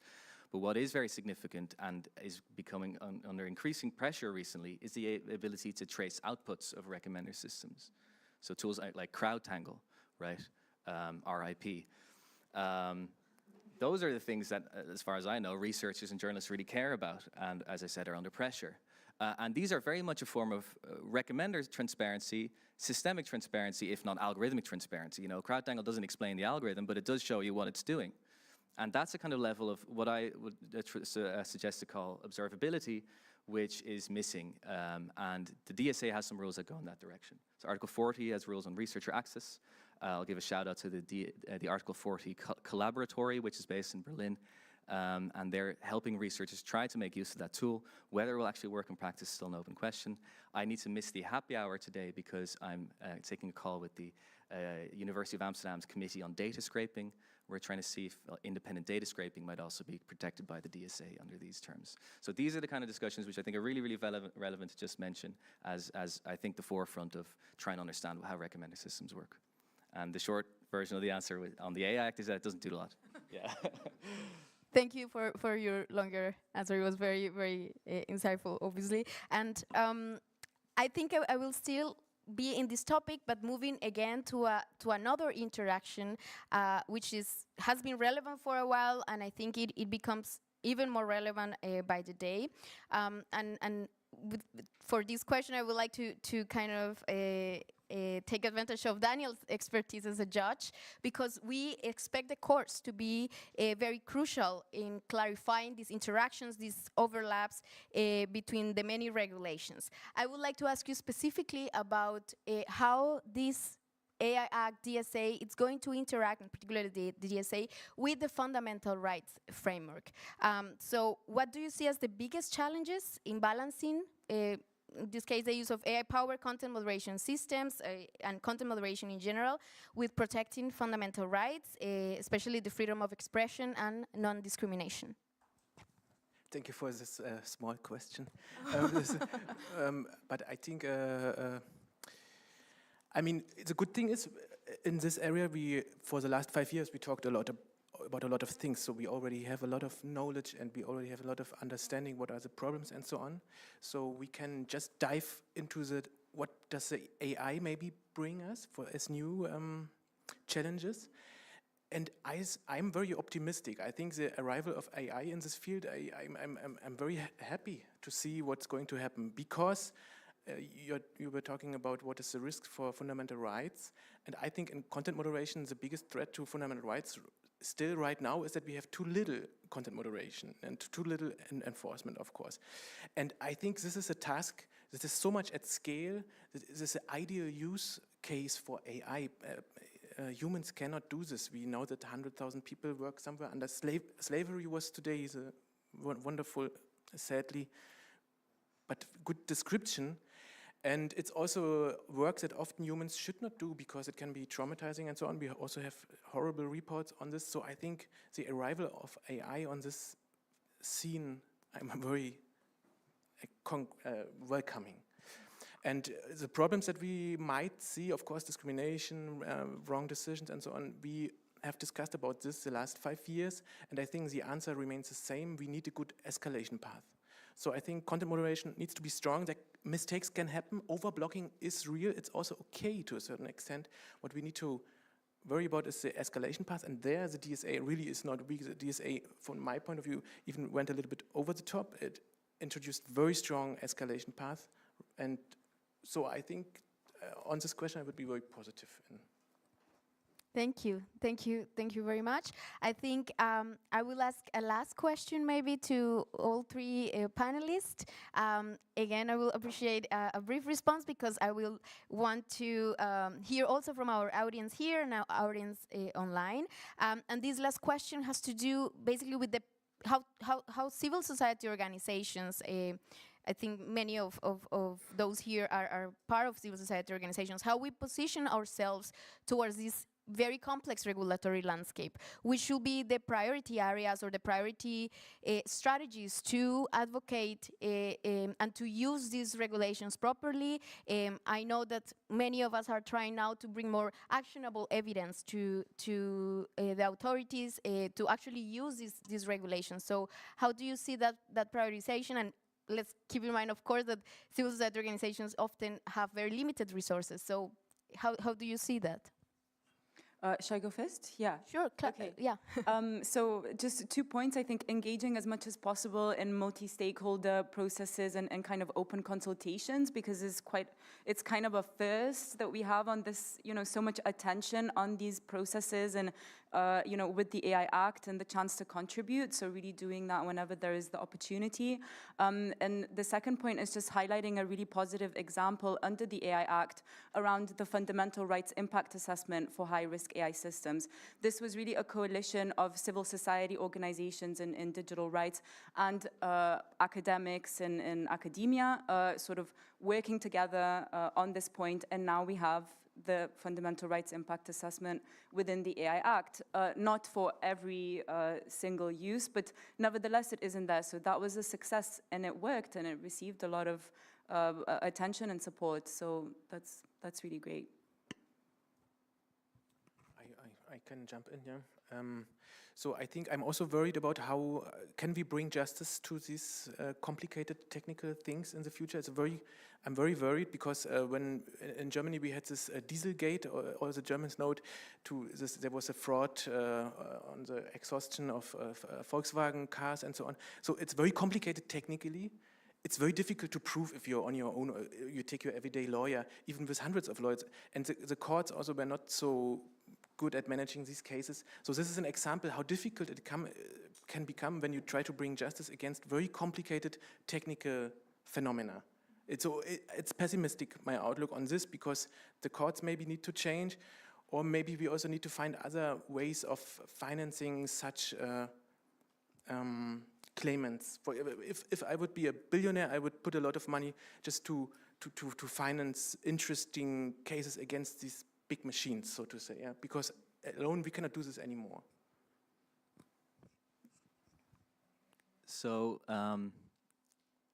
a lot of researchers think the DSA is there to help researchers, but if you read it, the DSA thinks researchers are there to help the DSA.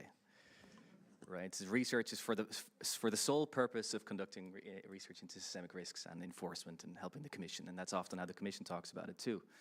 Researchers, we need you to gather evidence, and I try to push back on that a lot. I think there are very real risks to journalistic and academic independence when you go down that route, and like you already suggested, that's not necessarily what civil society is best equipped to do.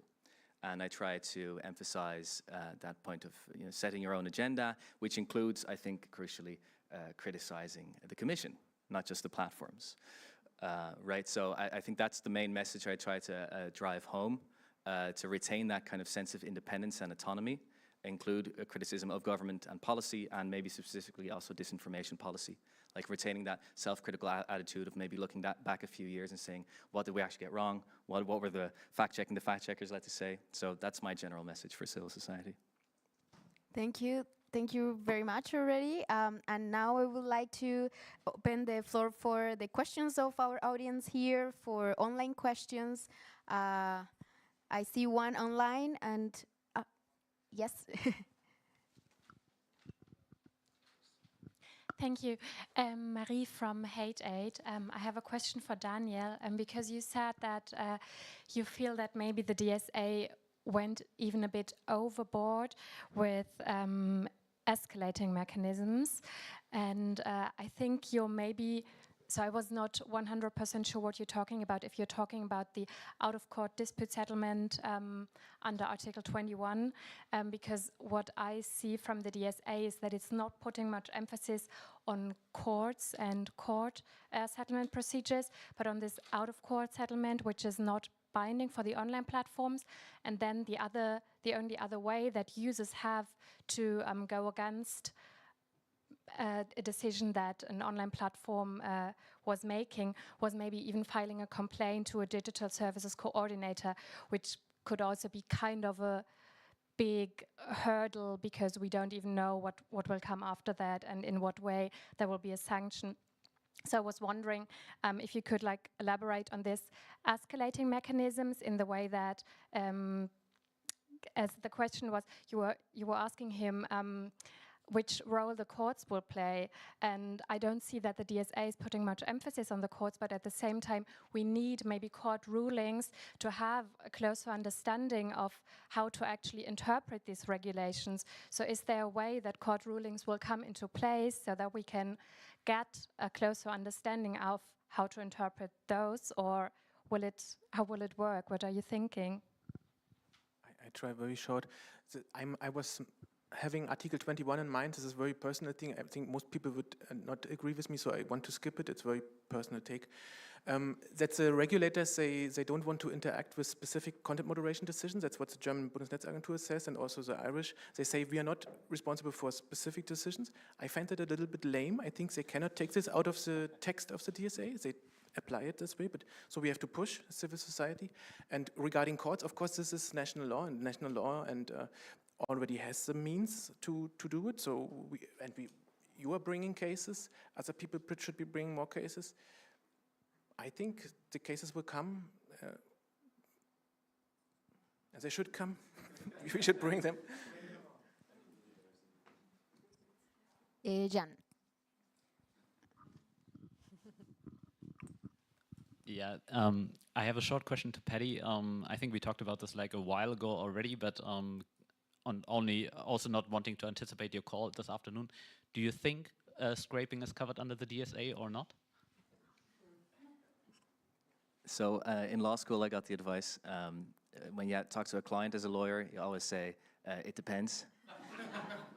When you talk to the media, never say it depends, because then you don't get invited back. I think it is an it depends here. We have strong signals from the Commission in its enforcement actions that scraping is in scope. So in their investigation of Twitter, they specifically mentioned their prohibitions on scraping as an issue, potentially violating Article 4012. So that was a great kind of early signal. Now the discussion is developing in a certain way where I think certain platforms are talking about permitted scraping.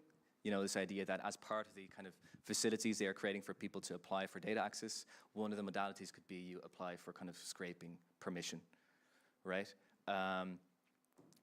That's a different view than saying, you know, I should just be able to scrape and, you know, beg forgiveness later, you know, appeal to the DSA if I ever get taken to court. Which I think, you know, from the scrapers I've talked to, the idea of asking permission from a platform beforehand is like out of the question, right? So I'd be much more in favor of that interpretation, but I don't think we necessarily have the certainty there. That's for me the key question. I don't know if you have any more questions in the room. No? Sorina says no. So I would like to thank again to our audience here, to those watching online. Thank you very much to our great panelists. It has been a very, very interesting discussion. And I leave you to enjoy lunch. And yeah, talk to you later. Thank you.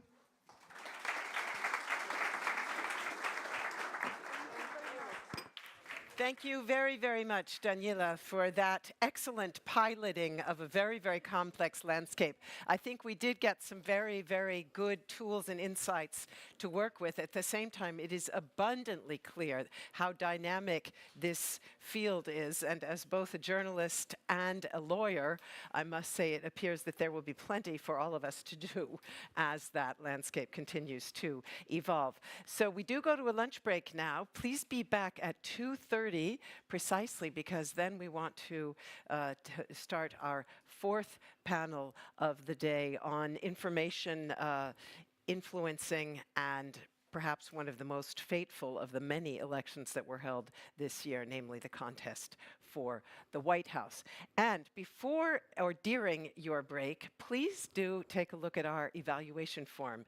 You will find a barcode on the back of your badges with which you can access the form, and we'd really like to get your opinion on what you thought, what worked well, what you'd like to see done differently, because that's very useful for further editions of DisinfoCon.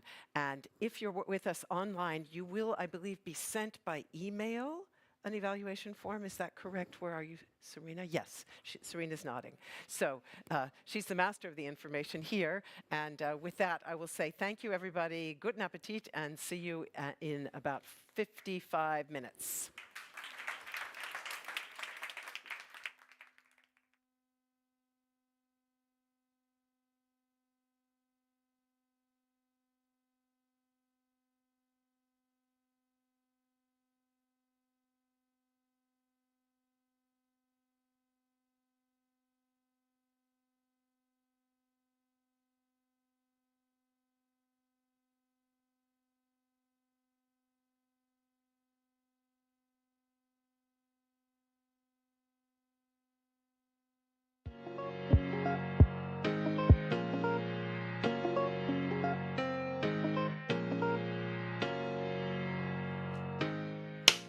Olá, eu sou a Beatriz Saab, pesquisadora em democracia digital na Democracy Reporting International, uma organização da sociedade civil baseada em Berlim, na Alemanha. Hoje eu estou aqui com a professora da Escola de Comunicação, Mídia e Informação da Fundação Getúlio Vargas, Ana Bentes, que é doutora em Comunicação e Cultura. A escola é baseada no Rio de Janeiro, no Brasil, e hoje eu estou com a Ana aqui para a gente conversar um pouquinho sobre a regulação de plataformas digitais, as experiências da União Europeia e do Brasil. Bem-vinda, Ana! Oi, Bia, bom dia a todas e todos. É um prazer imenso estar aqui com vocês hoje.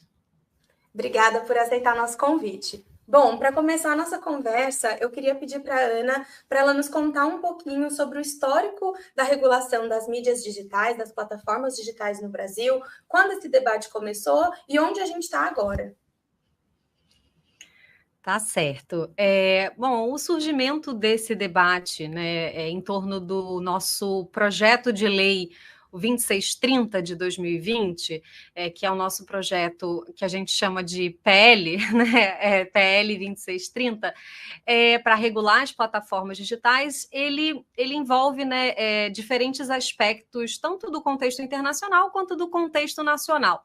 Em relação ao contexto internacional, acho que isso né, algo um pouco mais conhecido, né, que desde as eleições norte-americanas em 2016, né, e uma série de outros eventos que aconteceram depois disso, a percepção da opinião pública sobre o papel das plataformas, né, na democracia mudou bastante, né, e com isso a gente foi amadurecendo, né, uma ideia de que era preciso criar, né, formas de regular essas plataformas de maneira mais efetiva. Mais especificamente sobre o contexto do Brasil, em 2018, a gente teve a eleição, né, que foi uma eleição profundamente marcada pela desinformação, né? Foi a primeira eleição na qual tivemos realmente o uso, né, das mídias sociais para a difusão em massa da desinformação. E isso, né, provocou, né, uma série de reações institucionais também por conta dessa grande escalada do uso da desinformação e principalmente por grupos ligados à extrema-direita e depois também ao longo de todo o governo Bolsonaro, né, também por instituições por autoridades, né? E depois disso a gente teve, por exemplo, né, o inquérito das fake news que foram usados para investigar os ataques ao judiciário que estavam sendo né, perpetrados por determinados grupos, e também a Comissão Parlamentar de Inquérito, que foi conhecida a CPMI das fake news, né, e outros processos ligados à justiça eleitoral. Todos esses processos eles serviram de subsídio, né, para as discussões que culminaram na proposta da regulação das plataformas, né? A gente tinha uma série de propostas que estavam sendo elaboradas e elas foram juntadas, né, nesse PL 2630, que inicialmente foi apelidado no contexto brasileiro de PL das fake news, por conta dessa forte marca, né, de ser um instrumento para um enfrentamento à desinformação inicialmente. Depois de uma rápida, né, aprovação apressada, né, no Senado, em julho de 2020, o PL ele vai para a Câmara dos Deputados, onde ele passa, né, por uma série de discussões, ele teve uma série de alterações no texto, né, desde então, e foi quando se expandiu também o escopo dessa lei. E hoje, né, esse foco, né, maior, né, da lei em ser uma lei brasileira de liberdade, responsabilidade e transparência na internet. Né? E mais recentemente, né, acontecimentos ligados às eleições de 2022, que também foi fortemente marcada pela desinformação de novo, por essa espécie de vácuo regulatório que a gente tinha em relação às plataformas. A gente teve depois o episódio do 8 de janeiro, a gente teve incidentes, né, de violência nas escolas ao longo de 2023, né, e a própria aprovação do DSA na Europa, né, que aumentou, né, essa percepção da população brasileira e das autoridades sobre a urgência e a importância, né, da gente passar essa lei. Né? E aí a versão mais recente que a gente tem do texto é a versão de abril de 2023. A gente passou por uma quase votação desse projeto, né, também em maio aqui de 2023, mas ele depois foi retirado, né, da pauta do Congresso por conta de uma forte pressão, né, e oposição das plataformas e de setores da oposição também ao projeto. Legal, obrigada, Ana. E é muito interessante você comentar também, né, sobre um pouco dessa dificuldade em que o Brasil se encontra, né, para entender um texto que esteja aprovado. E aqui, realmente, como você comentou, na União Europeia, nós temos o Digital Services Act, ou o DSA, que é uma legislação que vai entrar completamente em vigor a partir do dia... a partir de fevereiro de 2024, ele já está sendo implementado aos poucos e é um framework realmente muito completo de regulação, não só das plataformas digitais que incluem as redes sociais, mas também dos mecanismos de busca que existem hoje disponíveis.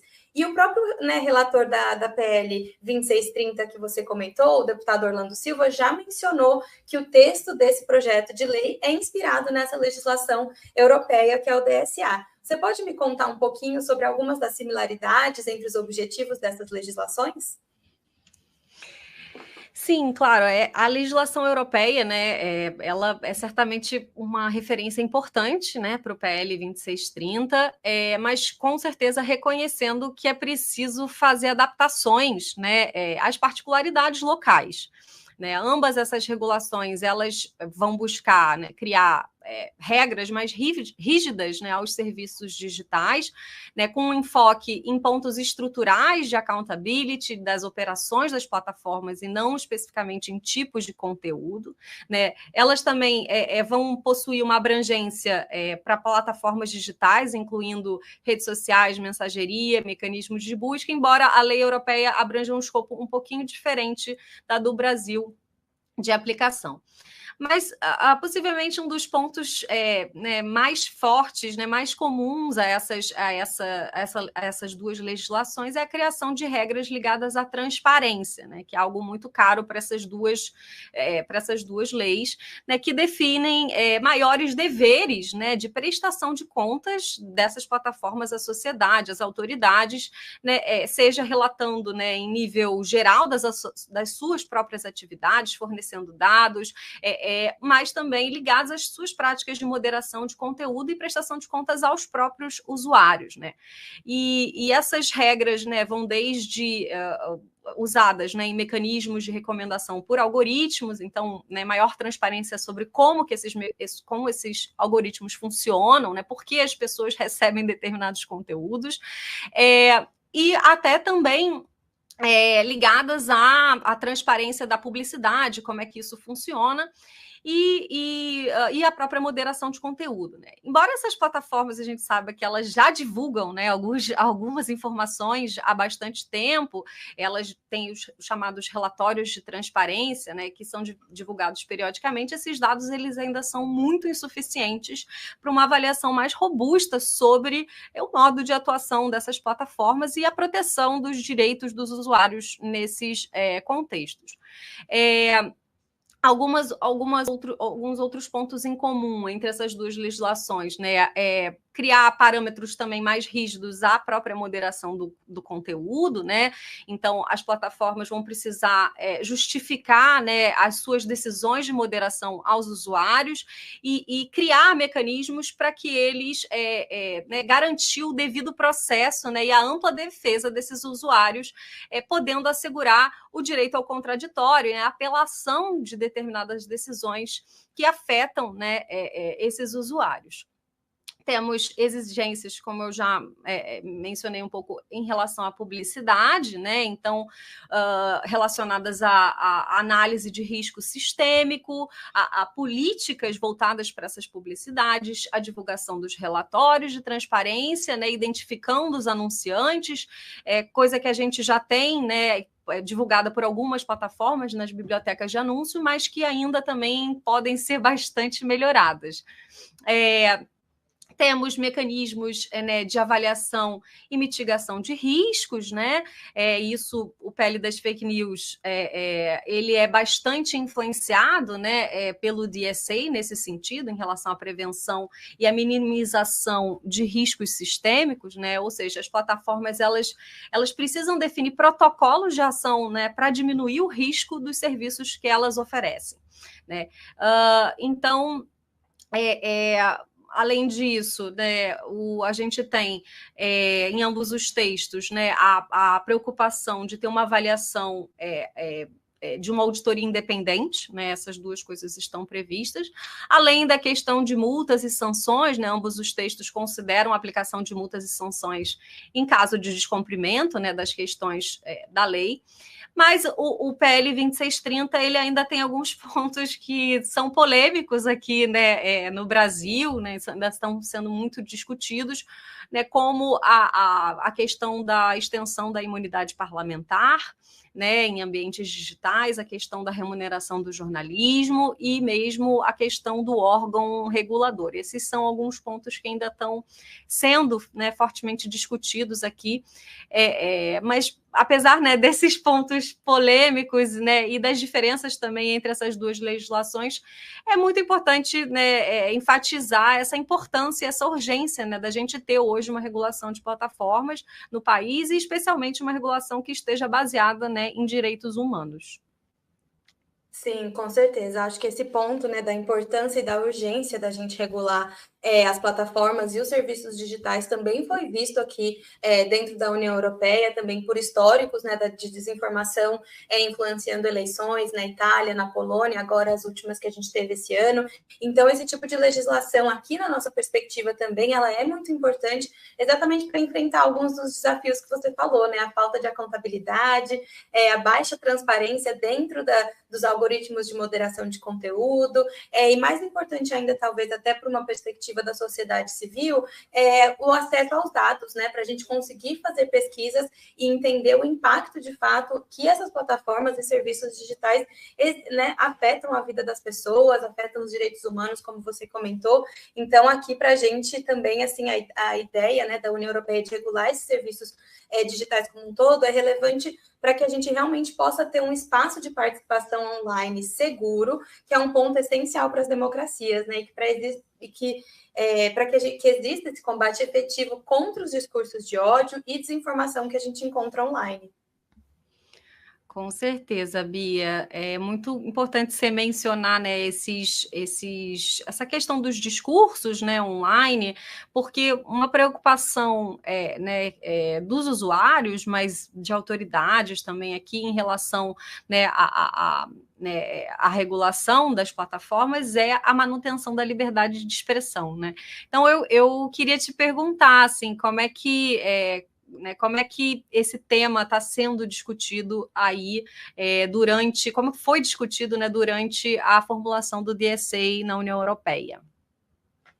Claro, e eu acho que esse é um debate muito importante dentro da legislação e dentro dos artigos que a gente tem do DSA. Eu acho que o primeiro ponto que é muito importante eu explicar é também como a legislação entende conteúdos que são postados online, né? De que tipo de conteúdo a gente está falando quando a gente fala em moderar conteúdo, mas também em mitigar riscos, né, de conteúdos online. Então, dentro do texto da legislação existe uma distinção clara de que as plataformas elas estão obrigadas a reduzir os riscos provenientes de conteúdos ilegais e nocivos. Ou seja, não é necessariamente uma moderação de conteúdo em que vai diminuir a liberdade de expressão de alguém, né? A gente está falando das plataformas criarem mecanismos que possam sinalizar e apontar ativamente esse tipo de conteúdo, e sim, para que quando for necessário, esse tipo de conteúdo seja moderado, porque existe o entendimento de que eles podem ser, de que o conteúdo pode ser nocivo a determinado grupo. Então, é muito importante mesmo a gente discutir. Hoje a gente fala aqui dentro do DSA que o DSA não regula a liberdade de expressão, ele não diminui a liberdade de expressão, ao contrário, né? Ele cria um ambiente para ser mais seguro. E esse é um ponto, inclusive, que é um desafio dentro da regulação, porque a gente está falando da União Europeia, que possui 27 Estados-membros, né? Então, cada Estado-membro também possui legislações nacionais que vão dizer o que são conteúdos nocivos, o que são conteúdos ilegais. Então, talvez o que é um conteúdo que é considerado ilegal na Alemanha não vai ser considerado ilegal na França. Então, existe também essa complexidade de como incorporar essas legislações diferentes dentro de um texto. E as novas regras que a gente enxerga, como eu falei, não são em relação a tirar a liberdade de expressão, mas sim como a gente consegue combater conteúdo ilegal e conteúdo nocivo. No caso do conteúdo nocivo, por exemplo, o DSA ele vai ter regras, por exemplo, em relação à transparência, como a gente comentou, das decisões de moderação de conteúdo. Então, não necessariamente a gente está falando que um usuário pode ou não pode colocar online, se ele pode ou não expressar a sua opinião. Mas o que a gente está falando as plataformas precisam ter mais transparência para a gente entender como é que essa moderação acontece, como eles encontram esse conteúdo. E realmente, assim, existe toda uma preocupação dentro da União Europeia para que não seja, para que não exista, né, essa diminuição da liberdade de expressão e de você conseguir se expressar online. E eu acho que, inclusive, é importante eu falar que essa legislação, ela dá até um poder para o usuário, porque o usuário vai poder ter direito a solicitar, por exemplo, postagens que foram excluídas da plataforma. Se o usuário entender que ela foi excluída de maneira errada, que ela não deveria ter sido excluída, o usuário pode ir lá e pedir uma revisão desse tipo de conteúdo. Então, existe também várias atividades que os próprios usuários podem fazer para ter um pouco mais de controle e para conseguir de fato, manter essa liberdade em relação a como você se expressa online. É claro que existem críticas e dúvidas no que diz respeito à implementação prática dessa legislação. Como eu falei, a gente está falando de um contexto muito complexo, com 27 legislações nacionais diferentes, mas é muito claro aqui dentro da União Europeia que o DSA foi criado para a proteção dos usuários. É claro que a gente quer, e ele impõe, né, que as empresas possam identificar riscos, reduzi-los, mas é muito importante dizer que ele foi criado num contexto de proteção do usuário online. Mas eu estou muito interessada em saber como é que esse debate acontece aí no Brasil também. Esse é um ponto sensível aqui no Brasil, porque ele acaba refletindo também a polarização política que a gente vem vivendo nos últimos anos aqui.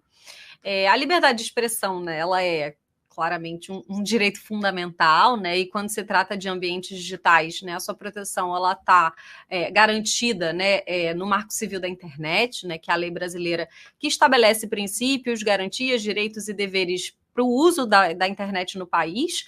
É uma lei de 2014, né? E essa lei, né, ela visou também, né, entre outras coisas, assegurar a liberdade de expressão e impedir a censura na internet, né?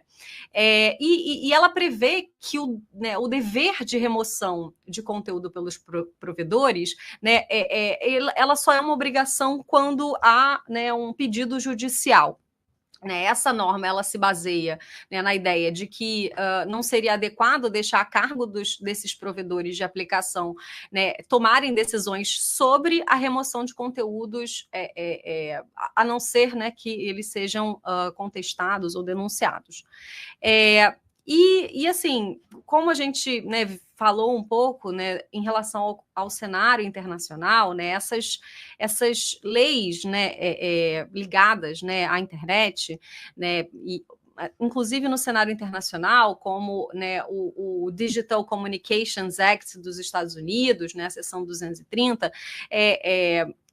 elas passaram, né, a ser questionadas, né, e avaliadas como insuficientes diante dos problemas como a desinformação no contexto eleitoral, né, depois a infodemia da pandemia, a circulação de muitos conteúdos de ódio, né, e tudo isso foi, né, aumentando a percepção, né, de que é preciso, né, ter um pouco mais de regras, né, relacionadas ao modo, né, como as plataformas são responsabilizadas também nesse contexto, né? E o Brasil, ele, como eu disse antes, ele viveu uma intensa polarização, né, política nos últimos anos, e os grupos, né, de oposição ao PL, que em sua maioria elas estão associados à direita e ao ex-presidente Jair Bolsonaro, eles construíram uma narrativa de que a regulação das plataformas iria servir para censurar a liberdade de expressão, né, distorcendo várias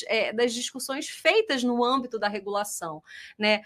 Até a gente aqui na FGV-SMI, a gente fez, né, dentro do monitoramento que é feito no DAP Lab, no projeto Mídia e Democracia, que faz um monitoramento do debate público, né, nessas redes sociais, que seguiu todo o processo de tramitação do projeto nesse ano, nesse primeiro semestre, sobretudo.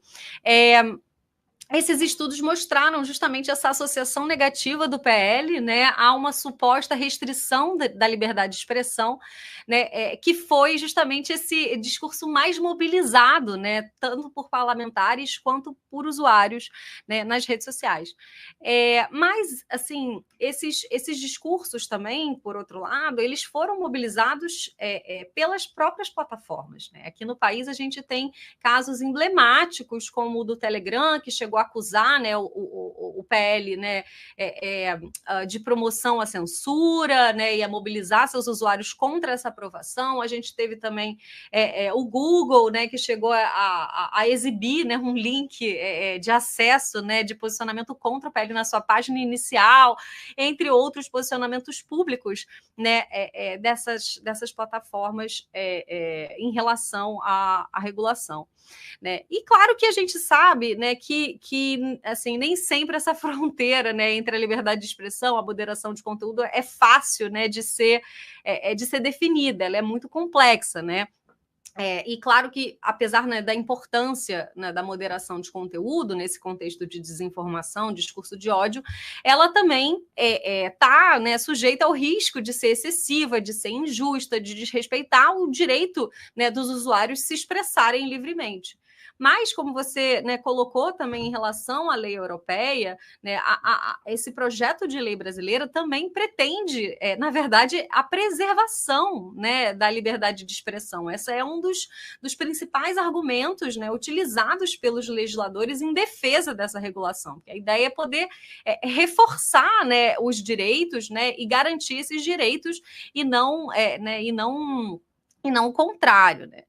Mas justamente o objetivo dessas legislações é também estabelecer princípios claros, né, inclusive para facilitar o trabalho das plataformas nessa moderação, de modo que não haja, né, uma moderação excessiva, né, garanta o direito à liberdade de expressão, né, e ao mesmo tempo também fornecendo dados consistentes para a sociedade, transparência, né, em relação a como que as plataformas vêm aplicando essas regras, né?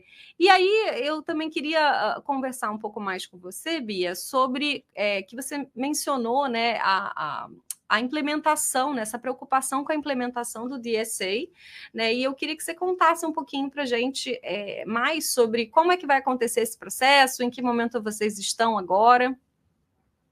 Claro, é muito interessante você escutar também um pouco sobre o contexto do Brasil, né, o contexto da reação das plataformas em relação a isso, porque aqui também está sendo um processo que tem que ser, uma legislação que tem que ser implementada gradualmente, né? Então, para algumas plataformas que aqui são consideradas as plataformas muito grandes, dentro do DSA, a legislação já começou a ser implementada, ela está sendo gradualmente para as outras plataformas e vai ser totalmente aplicável para todos os Estados-membros a partir de 17 de fevereiro de 2024. Mas, como eu comentei, ainda existem muitos pontos de dúvidas, né, de como essa implementação vai acontecer.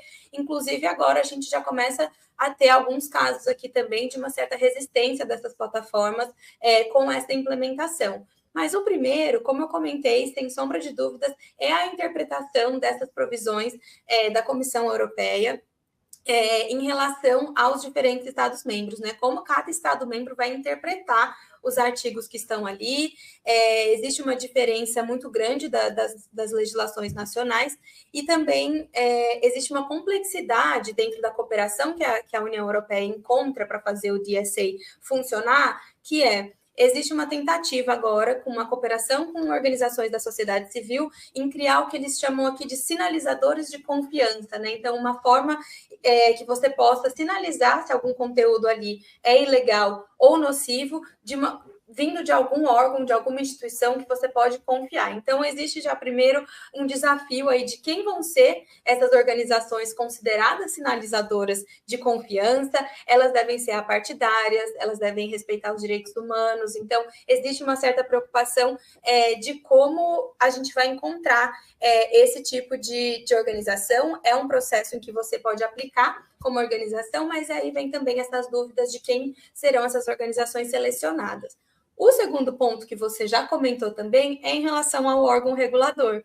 Isso também é um desafio aqui dentro da União Europeia, porque a ideia do DSA é que cada Estado-membro precisará nomear um coordenador de serviços digitais, que vai ser uma autoridade independente, responsável pela supervisão dos serviços intermediários estabelecidos no Estado-membro. Então, assim, a gente está falando de uma lei que para ser totalmente implementada em fevereiro do ano que vem, e a gente ainda não tem todos os coordenadores de serviços digitais selecionados. Então, existe essa preocupação para garantir que esses coordenadores também sejam, como eu falei, não partidários, especialmente em estados que existem aqui dentro da União Europeia, que não são totalmente democráticos. Então, essa questão do órgão regulador também é muito grande, muito forte aqui para a gente em relação a quem serão esses órgãos esses coordenadores, qual vai ser a comunicação que as plataformas, que a sociedade civil conseguirá ter, né, com esses coordenadores, qual vai ser o nível de resposta que a gente vai receber. Então, ainda são pontos que estão em aberto. E acho que uma terceira preocupação, que eu cheguei a mencionar um pouquinho antes, é em relação ao acesso de dados, né? A gente tem observado uma tendência da restrição do acesso aos dados pelas plataformas, seja a inclusão de barreiras financeiras, seja simplesmente não fornecer dados que antes eram disponíveis e agora não estão mais disponíveis. E o acesso aos dados ele é algo fundamental para a gente conseguir estudar, né, a disseminação da desinformação, do discurso de ódio, trazer transparência, por exemplo, durante eleições. Se a gente não tem acesso a esses dados, realmente fica muito difícil da gente realizar qualquer relatório de impacto, entender de fato o impacto que a comunicação online dentro dessas plataformas acontece dentro da nossa sociedade. Então, a gente está muito interessado em entender como as plataformas também vão responder a essas provisões do DSA que garantem acesso a dados, né? E eu acho que esse cenário de complexidade também, de cooperação com tantos stakeholders diferentes, a preocupação de ter órgão regulador, sinalizadores de confiança, forma, né, um framework muito complexo dentro da legislação. E é importante dizer assim que não é um processo rápido. Essa legislação tem sido discutida há anos aqui dentro da União Europeia, foi aprovada esse ano, vai ser implementada em 2024. Então, a gente só agora está, de fato, entendendo como essa implementação está acontecendo e a gente já está vendo alguns desafios que vêm em relação a isso. E eu acho que para finalizar também a nossa conversa, Ana, eu estou muito interessada em entender quais são as expectativas para o avanço da PL 2630 no Brasil, que eu sei que é um tema muito difícil no momento, e o que você acha, talvez, que o Brasil possa aprender com a experiência da União Europeia? Bia, diferente do contexto europeu, a nossa lei, né, de regulação das plataformas ainda é um projeto de lei, né? A gente ainda está passando por alguns desafios para a aprovação dessa lei, né? E como eu falei antes, né, a gente tem aqui o forte lobby, né, das plataformas, né, que é algo extremamente preocupante, né? Eu tenho a impressão de que na União Europeia isso não foi tão escandaloso assim, talvez mostrando que essas plataformas, de alguma maneira, né, têm um respeito maior às institucionalidades no norte global, né, do que no sul global. Temos essas questões relacionadas à polarização política que continua aqui no Brasil, né? E por isso a gente tem encontrado, né, dificuldades de tornar esse projeto de lei uma lei efetivamente, né? A gente teve, né, nesse ano, né, a aprovação do regime de urgência, né, mas que acabou sendo retirada da pauta a votação, a pedido do próprio relator, Orlando Silva, por risco, né, de rejeição, né, e a ausência de consenso sobre alguns temas mesmo relacionados a essa lei. Um deles, a questão do órgão regulador também, como a gente já falou. Então, há muita expectativa da gente aqui, né, da sociedade civil, de passar essa lei, embora a gente não tenha muita previsão sobre quando que, né, esse debate vai ser, né, essa votação vai ser realmente concretizada, né? Talvez a gente espera que, né, com a aprovação, né, com a implementação do DSA, né, isso possa ajudar a acelerar, né, a aprovação da nossa legislação aqui no Brasil e também em outros lugares, né? Uma vez que isso, né, há uma certa expectativa de que isso possa, inclusive, diminuir a resistência das próprias empresas, né, aqui, já que elas já vão ter que se adaptar na Europa, então talvez elas não consigam justificar, né, por que não se adaptar também aqui, né, a outros contextos. Mas claro que ficam algumas preocupações também, né, esse vácuo regulatório, né, ela nos preocupa, né, principalmente porque a gente tem um risco, né, de que outras soluções acabem sendo aplicadas nesse vácuo, né? Então, o fortalecimento da via judicial, por exemplo, algo que aconteceu já aqui nas últimas eleições de 2022, né? E que o tema também possa ser parcialmente ou integralmente incluído em outras propostas, né? E também a gente vai ter as eleições municipais aqui no ano que vem, 2024, e sem, né, a vigência de uma lei específica, né, para ajudar o combate à desinformação, ao discurso de ódio, e que possa garantir aí, né, a transparência, né, a responsabilidade e a liberdade, né, nesses meios digitais. Ana, muito obrigada por conversar comigo hoje, por me dar esse panorama também da onde a gente está no contexto brasileiro. Acho que vai ser muito interessante observar as eleições do ano que vem, como você comentou, mas obrigada por conversar comigo hoje, compartilhar essa experiência, e foi um prazer conversar com você. Imagina, o prazer foi todo meu também, adorei a conversa. Bom, se você quiser saber mais, você pode conferir nosso outro vídeo do DSA aqui no nosso canal do YouTube. Para quem está assistindo, siga a DRI e a FGV-STMI nas redes sociais para acompanhar o nosso trabalho com o projeto Mídia e Democracia. E fiquem ligados porque a gente vai ter mais conteúdo vindo por aí.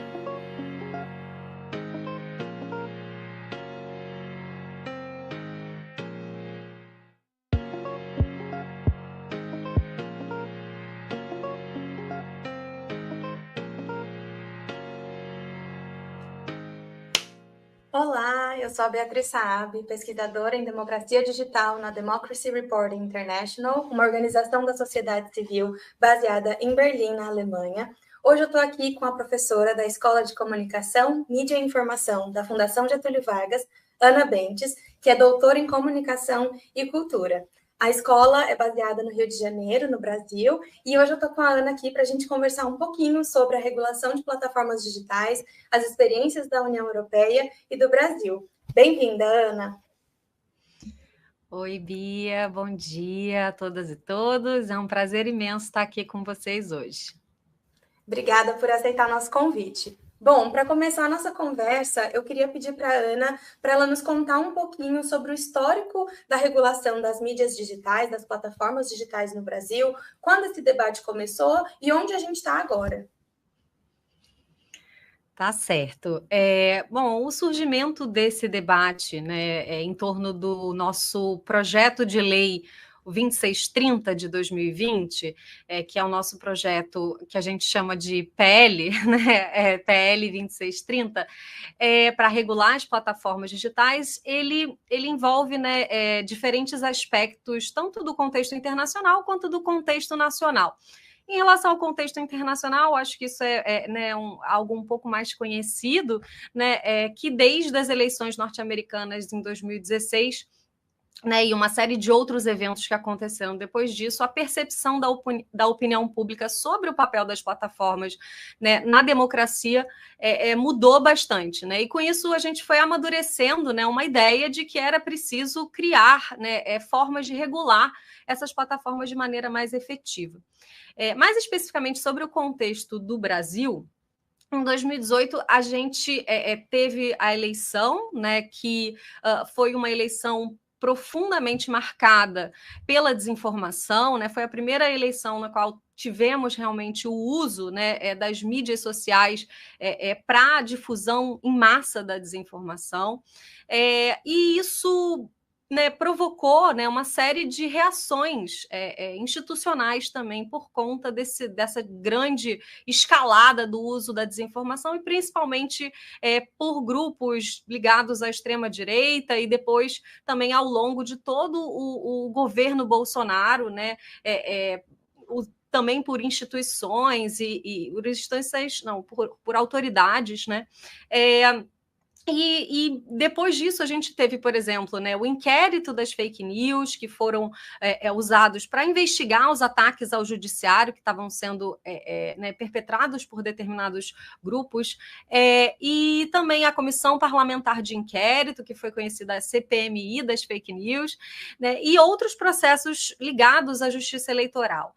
Todos esses processos eles serviram de subsídio, né, para as discussões que culminaram na proposta da regulação das plataformas. Né? A gente tinha uma série de propostas que estavam sendo elaboradas e elas foram juntadas, né, nesse PL 2630, que inicialmente foi apelidado no contexto brasileiro de PL das fake news, por conta dessa forte marca, né, de ser um instrumento para um enfrentamento à desinformação inicialmente.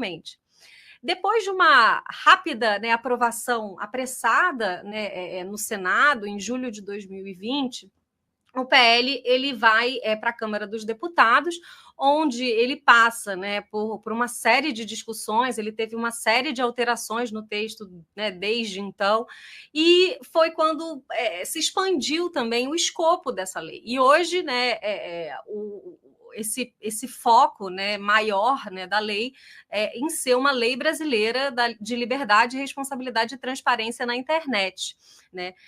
E mais recentemente, né, acontecimentos ligados às eleições de 2022, que também foi fortemente marcada pela desinformação de novo, por essa espécie de vácuo regulatório que a gente tinha em relação às plataformas. A gente teve depois o episódio do 8 de janeiro, a gente teve incidentes, né, de violência nas escolas ao longo de 2023, né, e a própria aprovação do DSA na Europa, né, que aumentou, né, essa percepção da população brasileira e das autoridades sobre a urgência e a importância, né, da gente passar essa lei. Né? E aí a versão mais recente que a gente tem do texto é a versão de abril de 2023, a gente passou por uma quase votação desse projeto, né, também em maio aqui de 2023, mas ele depois foi retirado, né, da pauta do Congresso por conta de uma forte pressão, né, e oposição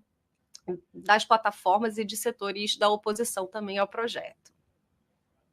Legal, obrigada, Ana. E é muito interessante você comentar também, né, sobre um pouco dessa dificuldade em que o Brasil se encontra, né, para entender um texto que esteja aprovado. E aqui, realmente, como você comentou, na União Europeia, nós temos o Digital Services Act, ou o DSA, que é uma legislação que vai entrar completamente em vigor a partir do dia... a partir de fevereiro de 2024, ele já está sendo implementado aos poucos e é um framework realmente muito completo de regulação, não só das plataformas digitais que incluem as redes sociais, mas também dos mecanismos de busca que existem hoje disponíveis. E o próprio, né, relator da PL 2630 que você comentou, o deputado Orlando Silva, já mencionou que o texto desse projeto de lei é inspirado nessa legislação europeia, que é o DSA. Você pode me contar um pouquinho sobre algumas das similaridades entre os objetivos dessas legislações?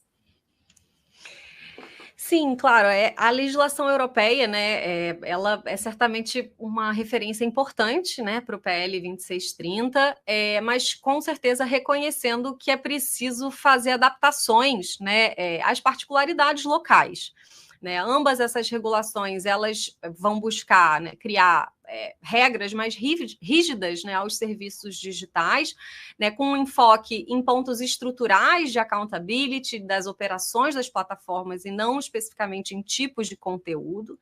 Né? Elas também vão possuir uma abrangência para plataformas digitais, incluindo redes sociais, mensageria, mecanismos de busca, embora a lei europeia abranja um escopo um pouquinho diferente da do Brasil de aplicação. Mas, possivelmente, um dos pontos né, mais fortes, né, mais comuns a essas duas legislações é a criação de regras ligadas à transparência, né, que é algo muito caro para essas duas leis, né, que definem maiores deveres, né, de prestação de contas dessas plataformas à sociedade, às autoridades, né, seja relatando, né, em nível geral das suas próprias atividades, fornecendo dados, mas também ligados às suas práticas de moderação de conteúdo e prestação de contas aos próprios usuários. Né? E essas regras, né, vão desde usadas, né, em mecanismos de recomendação por algoritmos, então, né, maior transparência sobre como esses algoritmos funcionam, né, por que as pessoas recebem determinados conteúdos, e até também ligadas à transparência da publicidade, como é que isso funciona, e a própria moderação de conteúdo. Né? Embora essas plataformas, a gente saiba que elas já divulgam, né, algumas informações há bastante tempo, elas têm os chamados relatórios de transparência, né, que são divulgados periodicamente, esses dados eles ainda são muito insuficientes para uma avaliação mais robusta sobre o modo de atuação dessas plataformas e a proteção dos direitos dos usuários nesses contextos. Alguns outros pontos em comum entre essas duas legislações, né? Criar parâmetros também mais rígidos à própria moderação do conteúdo, né? Então, as plataformas vão precisar justificar, né, as suas decisões de moderação aos usuários e criar mecanismos para que eles né, garantir o devido processo, né, e a ampla defesa desses usuários, podendo assegurar o direito ao contraditório, né, a apelação de determinadas decisões que afetam, né, esses usuários. Temos exigências, como eu já mencionei um pouco, em relação à publicidade, né? Então, relacionadas à análise de risco sistêmico, a políticas voltadas para essas publicidades, a divulgação dos relatórios de transparência, né? Identificando os anunciantes, coisa que a gente já tem, né? Divulgada por algumas plataformas nas bibliotecas de anúncio, mas que ainda também podem ser bastante melhoradas. Temos mecanismos, né, de avaliação e mitigação de riscos, né? Isso, o PL das fake news, ele é bastante influenciado, né, pelo DSA nesse sentido, em relação à prevenção e à minimização de riscos sistêmicos, né? Ou seja, as plataformas elas precisam definir protocolos de ação, né, para diminuir o risco dos serviços que elas oferecem, né? Então, além disso, né, a gente tem em ambos os textos, né, a preocupação de ter uma avaliação de uma auditoria independente, né? Essas duas coisas estão previstas, além da questão de multas e sanções, né? Ambos os textos consideram a aplicação de multas e sanções em caso de descumprimento, né, das questões da lei. Mas o PL 2630 ele ainda tem alguns pontos que são polêmicos aqui, né, no Brasil, né, ainda estão sendo muito discutidos, né, como a questão da extensão da imunidade parlamentar, né, em ambientes digitais, a questão da remuneração do jornalismo e mesmo a questão do órgão regulador. Esses são alguns pontos que ainda estão sendo, né, fortemente discutidos aqui, mas apesar, né, desses pontos polêmicos, né, e das diferenças também entre essas duas legislações, é muito importante, né, enfatizar essa importância, essa urgência, né, da gente ter hoje uma regulação de plataformas no país e especialmente uma regulação que esteja baseada, né, em direitos humanos.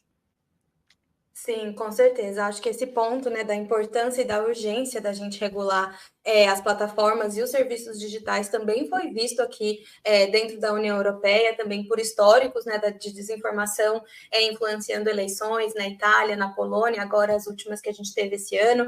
Então, esse tipo de legislação aqui, na nossa perspectiva também, ela é muito importante exatamente para enfrentar alguns dos desafios que você falou, né, a falta de accountabilidade, a baixa transparência dentro dos algoritmos de moderação de conteúdo, e mais importante ainda, talvez até para uma perspectiva da sociedade civil, o acesso aos dados, né, para a gente conseguir fazer pesquisas e entender o impacto de fato que essas plataformas e serviços digitais, né, afetam a vida das pessoas, afetam os direitos humanos, como você comentou. Então, aqui para a gente também, assim, a ideia, né, da União Europeia de regular esses serviços digitais como um todo é relevante para que a gente realmente possa ter um espaço de participação online seguro, que é um ponto essencial para as democracias, né? Para que exista esse combate efetivo contra os discursos de ódio e desinformação que a gente encontra online. Com certeza, Bia. É muito importante você mencionar, né, essa questão dos discursos, né, online, porque uma preocupação dos usuários, mas de autoridades também aqui em relação, né, a regulação das plataformas é a manutenção da liberdade de expressão, né? Então, eu queria te perguntar, assim, como é que esse tema está sendo discutido aí como foi discutido, né, durante a formulação do DSA na União Europeia? Claro, e eu acho que esse é um debate muito importante dentro da legislação e dentro dos artigos que a gente tem do DSA. Eu acho que o primeiro ponto que é muito importante eu explicar é também como a legislação entende conteúdos que são postados online, né? De que tipo de conteúdo a gente está falando quando a gente fala em moderar conteúdo, mas também em mitigar riscos, né, de conteúdos online. Então, dentro do texto da legislação, existe uma distinção clara de que as plataformas elas estão obrigadas a reduzir os riscos provenientes de conteúdos ilegais e nocivos. Ou seja, não é necessariamente uma moderação de conteúdo em que vai diminuir a liberdade de expressão de alguém, né? A gente está falando das plataformas criarem mecanismos que possam sinalizar e apontar ativamente esse tipo de conteúdo, e sim, para que quando for necessário, esse tipo de conteúdo seja moderado, porque existe o entendimento de que eles podem ser, de que o conteúdo pode ser nocivo a determinado grupo. Então, é muito importante mesmo a gente discutir. Hoje a gente fala aqui dentro do DSA que o DSA não regula a liberdade de expressão, ele não diminui a liberdade de expressão, ao contrário, né? Ele cria um ambiente para ser mais seguro. E esse é um ponto, inclusive, que é um desafio dentro da regulação, porque a gente está falando da União Europeia, que possui 27 Estados-membros, né? Então, cada Estado-membro também possui legislações nacionais que vão dizer o que são conteúdos nocivos, o que são conteúdos ilegais. Então, talvez o que é um conteúdo que é considerado ilegal na Alemanha não vai ser considerado ilegal na França. Então, existe também essa complexidade de como incorporar essas legislações diferentes dentro de um texto. E as novas regras que a gente enxerga, como eu falei, não são em relação a tirar a liberdade de expressão, mas sim como a gente consegue combater conteúdo ilegal e conteúdo nocivo. No caso do conteúdo nocivo, por exemplo, o DSA ele vai ter regras, por exemplo, em relação à transparência, como a gente comentou, das decisões de moderação de conteúdo. Então, não necessariamente a gente está falando que um usuário pode ou não pode colocar online, se ele pode ou não expressar a sua opinião. Mas o que a gente está falando é as plataformas precisam ter mais transparência para a gente entender como é que essa moderação acontece, como eles encontram esse conteúdo. E realmente, assim, existe toda uma preocupação dentro da União Europeia para que não seja, para que não exista, né, essa diminuição da liberdade de expressão e de você conseguir se expressar online. E eu acho que, inclusive, é importante eu falar que essa legislação, ela dá até um poder para o usuário, porque o usuário vai poder ter direito a solicitar, por exemplo, postagens que foram excluídas da plataforma. Se o usuário entender que ela foi excluída de maneira errada, que ela não deveria ter sido excluída, o usuário pode ir lá e pedir uma revisão desse tipo de conteúdo. Então, existe também várias atividades que os próprios usuários podem fazer para ter um pouco mais de controle e para conseguir de fato, manter essa liberdade em relação a como você se expressa online. É claro que existem críticas e dúvidas no que diz respeito à implementação prática dessa legislação. Como eu falei, a gente está falando de um contexto muito complexo, com 27 legislações nacionais diferentes, mas é muito claro aqui dentro da União Europeia que o DSA foi criado para a proteção dos usuários. É claro que a gente quer, e ele impõe, né, que as empresas possam identificar riscos, reduzi-los, mas é muito importante dizer que ele foi criado num contexto de proteção do usuário online. Mas eu estou muito interessada em saber como é que esse debate acontece aí no Brasil também. Esse é um ponto sensível aqui no Brasil, porque ele acaba refletindo também a polarização política que a gente vem vivendo nos últimos anos aqui. A liberdade de expressão, né, ela é claramente um direito fundamental, né, e quando se trata de ambientes digitais, né, a sua proteção ela está garantida, né, no Marco Civil da Internet, né, que é a lei brasileira que estabelece princípios, garantias, direitos e deveres para o uso da internet no país. É uma lei de 2014, né? E essa lei, né? Ela visou também, né? Entre outras coisas, assegurar a liberdade de expressão e impedir a censura na internet, né? E ela prevê que o dever de remoção de conteúdo pelos provedores, né? Ela só é uma obrigação quando há, né, um pedido judicial. Essa norma ela se baseia, né, na ideia de que não seria adequado deixar a cargo desses provedores de aplicação, né, tomarem decisões sobre a remoção de conteúdos, a não ser, né, que eles sejam contestados ou denunciados. E assim, como a gente, né, falou um pouco, né, em relação ao cenário internacional, né, essas leis, né, ligadas, né, à internet, né, e inclusive no cenário internacional, como, né, o Digital Communications Act dos Estados Unidos, né, a seção 230,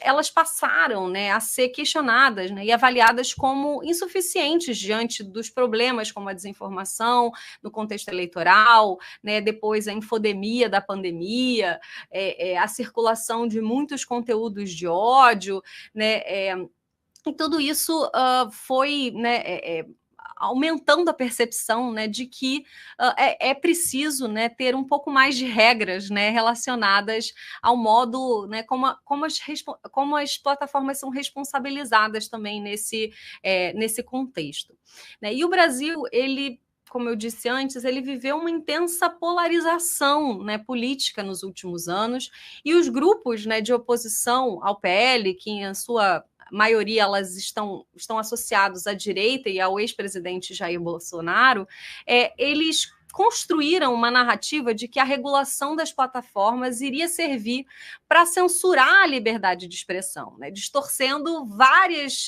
das discussões feitas no âmbito da regulação, né? Até a gente aqui na FGV-SMI A gente fez, né, dentro do monitoramento que é feito no DAP Lab, no projeto Mídia e Democracia, que faz um monitoramento do debate público, né, nessas redes sociais, que seguiu todo o processo de tramitação do projeto nesse ano, nesse primeiro semestre, sobretudo. Esses estudos mostraram justamente essa associação negativa do PL, né, a uma suposta restrição da liberdade de expressão, né, que foi justamente esse discurso mais mobilizado, né, tanto por parlamentares quanto por usuários, né, nas redes sociais. Mas, assim, esses discursos também, por outro lado, eles foram mobilizados pelas próprias plataformas, né? Aqui no país a gente tem casos emblemáticos, como o do Telegram, que chegou a acusar, né, o PL, né, de promoção à censura, né, e a mobilizar seus usuários contra essa aprovação. A gente teve também o Google, né, que chegou a exibir, né, um link de acesso, né, de posicionamento contra o PL na sua página inicial, entre outros posicionamentos públicos, né, dessas plataformas em relação à regulação. Né? E claro que a gente sabe, né, que assim, nem sempre essa fronteira, né, entre a liberdade de expressão, a moderação de conteúdo é fácil, né, de ser definida, ela é muito complexa, né? E claro que, apesar, né, da importância, né, da moderação de conteúdo, nesse contexto de desinformação, discurso de ódio, ela também está, né, sujeita ao risco de ser excessiva, de ser injusta, de desrespeitar o direito, né, dos usuários se expressarem livremente. Mas, como você, né, colocou também em relação à lei europeia, né, esse projeto de lei brasileira também pretende, na verdade, a preservação, né, da liberdade de expressão. Esse é um dos principais argumentos, né, utilizados pelos legisladores em defesa dessa regulação. Porque a ideia é poder reforçar, né, os direitos, né, e garantir esses direitos e não o contrário, né? Mas justamente o objetivo dessas legislações é também estabelecer princípios claros, né, inclusive para facilitar o trabalho das plataformas nessa moderação, de modo que não haja, né, uma moderação excessiva, né, garanta o direito à liberdade de expressão, né, e ao mesmo tempo também fornecendo dados consistentes para a sociedade, transparência, né, em relação a como que as plataformas vêm aplicando essas regras. Né? E aí eu também queria conversar um pouco mais com você, Bia, sobre que você mencionou, né, a implementação, né, essa preocupação com a implementação do DSA, né, e eu queria que você contasse um pouquinho para a gente mais sobre como é que vai acontecer esse processo, em que momento vocês estão agora.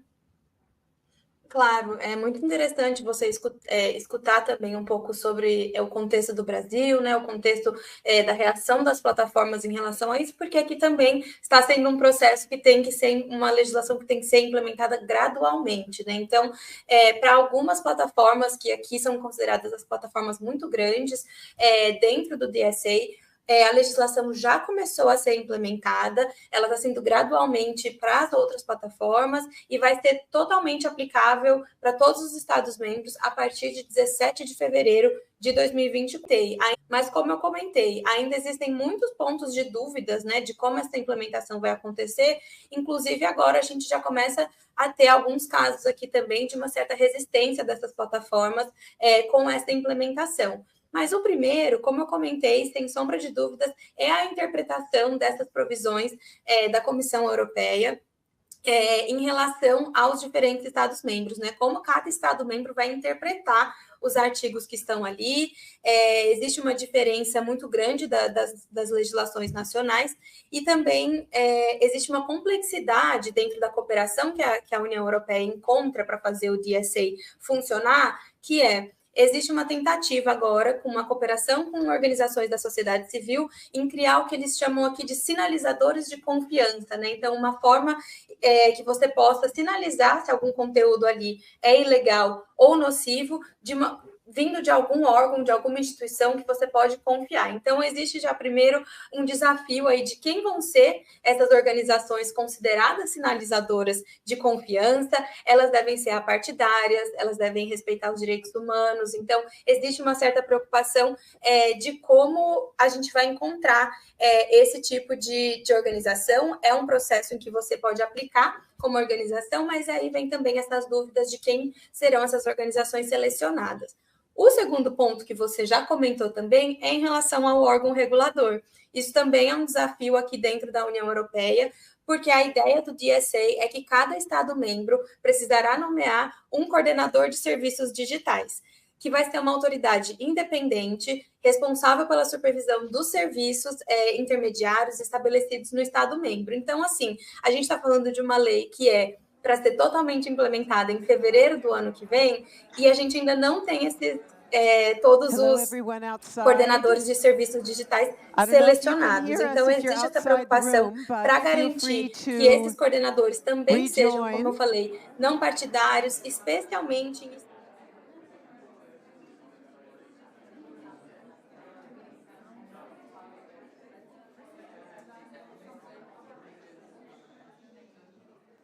So welcome back, everybody.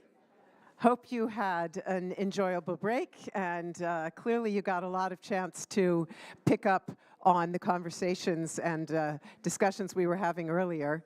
And we'll be able to do that again after this panel, because in fact this is the last panel of the day. Hard to believe, it always goes so fast. But after this panel ends, we will have a chance at an informal reception to continue the conversation.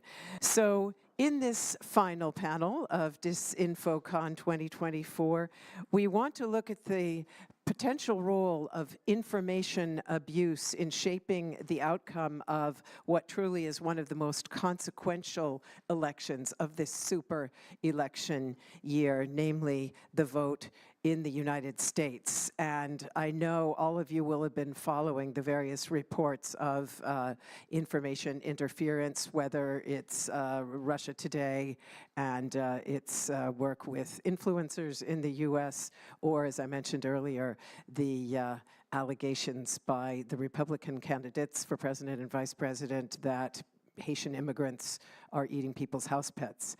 So those are just two incidences of many, and of course it's a pattern that we've seen in previous elections, possibly with election deciding implications in 2016. But I won't go into any more detail. I will simply hand over to our very able panel moderator.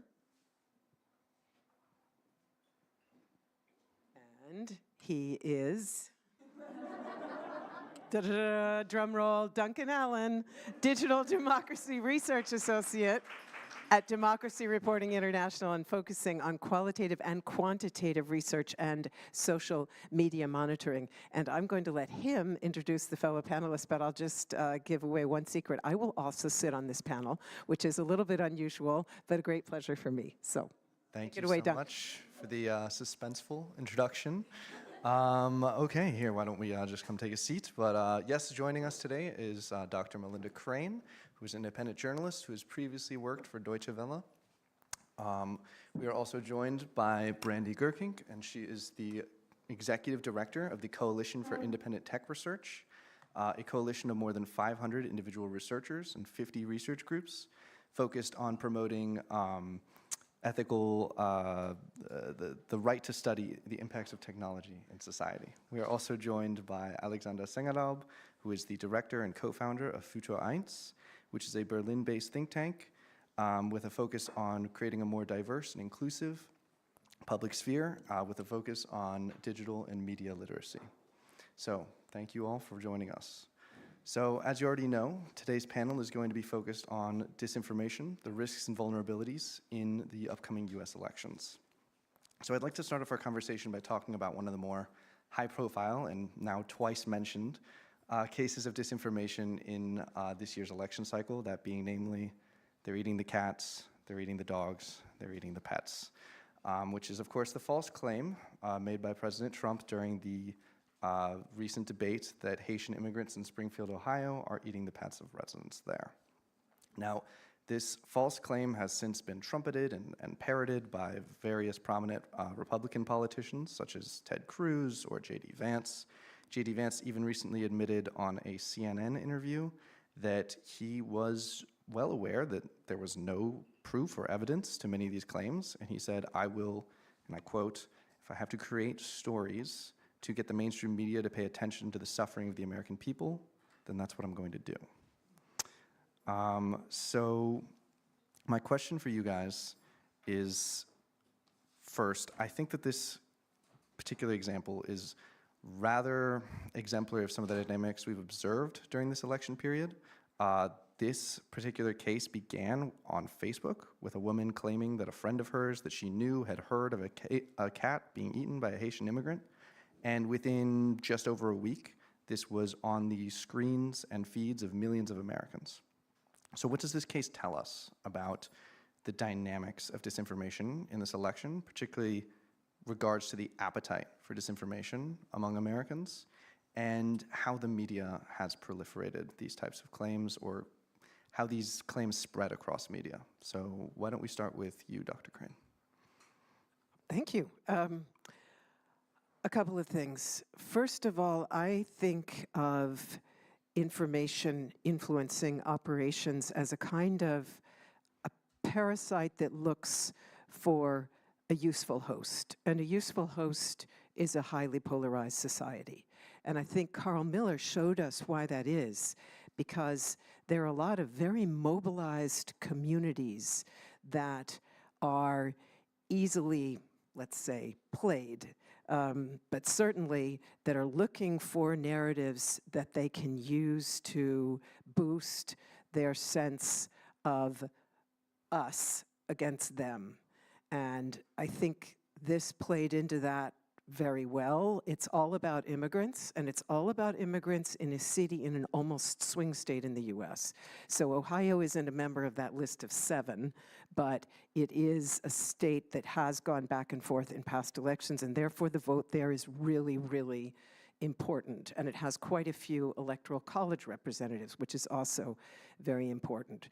So there's clearly an effort here, as you said, to create a narrative that will stoke anti-immigrant anxiety and thereby bind that community that votes Republican. And another point that I would make that relates to the polarization issue is the notion of affect polarization that we're seeing now in the US, and that has 2 components. One is it's a form of polarization in which I don't just disagree with the other camp, I hate them. And I say that in surveys. This is language used by many, many people being surveyed, for instance, by the Pew Society's research on US public opinion. And not only that, but we're seeing an increasing tendency, very well documented, for people to bend truth to their political opinions. So they will, an outlandish claim like they're eating pets. Yes, I take it on because I hate immigrants and I believe J.D. Vance. And that is really documented increasingly in surveys throughout the US, but also in other polarized societies, that you will adapt those narratives, or you will basically take those narratives that fit how you see the world. Thank you. Alex, did you have any comment you wanted to make on this? Yes. The thing about democracy, it's based on 2 things, on trust and truth. So the first thing, trust, means like giving my vote to a politician and trust him that he will do the best for me. And truth means evidence-based policies, for instance, that the state is maybe acting on evidence-based research. And what we are seeing right now, that in the US, both is like shaken a lot, trust and truth. And what Trump is doing, he's a bullshitter. In psychology, there's the term bullshitting, means like he doesn't care if the things he's saying are right or wrong. And we have the same, for instance, in Germany with the AfD. Christian Lüth, he was like the Pressesprecher of AfD, like the press guy. He said, we don't care if things are right or wrong. As it floats the boat, then it's totally fine. So they are trying to set up narratives in social media if they're right or wrong, doesn't matter, just to feed their voters and their narratives and their narration of like democracy and problems and so on. And a society that is not based on trust and truth anymore, we will see where it's going.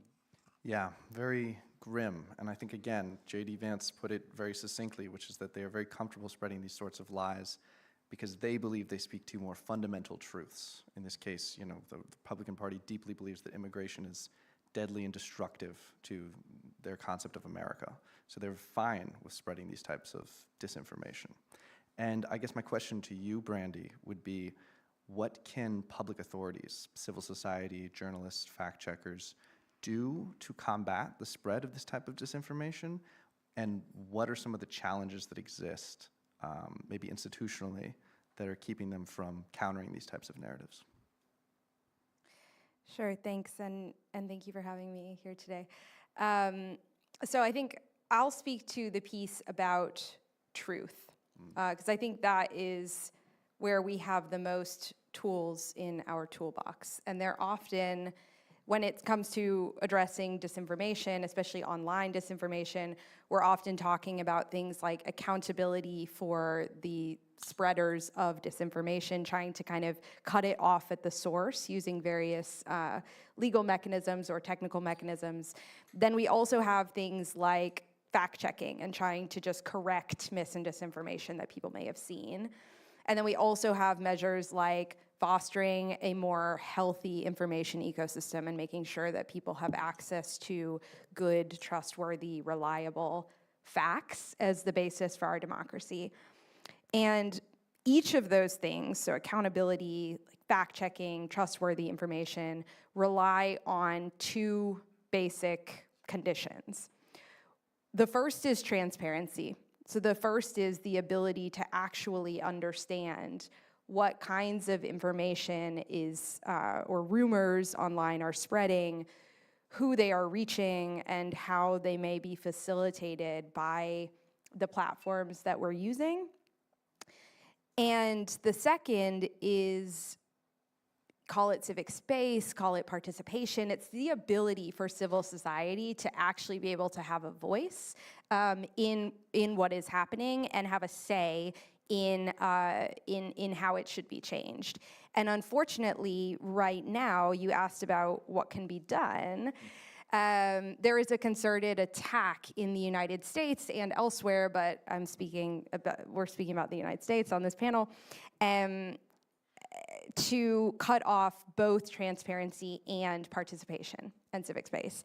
And these attacks, it's concerted, but I think it has multiple elements to it. And the first element is trying to make accountability harder. So a group of research, whether it's researchers, whether it's election monitors, whether it's federal agencies who are in any way responsible for correcting dangerous mis and disinformation online, trying to very basic things like false claims about how to vote. There is a concerted attack against those individuals. It uses legal challenges. We're seeing congressional pressure and investigations against these people. There's at least a dozen different lawsuits at place, for instance, as well as smear campaigns against election officials, against researchers and scholars who are doing this really important work. So that's certainly not helping the situation. And the second vector of the attack is cutting off transparency. So we talked earlier today about Meta's decision to cut off CrowdTangle, a vital tool that's used by researchers and journalists to understand what kind of information is spreading and how on Meta's platforms in the middle of the biggest global election year ever. Tens of thousands of people used CrowdTangle, and I think it was yesterday, looking through Meta's Code of Practice transparency reports, they noted that 150 researchers currently have access to their replacement tool for CrowdTangle. So thinking about those numbers, that's disastrous in terms of the decline of transparency. And it's not only Meta. We're also seeing this from Reddit, for example, Twitter. not only have they entirely priced most researchers and scholars out of using their API, which provides critical transparency into what is happening on that platform, but they're also just suing everybody, it seems, who's doing this kind of accountability work. So I think that that sort of concerted attack on both fronts against the ability to participate and have a voice, the concerted attempt to silence, coupled with the attacks on transparency that we're seeing, mean that disinformation becomes a lot more dangerous. It just becomes a lot more easier for people who want to spread false claims to do so without any kind of recourse or with any kind of accountability. A disturbing trend indeed. Alex, do you have any comment on sort of the role of civil society in combating disinformation, or do you mostly agree with what Brandy said? I agree mostly. At Futur 1, we created 4 factors for resilience for democracies when it comes to deal with disinformation. Factor 1 is the stability and integrity of the political system. If disinformation sitting in the White House and using Twitter, then like we've seen so far with Donald Trump in his first term, then Factor 1 is not working. Factor 2 is the trust in media. Trust in media in the US is very low, especially to national-wide broadcasting, television, and so on. And local news is also a problem because you have a lot of news deserts in the US already. So trust in media, very shaky in the US, and also it really depends for which party you are voting for, how your media diet looks like. So if you are a Republican, you watch Fox News, and if you are voting for the Democrats, you maybe trust in CNN. But the problem is the people get different kind of realities there, and their realities are very not combinable in the end, and so factor number 2 is also very shaky in the US. Factor number 3 for resilience would be the platforms, the social media platforms. But their blueprints, we talked about it all day long, we don't have to discuss so much about it, are not built for democratic discourse or debates. So they are also a failure. And the last factor that could help us is news and information literacy of the people to detect disinformation on their own. And we know from studies in Germany that almost half of the people don't have any news and information literacy. And in the US and their educational system, it's even worse. How do you define news literacy? News and information literacy. It's like a part of media literacy, but narrowed down to the things that are important for democracies. For instance, if you know what is a good source, on which source I can rely on. What is a disinformation? Does Meta, does WhatsApp belong to Meta or to Google? So everything that is important for digital public spheres and to be a smart and empowered civilian to come from A to B in the internet. That's news and information literacy. Melinda? Can I pick up on just a couple of aspects of that? These phenomena are always mixed phenomena. For example, in Pizzagate, as you no doubt know, we had rumors starting on, I think it was Reddit, 4chan, and others, but they were then amplified, first of all, also by outside interests. So interestingly enough, Turkish online actors became involved in the whole channeling of this total conspiracy theory, completely unfounded, obviously. And then it moved back into the US media realm and was picked up by Fox News. And what's important to know is that the US media system is deeply, deeply polarized. And this goes back to the 1990s. This is not a new phenomenon. It was based essentially on 2 pillars. One was the lifting of the so-called fairness doctrine that required national broadcast networks to present a balanced variety of opinions, and the other one was the essentially privatization of also broadcast television, and especially the then establishment of cable networks like Fox. And it's quite interesting to see, for example, that the diet that is provided by Fox is very, very compelling to Fox recipients, and they they are essentially in a very deep ideological bubble. But a study was done 2 years ago by the institute that Jonathan Stray, who we saw today in Berkeley, was involved in. And basically that looked at what happens with Fox viewers if you start giving them a more diversified diet of information.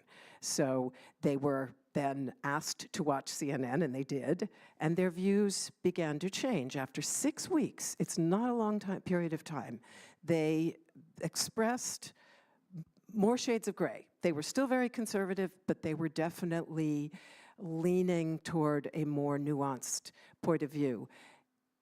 They all went back to watching Fox, though, as soon as this experiment ended, and their views shifted back quickly. So it's a question of if you take them off the sugar diet, how long will they stay off? But I think all of this goes in exactly the direction that you've just described, Alex, but it's not encouraging about where the US is heading now. Yeah, very much agreed. And I mean, on that grim note, I'd like to also shift to talk a bit about foreign disinformation as well. So the US Attorney General has warned that foreign actors such as Russia, Iran, and China have been stepping up their efforts to sort of intervene in the United States election.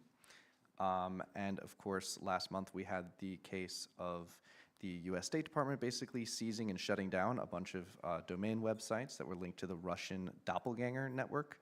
This is a series of fake websites that basically pose as legitimate news, but actually contain Kremlin disinformation. And this has just been an ongoing game of whack-a-mole, essentially, with the US State Department and US authorities in sort of combating this, but this was also kind of overshadowed by a more high-profile scandal, which has already been mentioned, and that is, of course, Tenet Media, which is a conservative media channel in the United States that was exposed for basically taking $10 million or more in money that could be directly linked back to the Kremlin via Russia Today. Tenet had hosts to several prominent conservative influencers, many of which claimed that they were unwittingly taking the money, but they were nonetheless getting paid thousands and thousands and thousands of dollars to create content that was mainly mainstream conservative content, or at least far-right content, with just slight bits of perhaps pro-Kremlin spin. In some cases, they were even getting direct tips on what points to bring up, like linking the March Moscow attack with Ukraine. But I would kind of like to ask you guys, what do these recent revelations and these kind of cases tell us about the kind of evolving relationship between foreign and domestic disinformation in the United States? And maybe let's start with you, Melinda. That it's absolutely a mix, but the fact is the amplification channels are very much domestic. So the US would be generating lots of this stuff just fine without the foreign prompts. Nonetheless, there clearly is an important role for Russian media. And the case that I mentioned in 2016 also involved Russia, the leaks from the Democratic National Committee that then went on to WikiLeaks and that are viewed by many people as having helped tip the election against Hillary Clinton. So I think it's important to see there are a lot of channels and vectors involved that create this amplification system. We can also go back to 2016 and those teenagers in Macedonia. Was it Macedonia? Yeah, who were creating these paid, what, 1 penny per click, I think they got back then? And that was enough for them to establish some extremely virulent, potent websites under names like Unity for America or something. So I think there is a very tight interlock here, but I question, the 3 different US ministries have now released all the data on this channel and, you know, explicit connections between RT and Tenet. Do you think that really makes any difference to anybody who's looking at those memes and laughing about them? And that, to me, I agree, it's so important to have civil society investigating, researching, and exposing, but again, I feel pessimistic about how much of that will be reaching the people who need to be doubting. Yeah, that's Alex? I just looked the numbers up because there's a big discussion about the domestic interference and foreign interference. And I want to put it in perspective so you have an idea what's the perspective is on both. So Russia spent 2016 in the election approximately $100,000 on Facebook. This is what the Robert Miller report found out. Purchasing about 3,000 ads.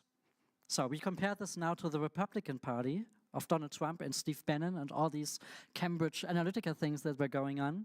It's $44 million.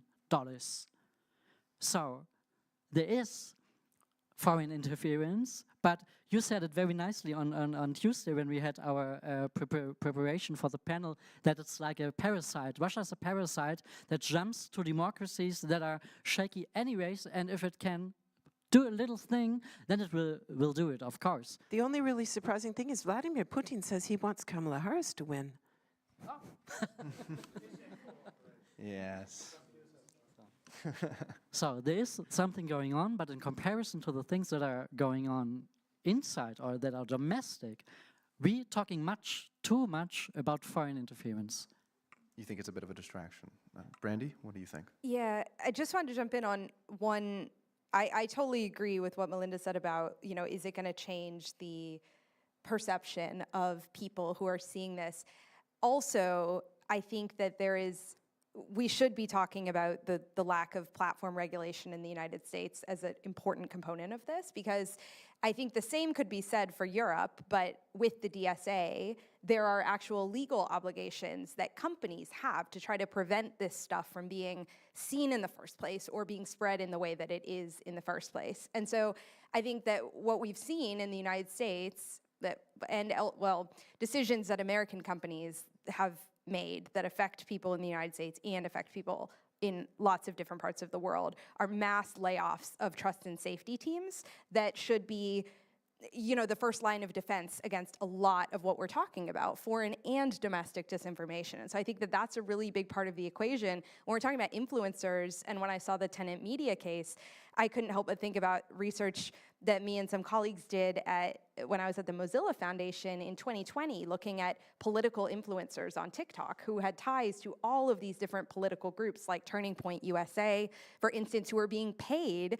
They had entire programs recruiting college students to post political ads on TikTok in spite of their supposed ban. And so I look at this, I look at Doppelganger, which EU Disinfo has been investigating for years and years, and I think this is not new. What we're seeing is not new. We also have to be talking about the fact that there is a lack of platform regulation in the United States that means that tech companies have no reason to be accountable for this as well. So I agree that it's not necessarily going to change the minds of people once they've already sort of seen this, but I think that there's more that could be done to kind of prevent it in the first place. No, you raise a great point, and I think, Alex, you're totally right. Like, even if there isn't an equivalence, like lowering the guardrails is a dangerous and slippery slope, and that leads us into our next topic, which is every disinformation researcher's favorite social media platform, X, formerly Twitter. So since being bought by Elon Musk, the platform has increasingly played host to conspiratorial content, disinformation, hate speech, extreme speech in general.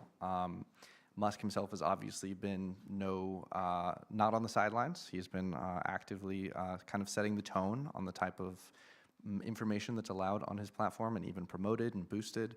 I can think of so many examples, but I mean, one of the most recent cases after this second assassination attempt on Donald Trump, he publicly mused why no one had made similar attempts on Biden or Harris. And this is obviously very dangerous speech, but also he did it in such a way that muses that there's perhaps like some sort of conspiratorial reason as to why no such attempts have been made. So my question to you guys is, first, just to start off, how has kind of the de-evolution, the devolution of X affected the disinformation space? And like, what have you seen in that respect? Alex? I was reading an article this week about the tech billionaires and their influence, and the article started with a letter from Thierry Breton. This was our EU commissioner for the internal markets. He was sending out a letter to Elon Musk, And he was quoting Spider-Man and said, with great power comes great responsibility. And Elon Musk wrote him back with the letters, you can fuck your face. And this is how he is setting the tone and what's going on X now in a nutshell. I feel like you don't need to know more. So Elon Musk's hyper-libertarian idea of public spheres really killed everything that was working on Twitter. And the sad story about it is that Twitter was the only platform that was feeling a little bit responsible for the shit that is going on there. So Twitter had these nudging things where you try to share a post and then Twitter asks you, have you read it before you share it? And so things like this. And this work is now all vanished with Elon Musk. So I feel like, and we really want to talk about the influence of tech billionaires in political processes in the US. I think that's, yeah, a very good point, because we shouldn't just be complaining about how X is, kind of changing for the worse, but sort of what does this mean, or what does this imply, and what does this show us about the ways tech can kind of go bad? And Brandy, do you perhaps, or Melinda, you want to say something? I just wanted to say that I do think it's part of a much larger topic, which is the corruption of the US system of holding elections at the very highest level, meaning we now have, since 2010, since the decision by the United States Supreme Court opened up the floodgates for political donations that are also can be anonymous, and they can also be made by corporations. We have a situation where a group of billionaires, but especially tech billionaires, are in a position to force out Joe Biden. I think everybody's agreed that was probably a good thing for this election, but nonetheless, it was they who essentially held the levers to make that happen. And somebody like Elon Musk, it's by no means just what he's doing on X, it's very much what he's doing analog when he flies to meet with Donald Trump in Mar-a-Lago and promises him millions and millions of dollars for his campaign. So one thing we know, Brandy said, can we really expect any form of platform regulation going forward? For sure, not under a Trump presidency. That's obvious. He is very closely allied with a number of libertarians from Silicon Valley who will ensure that regulation is rolled back. But can we even expect it from a presidency of Kamala Harris is a very open question, and I was looking to see what she had done as Attorney General in her time. There were some initiatives in the area of privacy, in the area of safety, human trafficking, revenge porn, to really clamp down. So that's on the positive side of the ledger. But what we've also seen is that to the degree that there's a political economy approach by the Biden administration in general, it's pretty much entirely antitrust-based, and it's about competition in the marketplace, in the tech marketplace, but it is not necessarily about what Carl Miller talked about going after the perpetrators of illicit information influence. And I am not at all sure that even a Harris presidency would do that. She's been very pro-voluntary limitations in the AI area, but not really much beyond that. So again, not terribly sanguine that we'll see what Brandy called for. Shada. Yeah, I think that there, with regard to Elon Musk and X, I mean, it's also, I think, beyond just his actions with regard to that platform. He is the king of free speech for me and not for thee. That has just been incredibly damaging in terms of the entire free speech debate and the way in which online content moderation and platform regulation fits into that. So I think that has been, the impact of that has been incredibly damaging. And one piece of evidence that supports my thinking on that is so Mark Zuckerberg sent a letter to to Jim Jordan, who is the chair of the House Judiciary Committee's Weaponization of the U.S. Government Subcommittee, which is ironic name because they are weaponizing the power of the U.S. government. Anyway, we can get into that later. It was a letter that Zuckerberg sent to Jim Jordan that was basically a spineless attempt to appeal to Republicans who have been crowing about censorship and anti-conservative bias on social media for years and years.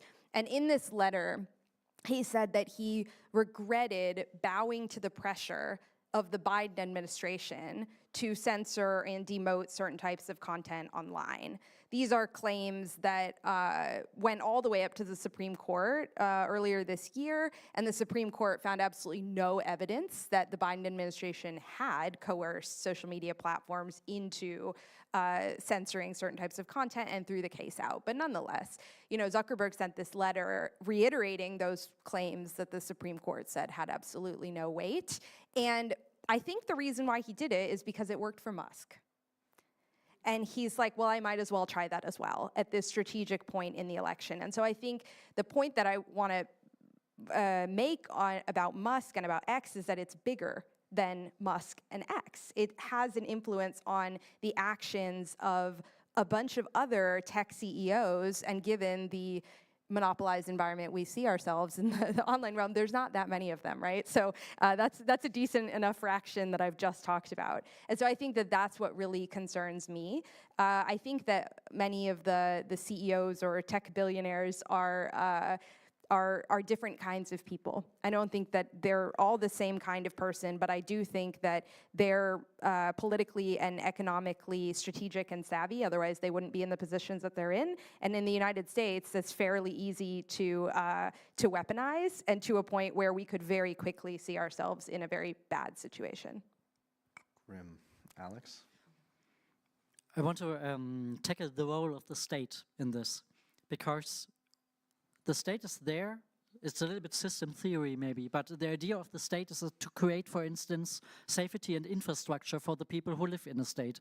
So in these infrastructures, they started with water, electricity, later we had radio, TV, internet, and information.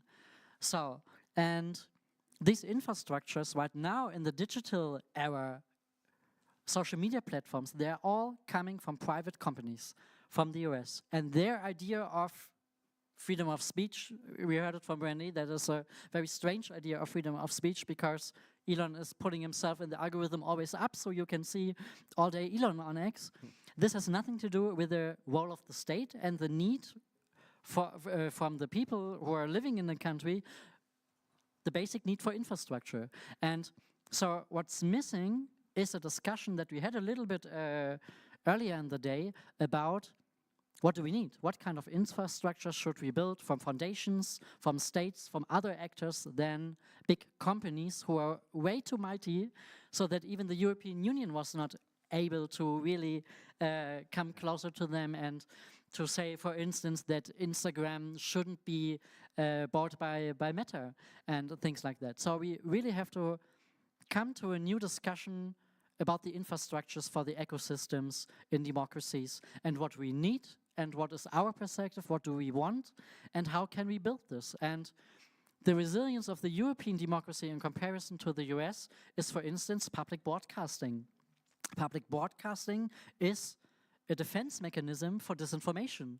Normally, if you look to Norway, to Netherlands, even to Germany, the public broadcasting TV channels, they have the highest trust when it comes to news. So this was a good idea. Yeah. And the US, we have a little bit of NPR, but it's not as big as in Europe. It's tiny. And so the US should maybe look at Europe and to see what could it learn from the old continent, and to establish something like public broadcasting. So this should be a discussion they maybe need in the US election, because this would help the Democratic Party a lot to talk about this. I think that, as a way forward, is a good way to kind of end the discussion section of this panel. Now, we still have a little bit of time for Q&A, so why don't we go ahead and open up questions for the audience? Yes? Anyone here in person? Otherwise, we will start with the online questions. Okay. So looks like one of the questions we got from the online is, what role has AI-generated disinformation played in this election so far? And is the fear around AI-generated disinformation overhyped? Are we seeing more instances maybe of actual attempts at kind of convincing people that certain AI-generated disinformation is real? Or is AI more just a kind of a use for memes, I guess would be a question.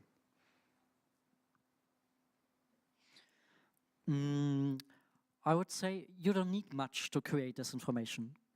You just need a random idea on Facebook and post it out, or on Twitter, or on X, or whatever. So, yeah, there is maybe AI, but this is not really the matter. I feel like it's just a tool. And if you use Photoshop or AI or whatever, maybe it looks now a little bit more real than 5 years ago. But it's not really the question. And they haven't even regulated social media networks. They haven't even regulated anything else. So same problem with AI then. So it doesn't make a difference, I would say. So far, I don't see something where I would say this is so qualitatively different, and the scale is so much bigger thanks to AI that it's a whole different nature of the threat. So I would agree. I'm actually now trying to think how AI could play a role in a scenario that could unfold if we have a very tight election result. Because, Donald Trump is already setting up the foundation for a new claim that the election was not fair and doesn't reflect the actual truth that he has to win. But how could AI play a role in that? And I really don't, right now, for me, that's not coming into focus as the main thing to ask. I think if I had to just give my 2 cents, I mean, the liar's dividend of AI and sort of this idea of if it's seeing a lot of widespread use, it could just be another one of the many. I mean, he's already made claims of, that Harris's rallies, the crowds are AI generated and stuff like that. So, I mean, again, just adding a bit more fuel to the fire for which, he can use to kind of make these sort of grandiose claims. So, yeah. Any other questions right here? Thank you. Sorry, very parochial question, but just thinking about the other 3 panels we've heard today. Is there anything happening in Europe that you think could have a broader influence on either the next couple of months, but also more broadly beyond the election as well in the terms of tech regulation?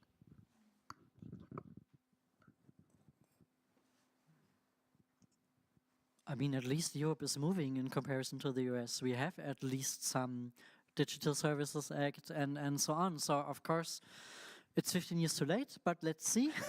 I guess a lot of things will be brought to us by law and not so much by politicians. So we will see how much this will helping us in the end. So I'm curious to see, for instance, how it will go in Germany when the Bundesnetzagentur will be responsible for the Digital Services Act in Germany. But I guess we have to wait a little bit to come to a conclusion. But in the end, we are moving a little bit, at least, but maybe not enough as we should move. Do you have a thought? Go first. Kamala Harris has said that she definitely wants to work more closely with allies of the United States in setting standards, in trying to harmonize, for instance, industrial policy. That would include tech policy to some degree. She will definitely be someone who will at least communicate with European allies. That's not the case. Again, Trump, we can expect him to be as unilateral in the tech area as he is everywhere else. One thing that has also been mentioned on several of the panels earlier today, and I think that you actually talked about on your panel, is the need for this kind of ecosystem of accountability and ecosystem of investigation into sort of online dynamics. And the EU have brought forward now begun a couple of investigations into both Twitter and X and Meta under the Digital Services Act for a number of alleged violations or potential supposed violations. It's not so potential in the case of X anymore. But perhaps that will yield better wins around transparency and data access for researchers, which I think could have a positive effect for researchers also outside, and I hope that it has a positive effect for researchers outside of the EU. I think the danger, to reference something I was talking about earlier, is this notion of, or this kind of broader encapsulation of any kind of content moderation or content policy being akin to censorship that's been very much weaponized in this kind of culture war situation that we see in the United States, and the danger that that is exported to Europe. And we're already starting to see signs of that in terms of the DSA being referred to as like the censorship machine, right? And this notion, I think that's incredibly dangerous and something that we need to keep our eye on here to think about, okay, well, what are the ways in which, you know, people across the Atlantic will be learning from each other in terms of what works and what can be used to kind of stoke this fear for the ultimate objective of trying to have no regulation. Great. Next question, Jan.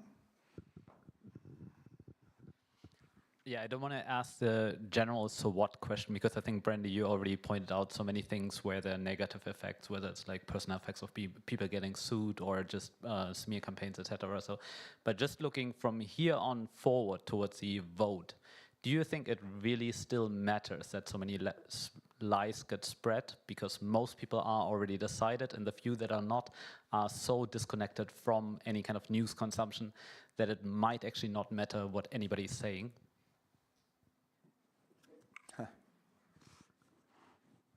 I would like to think no.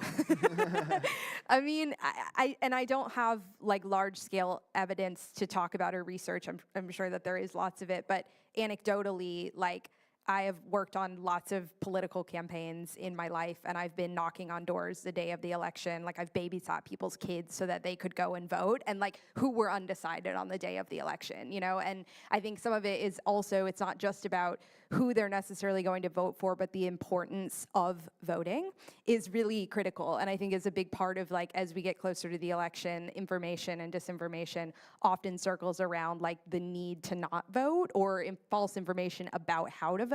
And so I do think that it is actually like, we need to remain vigilant and keep up the attempt, because it does matter. And that's where it goes back to Carl Miller again when he talked about mobilizing communities, because that's what the disinformation is meant to do. It's not really about the Haitians and the pets. It's about getting that community all stirred up so they're all going to actually go out and vote on election day. And one wishes that correct, truthful information would have the same mobilizing effect, but who knows? All right, I think we have time for one more question. Yes, right there. Hello, my name is Denitsa from the Innovation in Politics Institute. And my question is regarding the campaign of the US elections this year. Some years ago, the success of Obama's campaign was largely referred to his use of social media and Twitter. And this year, everybody is looking at AI and deep fakes and the use of AI-generated content. But there is also the use of micro-targeting that could be actually quite influential in this campaign. So from your point of view, after the elections are over, what will be the story of this campaign? What will be the role of technologies, and what will be the big thing that we will have to look at from future perspective? Even in the 2016 campaign, we forgot that the most important thing is still TV. And it is.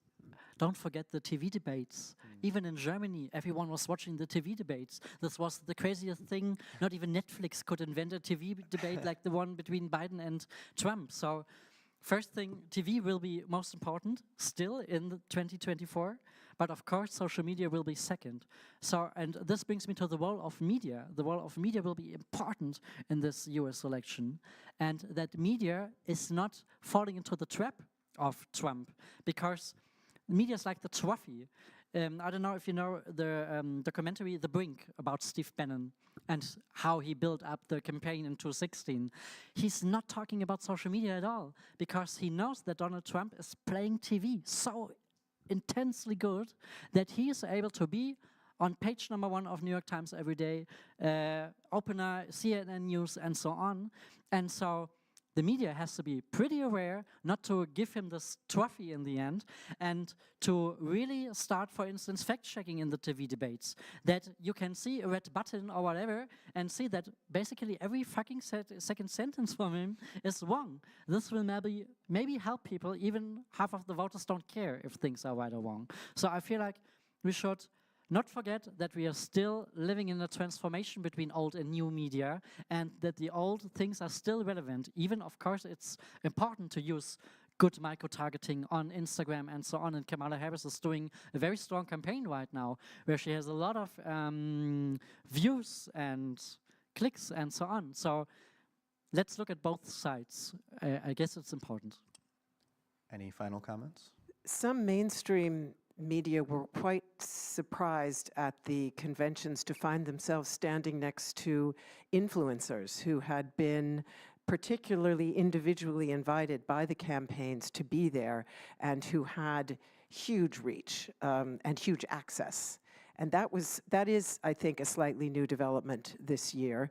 And interestingly enough, influences were one of the vectors that Russia Today used quite effectively in their manipulation attempts now. So look for influencers to be one of the stories of this election campaign. Taylor Swift is helping us to win. But you know what? That's such an interesting example of affect polarization. The minute she came out with her recommendation, many people who might have been Taylor Swift fans were suddenly online following Donald Trump saying, you know, I don't really like her, actually. In other words, they bend their view of Taylor Swift because of her political statement. They decide to essentially leave the Taylor Swift camp. Then the influencing is going the other way around, in a way. Also, just speaking on the role of AI, it was an AI image of Taylor Swift with a MAGA hat on that got her to basically finally post her political self. So, yeah, it's having some impact. All right, with that, I'm going to conclude this panel, and I'm going to hand it back over to you, Melinda. Thank you.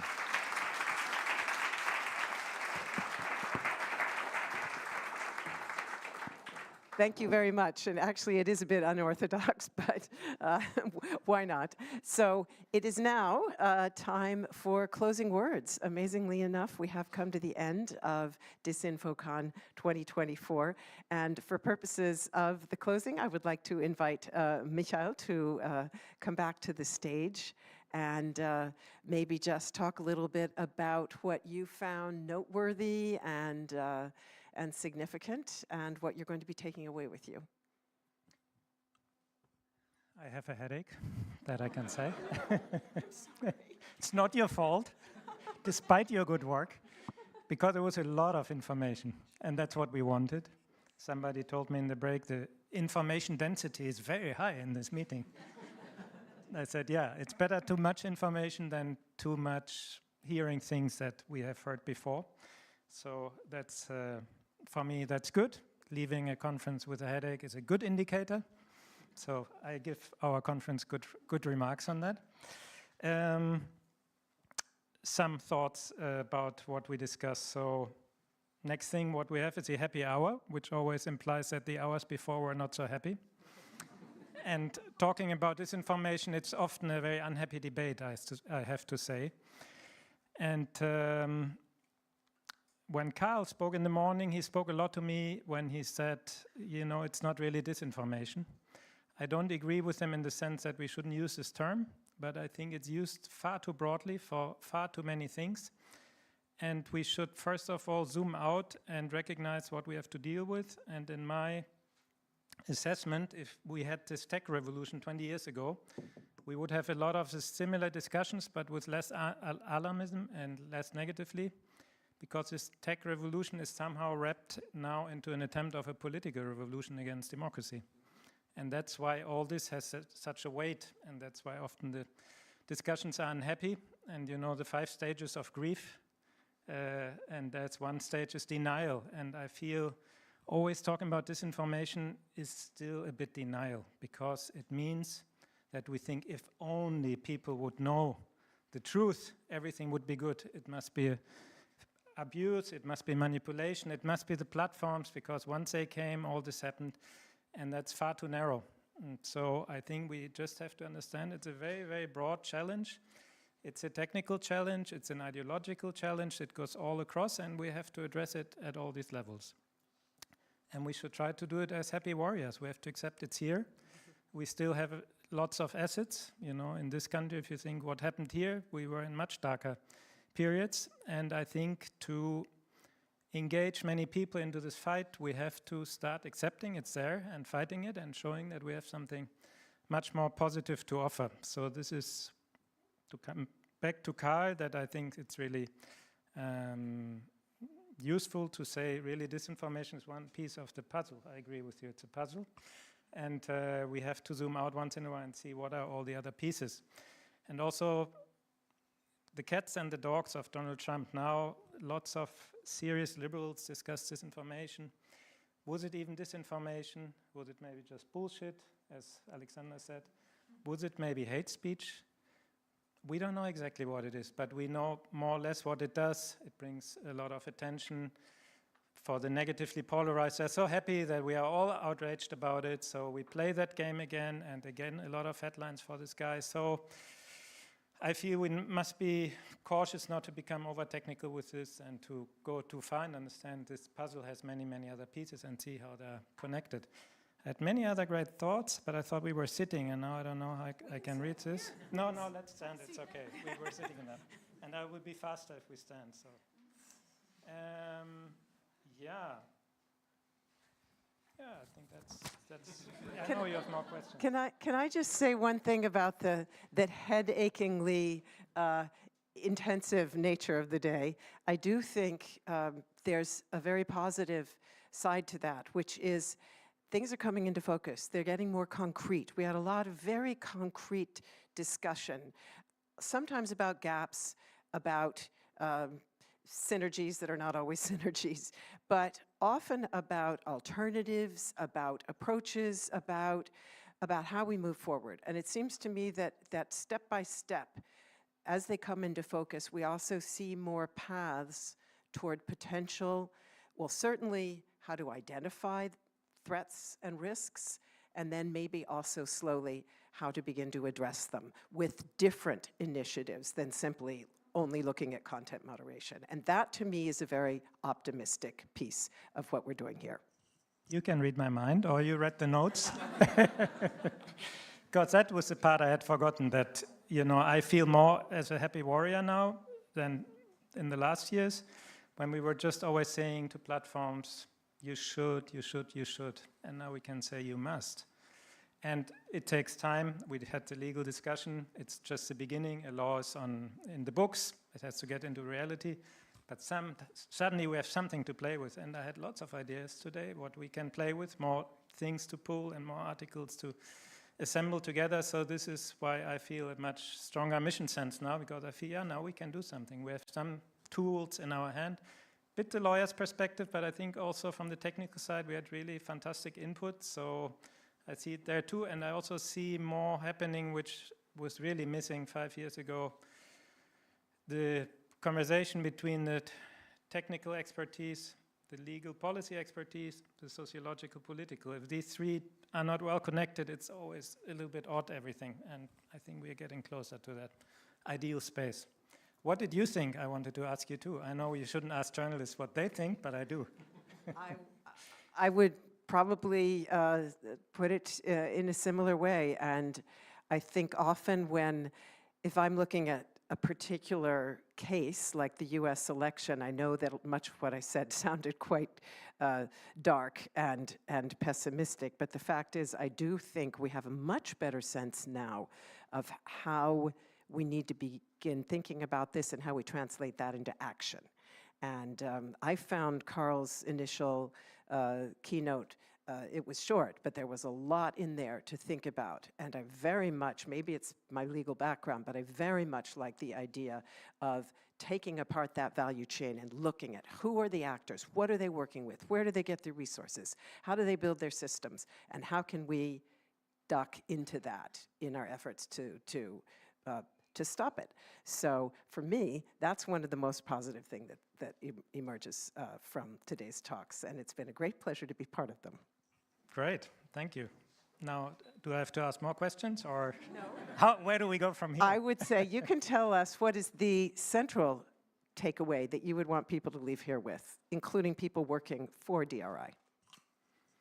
Yeah, I loved somebody who was asked, what would you do as an NGO? And he said, well, if I was a billionaire.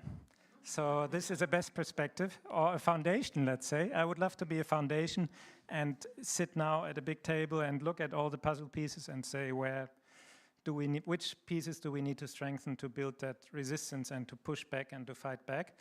Now, we are just a little NGO, so we have to focus and we cannot just do everything.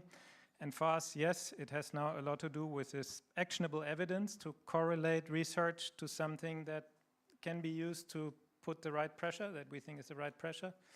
Not forgetting your point, Patty, which I found very important also, that we are not the regulators and sometimes we disagree with them. We have situations with the Commission sometimes when they are like surprised that we disagree and we say, well, we are not executioners of your ideas. We have our own opinions and stand on our own feet. So I think this is very important to try to keep these dots connected. You know, in our organization, we have a whole group coming from traditional election observation, parliamentary expertise, etc., which is an old kind of expertise, and then this new technical expertise, and to make a logical whole out of that.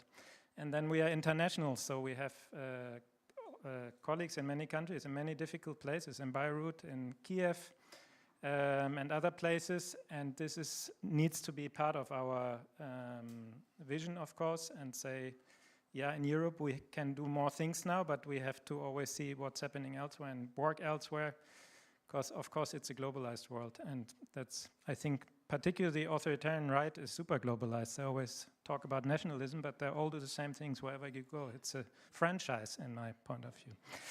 Anyway, yeah, this is... Then let us all give Michael and the entire DRA team a really warm, yes, that's it.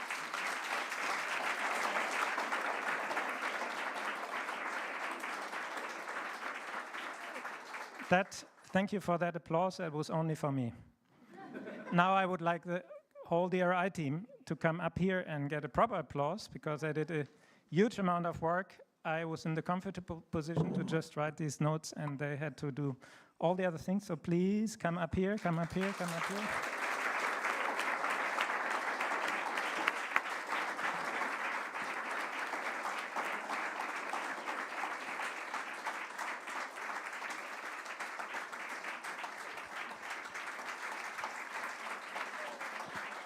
So we have one important colleague missing here, who is Heather. Many of you know. Unfortunately, she is sick. So it would have been great to have her here. She has been a bit the gap for us today. But this team has really managed super well to get this off the ground again. And it's not only our digital team, it's also our communications colleagues and finance and all the colleagues who deal with that. And I would just pass pro toto, single out one person, and it's Serena, who has been really in the steering wheel of this organizing this event and many other things we do in this field. And today I realized she is a little bit the recommender system of DRI. Today you saw a lot of content coming up here, and she was always in the background and saying, it's over. Stop, deplatform that content, next one. So that's her role. She is doing all the things behind that are not so visible, but extremely important, as we know. So thanks to all of you, but especially to you, Serena.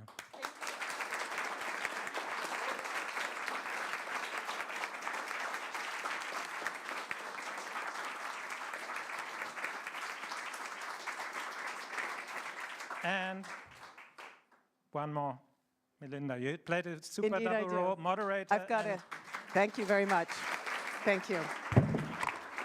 So it is my very great honor, on behalf of DRI, our host, to welcome all of you to the reception, to the happy hour that Michel referred to earlier. And I think it's in the foyer, but also outside. Is that right? Yes, exactly. But before you do that, or while you're doing that, please fill out the evaluation form. I know you get tired of hearing this, but it's really important to us to get your feedback about what worked well, what you liked, and what you'd like to see done differently. So it's on there are barcodes on the backs of your badges, or dear online audience, you will be receiving, hopefully have received, an evaluation form per email that you can now fill out. So thank you very much for doing that. I wish everybody a great evening. Thank you so much for your attention and all your many contributions throughout the day. And yes, hopefully our paths will cross again in future. All the best.